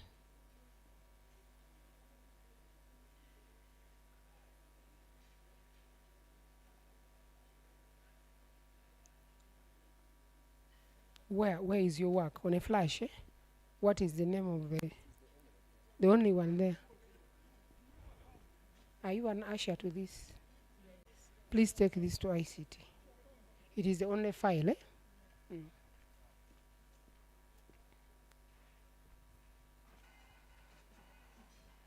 I think you will use the pointer. No, once they power the slides. I will give you the mic. Pardon? Yeah, I want him to stay here. I'll give you the mic, then I'm sure you can use. We'll need your support. ICT.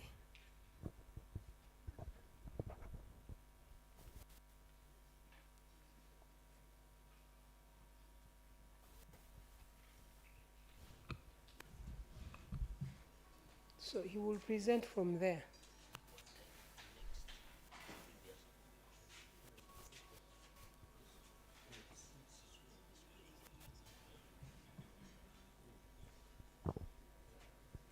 Okay, members, we are going to start the breakup session.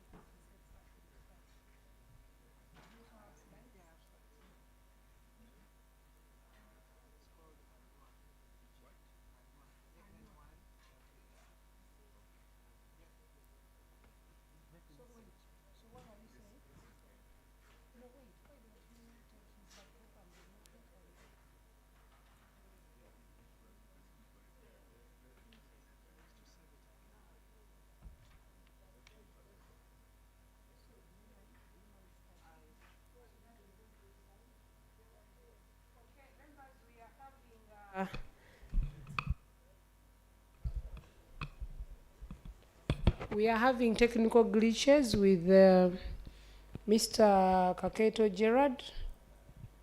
So we want to make changes so that Godwin comes first as Gerard sets up.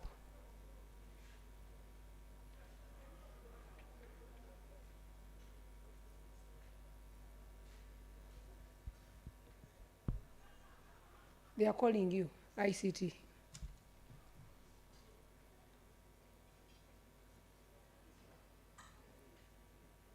We are seeking for your indulgence, members. Thank you for being part of the conference since morning. We cannot do this without you. Please remember to turn up tomorrow. And tomorrow's session, members, will end at lunchtime. And lunch will be served on time. So by 1:20, the conference will be ending. So please be part of the conference tomorrow.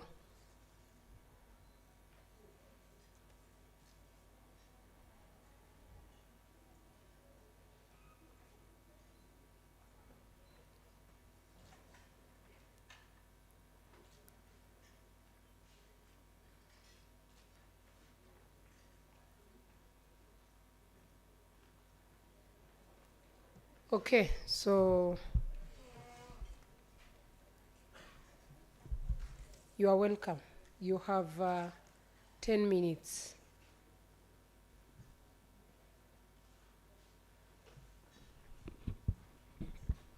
Okay, thank you very much, Madam Chair. Good evening, ladies and gentlemen. I know I'm speaking at a difficult time, difficult hour. My name is Godwin Anywar. My colleague, Peter Kanyandago, is not here. So I'll be taking you very quickly through the presentation, aware that time is not our best ally. Now, we know that African medicine is the oldest and maybe the most diverse of all therapeutic systems the world over. It existed for long before the so-called Western Orthodox medicine. And it exists in an African context. It is socioculturally appropriate, hence the widespread use and adoption on the continent. The traditional medicine has been defined by the World Health Organization as the sum total of all knowledge, skills and practices based on the theories, beliefs and experiences of experiences indigenous to different cultures, whether explicable or not, used in the maintenance of health, as well as in the prevention, diagnosis, improvement or treatment of physical and mental illness. So the World Health Organization recognizes traditional medicine in all these forms and aspects. So one of the challenges we are battling with is the fact that traditional medicine is marginalized, and because of the marginalization, it has been relegated to the fringes of healthcare. And modern medicine tends to be held in high esteem, and yet we have relied on this traditional medicine for long periods of time. So we conducted a phenomenological study where we interviewed 5 experienced traditional healers or practitioners, and this was supplemented with participant observations in different parts of the country. We conducted very in-depth interviews and collected data. It was qualitative in nature. We obtained prior informed consent from the participants. So what I'm going to present is a snapshot of some of the key findings we got from the 5 traditional healers, and I will skip some of the things that overlap. So the first respondent was a renowned bone setter and traditional surgeon. He was famous for working on fractures of the skull and other bones, and he had acquired a very detailed understanding of how the human body works. He used very elaborate instruments which he had developed over time through his practice. And this is someone who performed these complex surgeries without administering any form of painkillers. One of the surgeries he performed is known as craniotomies in the modern medical jargon, which involves operating on the brain. Normally used for tumors, it involves cutting part of the skull, conducting operations, and then putting it back without damaging the brain. And we are told that craniotomies used to be very common in Africa. They have been documented among different tribes in Kenya, and they have been done successfully without damaging the brain. So these examples here are not taken from this study, but from another paper which was published, shows a traditional surgeon in some parts of Kenya conducting craniotomies. So the top left, you can see he's actually making an incision on the patient's head. Top right, he's removing some flesh and possibly getting into the skull. Top left, you see the incision he has made. He has scrapped some of the flesh.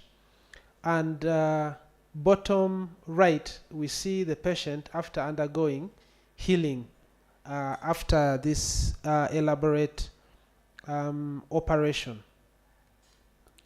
And then to emphasize this point further, I want to draw attention to the fact that the first ever recorded cesarean sections were done in Uganda.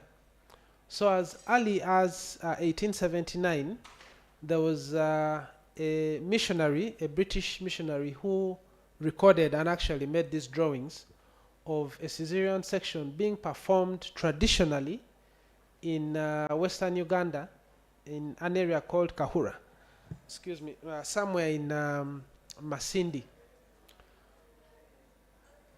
So from this we see that the advent of Western medicine and religion marginalized traditional medicine and help us and made us forget some of the practices that were beneficial or that could have been improved to, make the lives of our people better.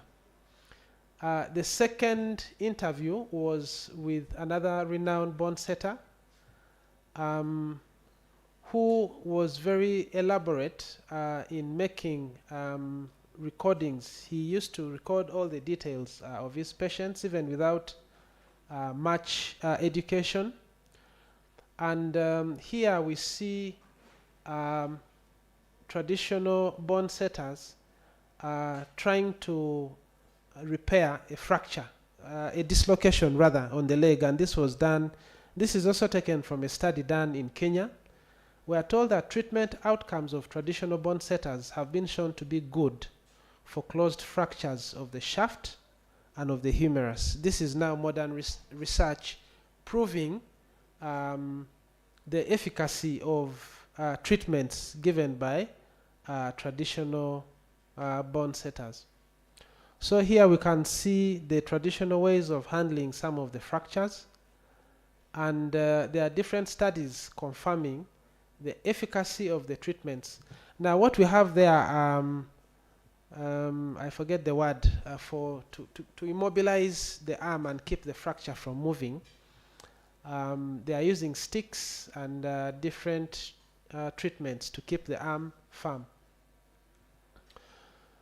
So respondent 2 was actually a Catholic priest, and he had also done a lot in the area of herbal medicine. He was combining spirituality with traditional herbal medicine, and he was treating a number of people. And it's not uncommon to combine religion here in Uganda with traditional medicine. Then respondent 3 was also combining spiritual and physical healing, but he was more known to use the spiritual.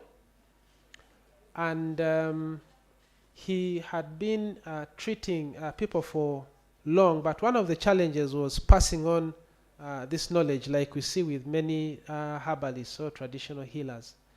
And he was decrying the fact that when he trains people, they are not willing to learn. They want to quickly go and make money, even for his own children. Respondent 4 specialized in setting bonds, but unfortunately he has since passed on. He had a very big facility which was visited by many patients, and he was relying on x-rays and medical reports from facilities. And upon visiting some of these facilities, would find patients who have escaped from hospitals because the doctors have given up on them, and they are saying, we now have to cut your leg, we have to cut your arm, we are going to amputate you. And in very extreme cases, this particular bone setter actually breaks the bones and realigns them, and uses some herbs to foster healing. And if you visit one of his facilities, you find many people walking around with many people with fractures, doing some exercises.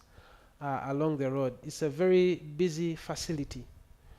So generally, with respondent 4, we see that Western-trained orthopedics do not respect or recognize the contribution of African medicine to bone setting, because there are things that are difficult to conceptualize or to understand. In many of our cultures, we know that some expert traditional bone setters can perform some operations by remote control. You don't have to visit their premises physically, but if you have a sprain or a fracture, they perform certain operations by remote control, and that is difficult to understand from the Western perspective, because it is difficult to subject it to the Western philosophical understanding. So to illustrate this point further, one of the early researchers in 1947 said, in quotes, "Unfortunately, I feel unable to explain why in 1879 there existed in Kahura in Uganda a black surgeon performing the cesarean section safely and in some aspects better than many of his contemporary white colleagues. It is suggested that, as we have already seen, East Africa shows generally a better surgery than any other region inhabited by primitives." So these are some of the conceptions they had, and we believe because they looked at some aspects of our traditional medicine as being superior, they decided to deliberately destroy them. But we are revisiting some of these practices, and we are finding them to be quite efficacious. Respondent 5 has since passed on. She was a religious sister, and what is interesting to note that her superiors gave her permission to treat people, although generally in Christianity it was discouraged for traditional medicine because it was associated with witchcraft. Now, my co-author, Peter Kanyandago, is actually a priest, and he narrates of a time when he was celebrating Mass in Barara, and he asked people to bring samples of plants, and he says sometimes he does this and he prays over the plants, giving thanks to God for having created them. But this got him into trouble when a former missionary read a newspaper article where he saw this, and he warned him that people may mistake or misunderstand it for witchcraft. So in conclusion, ladies and gentlemen, despite the marginalization of traditional medicine or African medicine, it has demonstrated the capacity to be resilient and to survive attempts to destroy it, and we're advocating for the use of the beneficial aspects of traditional medicine. We need to pick them out and see how to integrate them with modern contemporary medicine so that we can improve and guarantee healthcare, access to healthcare for all. So thank you for listening to me.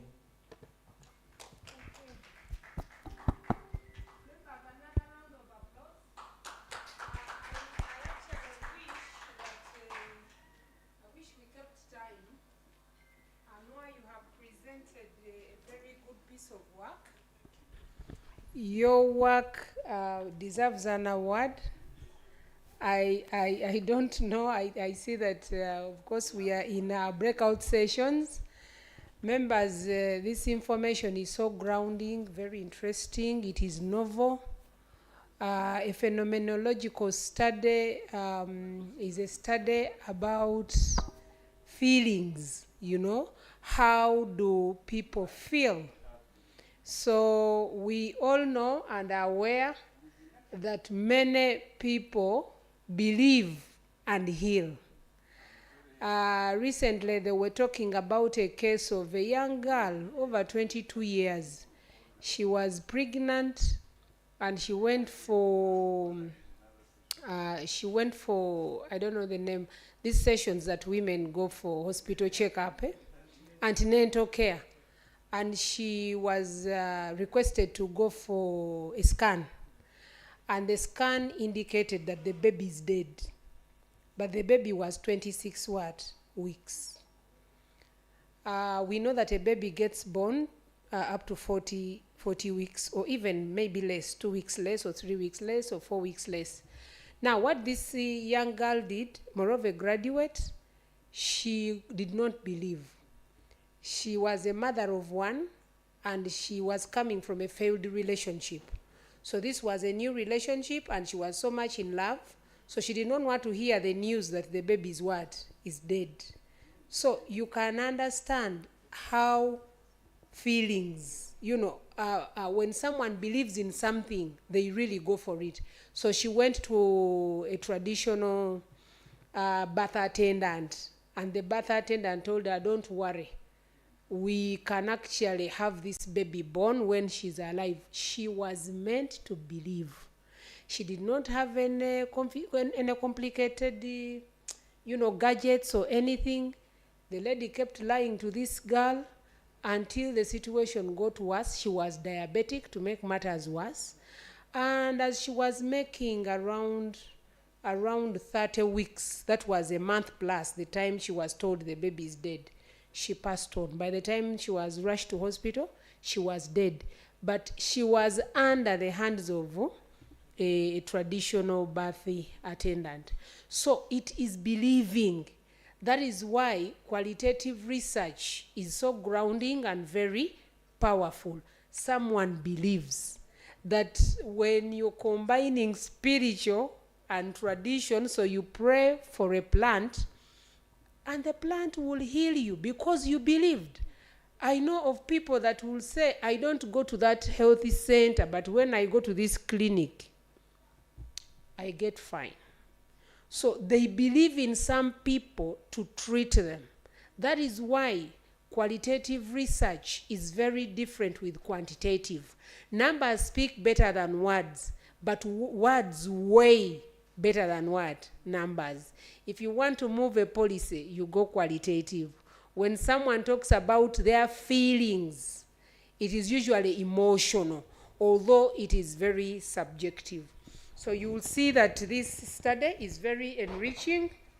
It is talking about doctors, local doctors that are making, traditional doctors that are making things happen. So if someone does surgery and they are doing it with their plain hands, so, the contamination, but in the end, those that they are treating get get better. So probably we need to look at the how. Is it just belief? Because if you use gloves and you're using sophisticated machines and you probably fail in the process, and you have said in the last respondents, the fourth and the fifth, you say that people run away. Indeed they do. They run away from hospitals and they go to traditional healers, because they believe that they make miracles. So if there is healing in that side of the game, how should we exploit the good out of that and probably link it to the contemporary medicine? That will help us. I've heard President Museveni in his speech, he says, please do not steal. Professors, senior lecturers, scientists, don't steal people's formula. Protect my traditional healers. He calls them my traditional healers, because he believes that they actually have a science in their tradition. You cannot tell me there is no science in that head where someone is really performing a very complicated surgery and they do it mechanically using local knives and someone heals. So I can guarantee you that your study is very, very enriching and very interesting, and it actually irons out a lot of suspicion. So we are saying, members, We are not pushing you to go to traditional healers, but please know that there is a world that gets healed around there. So because we actually know that even medication, contemporary medication is what? Is a problem. It can also be problematic, you know. So thank you very much for this wonderful presentation. I actually think that is why your paper was selected to be among those that were supposed to be discussed during the breakout session. You did a great job, and please carry on. So now I'm going to call upon Mr. Gerard Kaketo. Please use this. You have 10 minutes. You can start. Good afternoon, ladies and gentlemen. Good afternoon, how are you? My name is Kaketo Gerard. I'm a student at Makerere University, doing a master's in public administration and management. Only that the position I'm seated in, but we shall continue. Now, I was doing this research on the empowerment of self-help organizations. I wanted to be very specific because there are so many vulnerable groups, but they have different needs. So I specialized around the persons with disabilities. Now, they asked me in the field, you're a person with disabilities and you're researching on disability matters. I told them that is the problem with today. Because if you don't offer yourself as a conduit, you don't offer yourself as a solution to problems in society, then you are not relevant. As researchers, we are looking for problems. Yeah. Even when Jesus was saying that I didn't come for those ones who are okay. I came for those ones who have problems. So I repeat, the moment you don't offer yourself as a solution to problems in society, then you are not relevant. Thank you very much. So my research was grounded within those Sustainable Development Goals, so it is relevant in the international framework. And I'm looking at how disability communion has evolved over time. So communion means that how the grouping has been, that family is the first communion for all of us. It is a communion. And then we look at public institutions that came later, like Impomode, Rwezaruti, and these were public institutions where persons with disabilities came for like rehabilitation. They are rehabilitation centers. But still, they cannot accommodate all. So we look at the emergence of self-help organizations, and that is self-reliance. When you talk about self-help organizations, there is one also researcher, Kasnabis, who was saying that as well as there is a word self, but still it means people helping each other. That's because this is a way of generating synergy within. So that is the relevance. Now Scott and Davis, they were saying that good thing with self-help organizations is because there is durability. For example, the Uganda Society is marking 100 years. That is what we call durability. If it was one person called Uganda Society, would have passed on long time ago. But the society is still here with us, 100 years. That is what we call durability. And when reliability is when they do things consistently the same. When you say that we have a human resource policy, we have a financial policy, we are reliable the way we do things. Then it's accountable. You can come for a public institution, you can ask for accountability, even they can publish it. There is accountability, of which you cannot ask an individual person that I want accountability. Those are personal affairs. But now here we are not dealing with personal affairs. We are doing things that matter. People who have come up to address a particular problem that really exists in society. So we are looking at all this. I don't want to read one by one, but you can see this self-help organization can help self-representation, identify grassroots needs, evaluating and monitoring services. Then there is self-development and mutual support, all this. That's why I went for this research. So now we are looking at I looked at the current research. One of my supervisor, Professor Mona, Asimu and the state, all these guys, they have made this research. And see that there is a development divide, whereby as socio-economic development increases, then there is this gap for the vulnerable group also increases. You see? Now the thing is that all of us need equality. All of us. But when we turn to equity, it means that where there are steps, they will hire this is what? The bouncer. So is that really dignity? If all the time there are steps and they are hiring a bouncer, it is not dignity, but it is equity. Why don't we try equal justice, whereby we remove the barriers? How?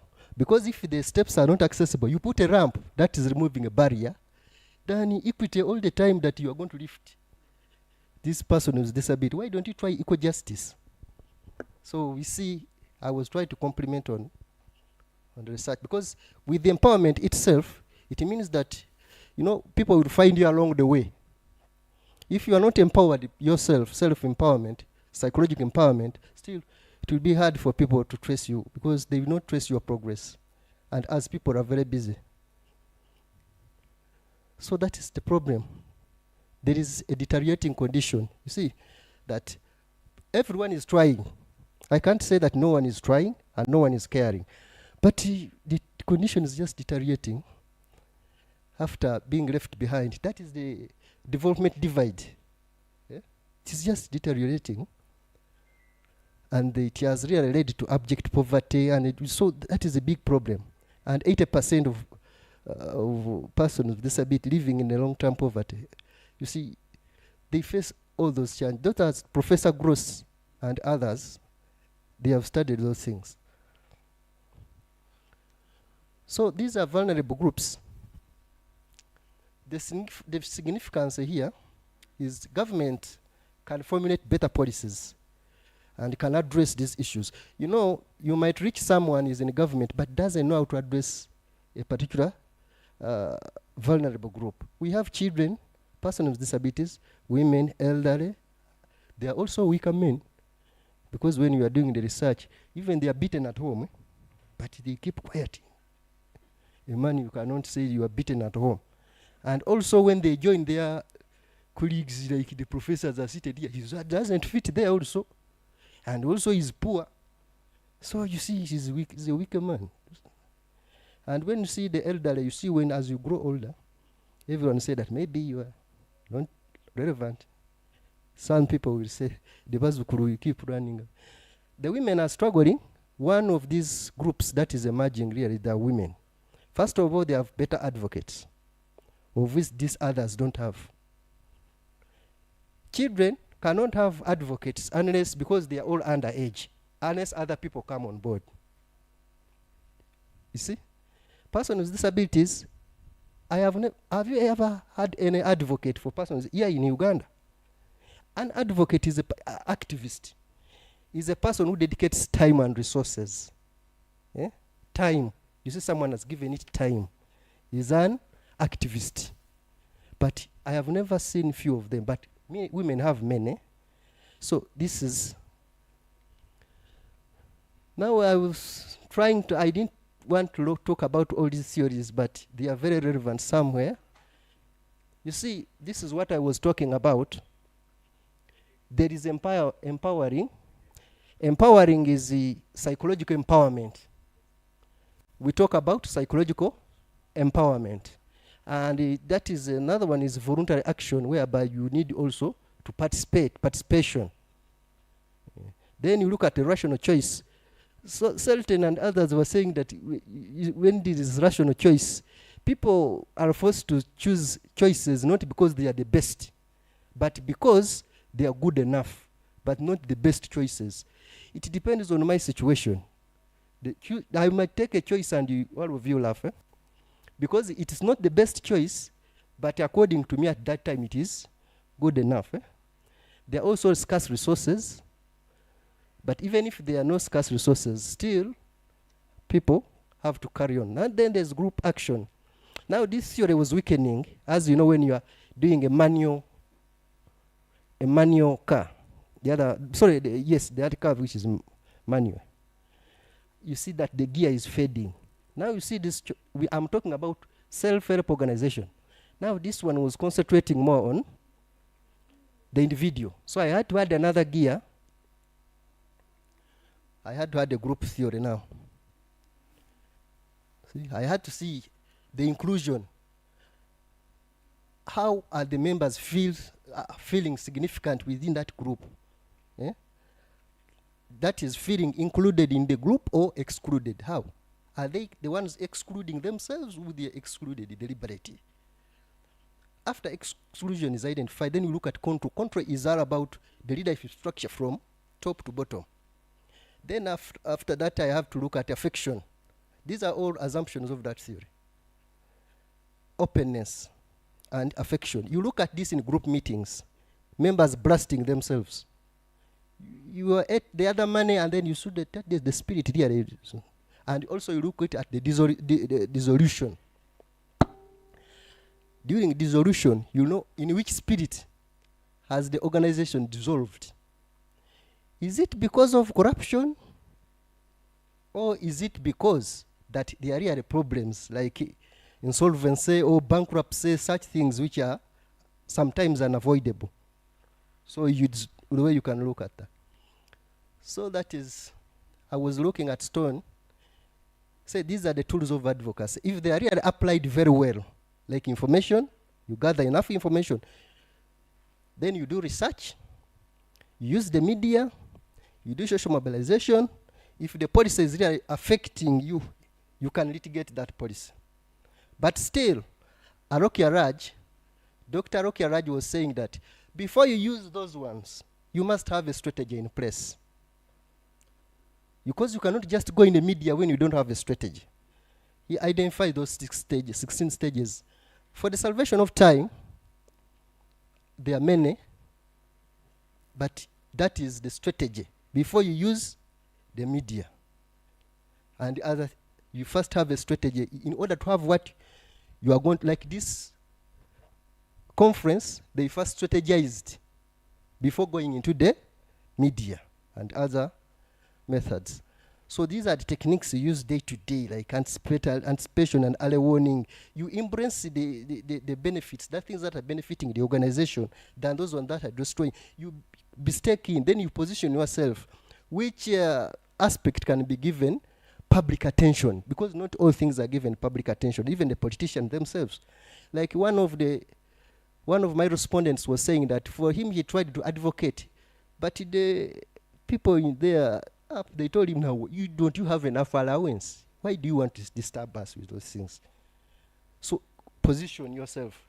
Something that can be given, even if it is, because government can try to put it away, but yet it is, but you use consistent pressure.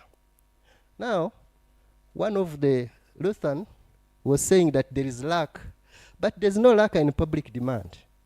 When these beautiful people are deciding to define their destiny, there is no lack. Even me, when I'm not around, those people will push it to the end because it is public pressure.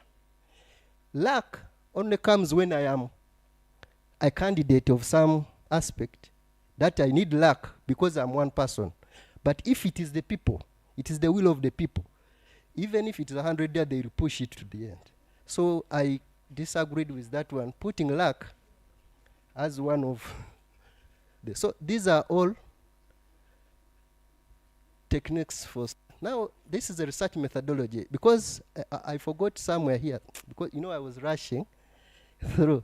So my research philosophy, the research type was a qualitative research, then research philosophy was a phenomenology, whereby I used the experiences of the respondents. And then I was reasoning inductively. So I used 1 month to collect that data, because according to Creswell, the respondents should be 1 to 30. That's what he was saying, that the respondents should be 1 to 30. So that is the methodology I used in collecting that data. And then I had to consider issues when I was doing a waiver about your personal disabilities, and you are presenting. I really are not biased. Say that nowadays things they speak for themselves. The data I used, I was following the rhythm of the data, not my words. So, and those are ESCO considerations, and the analysis I used, the decontextualization, as I was coding deductively. So I was following from the objectives, coming down. So the themes were determined in advance. Then I had to reason inductively. All this. So I found the study findings. There was a lot of discrimination, as members were saying, that he has put them real aside from. And the resources, advocacy is resource absorbing itself. Then there is generalization. When a person with disability has done something bad, it is generalization. It is generalization, generalized across. If I have abused someone here, when you go to Guru, you will say, person with disability, they can abuse. So there is that generalization. Then the research society you still not really, but society is still not very aware.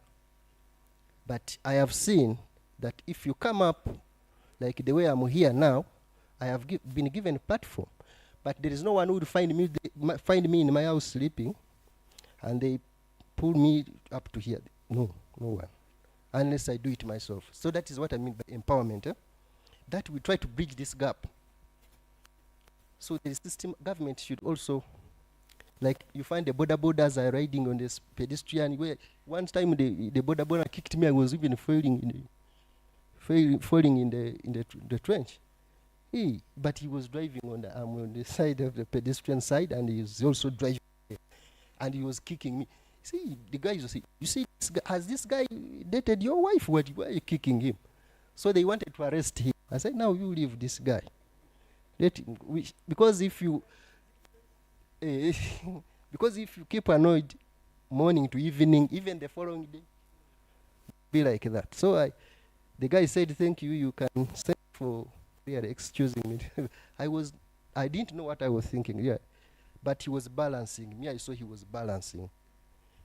And he was rushing maybe to pick passengers, so he kicked me. He make more money.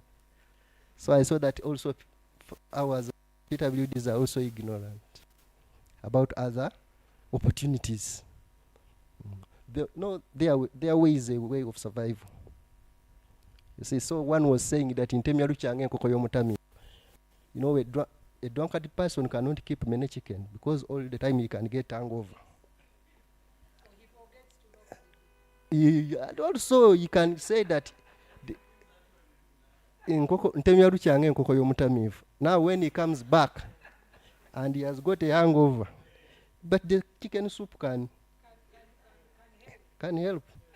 So also he doesn't look, and also he can say that today I have come back and I need to eat well because I have hangover. Thank you very much. I submit. Okay. Members, a round of applause.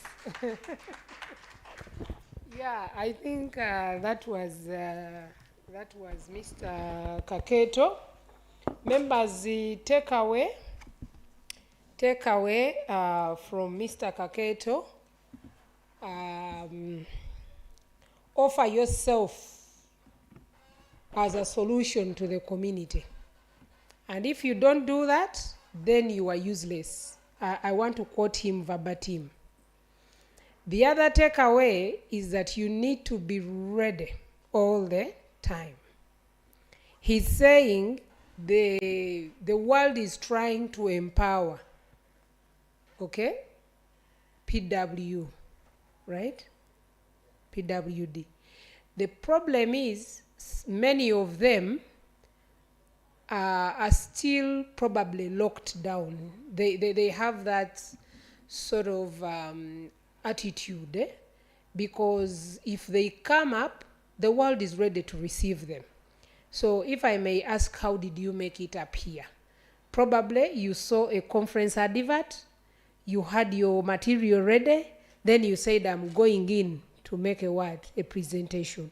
So you did what you had to do to be here. So those who will not find themselves in the limelight is probably that they have made that choice. Remember, you talked about public choice theory. So it is an economic theory, sort of, but you need to balance the costs and the what? The benefits. So there is an economic perspective. So if you really have what it takes, you know, disability does not mean inability. So members, take home is we are the solutions to the community problems. So we need to offer ourselves. Do not work for yourself, your family, your stomach, and your clan. We need to work for the community. So let us look out for problems in our communities and solve them. Then when you were presenting a certain slide on women, you know, weak men, children, there are also children mothers. So when a group of women are working on women empowerment, you may find that that categorization of other groups fall into the gender perspective. And in the end, they end up what? Benefiting. So somehow, somewhere, other groups end up benefiting in another categorization simply because of the gender aspect, not necessarily because of their age bracket. So the demographics might sometimes play a positive benefit or an impact to them depending on who is actually supporting what group. Okay, so thank you, members, for being part of the discussion. We have one more discussion to go. That is Madam Akisimire. Please come up and take the floor. You have 10 minutes. The study is a very interesting study. Local people's knowledge, attitudes, perceptions of oil and gas exploration in Mukono Falls National Park. You are welcome. Thank you, Chair. Good evening, everyone. My name is Hindra Aksimire. I am actually a part-time lecturer in the Department of Biological Sciences and also Environmental Sciences. And recently I added education. I have to be versatile. Anyway, my study or my topic is about local people's knowledge, attitudes, and perceptions of oil and gas exploration in Mukono Falls National Park. This was part of the bigger study. The other parts we studied mammals and vegetation, and this one was meant to supplement on the other parts. I did this study with Professor Twesigye, who is around, Dr. Tinzara from Department of Agricultural Sciences in Kyambogo, and Kenneth Mwebazi from Makerere University.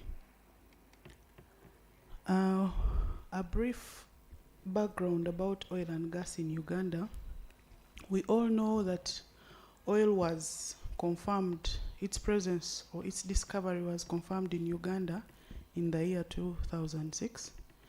And after that, this attracted so many oil companies, one of them being Total Energies and Sinok. And with this interest, it comes with a lot of disturbance because this is a new venture. And I told you this was part of the bigger study. The other parts we studied how oil and gas affects mammals, how it affects vegetation. But now we also wanted to tackle how do local communities perceive this new venture. The stages of oil and gas development, of course, the first one, you have to have initial interest in the area. which is followed by leasing and licensing. And then after that, you have to explore and find out how much of this oil that you have. In the stage of exploration, we do geophysical surveys, or some people call them geotechnical surveys, and also seismic surveys. And our study, by the time we did it in 2019, it was at the stage of exploration, 5 years after exploration. Then it is later followed by drilling. Drilling can be appraisal drilling or even actual drilling. Then you do development, where you have development of structures, roads, you have all this infrastructure that supports oil and gas production, as well as decommissioning. So in these steps, I try to shed some light. You find, like for example, in exploration, you'll find you're preparing a rig site, then you'll find your drilling, then there is cementing and testing, there is well completion, there is fracking, there is production, and finally well abandonment and restoration. So you have to find the drive behind the study. The reason we had this drive is because we had to look at what has oil and gas exploration done in the past to other regions of Africa. The biggest example we have is the Niger Delta, where it is recorded, and this is public knowledge, that there is over 221 annual oil spills per year, and this has damaged biodiversity, it has destroyed mangrove forests, it has contaminated beaches, it has coated birds, it has endangered fish hatcheries and disrupted food webs. So on that basis, that's why we took the initiative to see, has exploration done any negative impacts to Uganda. Our study area, remember, we're trying to see the perceptions and attitudes of oil and gas explorations of the local people. So when you speak of perceptions, we wanted to see the perceptions of the people who stay inside the protected area and the ones who stay adjacent or in the neighborhood. And by adjacent, we covered Pakwach and Nwea districts. The research design, we used a survey where we had key informant interviews. Excuse me. Key informant interviews, we were interviewing, for example, who are administrators, people working in oil and gas, and also we used the questionnaires as some of the tools. But as much as you're doing a survey, you don't just go interviewing everyone. We wanted to look at the level of expertise about the topic in question, the position in administration ladder. What the game ranger knows might not necessarily be what the warden for oil and gas knows. And then as well as availability and willingness to participate. Remember, in research, we do not coerce people to participate in our research. In total, we used 50 questionnaires, and this was done between February 2019 and June. We interviewed 10 Merchant Falls National Park administrators, 10 oil and gas workers. By oil and gas workers, by then, we talked to people from Total Energies and 30 local people, 15 from Pakwach and 15 from Nwea. And we used for passive sampling. Remember, we are looking at level of expertise. Are you familiar with this topic? So you have to be very picky with who you talk to. Some of the tools, one of them being the interview guide, the questionnaire, and also I've already talked about the methods that we used. The questionnaires or the interview tools were in English language. They all had structured, closed-ended questions, open-ended questions, and they had 3 sections. One being you have to understand the type of people that you're talking to, the demographics, the age, level of education, things like that. Section B, perception of oil and gas operations in the protected area. And section C, restoration, perceptions and knowledge. Of course, when you're doing research that deals with people, you have to follow ethical considerations. One of them, we got a research permit from Uganda Wildlife Authority. The people who participated in our research did so under voluntary participation. No one was coerced. Then we designed a consent form. We kept confidentiality. For example, there are some people who are in a position of power and they are willing to disclose some things to you. So it is upon you to keep them confidential. And respectfulness.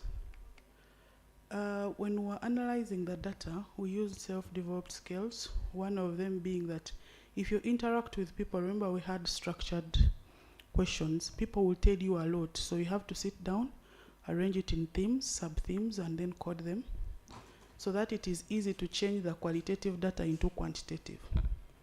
Then we presented the data in form of bar graphs and pie charts, and then we analyzed, since you have changed it from qualitative to quantitative, we analyzed it using chi-square tests. Given that it was not normally distributed, you cannot apply other types of analysis. So some of the results, excuse me, some of the questions we were asking about compliance standards as well as impacts of oil operations on mammals.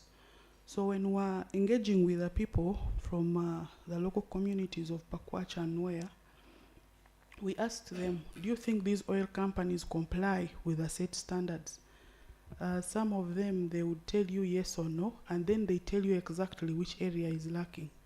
For example, handling of oil wastes, animal displacement, and animal disturbance. And we tested the level of significance. If you see down below, we have all the chi-square tests for all the results that we got. We also asked some questions about, remember when you're done doing all that you're doing, you're supposed to decommission and restore. So we're asking people, when they are decommissioning their oil sites and camps, what do you think how do you think it impacts the animals? And still you would hear answers of animal displacement and also relocation of animals. When animals are disturbed, they move away. Some of the past researchers, they have showed that, for example, Plumpter, he has shown that elephants, they move 5 kilometers away from the oil rig. We also asked about the perceptions of oil operations in the protected area, where some people are saying it's a bad idea, it will cause biodiversity loss, and some were saying if we do the right thing, we can coexist. That's why we have a section of under proper care, it's a good idea. Then we also engaged them about the issue of restoration, and some of them were saying in 2 years we can go back to original, or in 4 years. And we also tested the significance level in their responses using chi-square tests.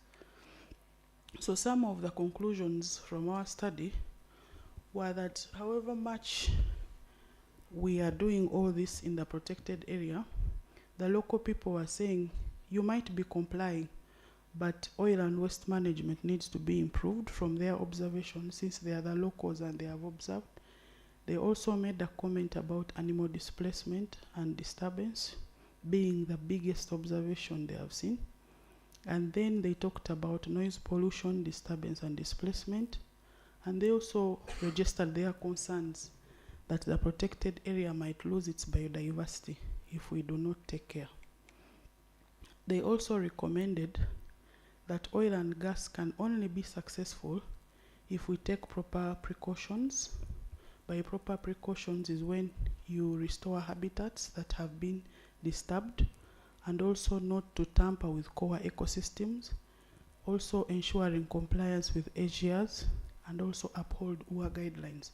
By UA guidelines, for example, one of them is if you're driving through the park, please drive at 40 kilometers per hour. So if you have a lot of oil and gas traffic, please, as much as you're here, comply with the UA guidelines. With that, thank you for listening to me.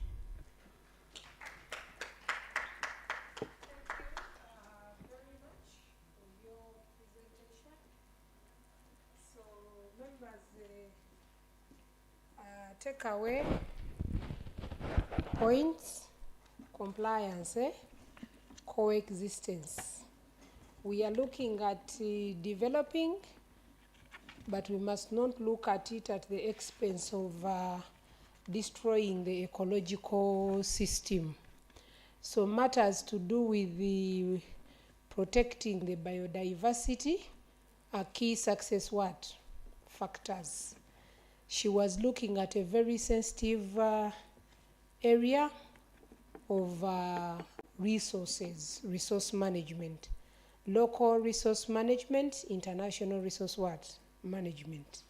Because even when we discovered oil, from the year she said it, 2006, we do not process it here. So you heard of the contentious issues of the oil pipeline and how it is going to affect the communities were discussed in the British Parliament. Opposition members in Parliament were so hard on that issue. But nevertheless, the president stood his ground and said, we need this oil. And indeed, we need it as a resource. But how do we coexist? So her research was timely, and it informs policy and decision making, because it is in two folds. That is the qualitative and the quantitative. So thank you very much for the wonderful presentation. Members, I thank you for being patient up to this time. We know that the conference started late, so we were short of managing time. But nevertheless, the presenters have managed the time in terms of presenting. And the papers that were presented, members, were very grounded papers. We thank the presenters for taking time to carry out research. I take this opportunity to thank Prof. Twesige Charles. I think he has stepped out. I know that he has been working day and night to make this conference must happen. We celebrate the Uganda Law Society having made 100 years. We also thank the sponsors, premier sponsor. Thank you very much to Entebbe for making this conference happen. We thank Kyambogo University administration, led by Professor Katunguka, for having accepted that this conference takes place. Members, I want to remind you that the conference is still on, and tomorrow's session, members, is beginning in the morning. So please make time so that we end on time. So tomorrow's session will end at lunchtime. Please come one, come all. Thank you for completing day one, and I wish you a safe journey home. ICT colleagues, thank you very much for being part of us. The media and the photographers, you've done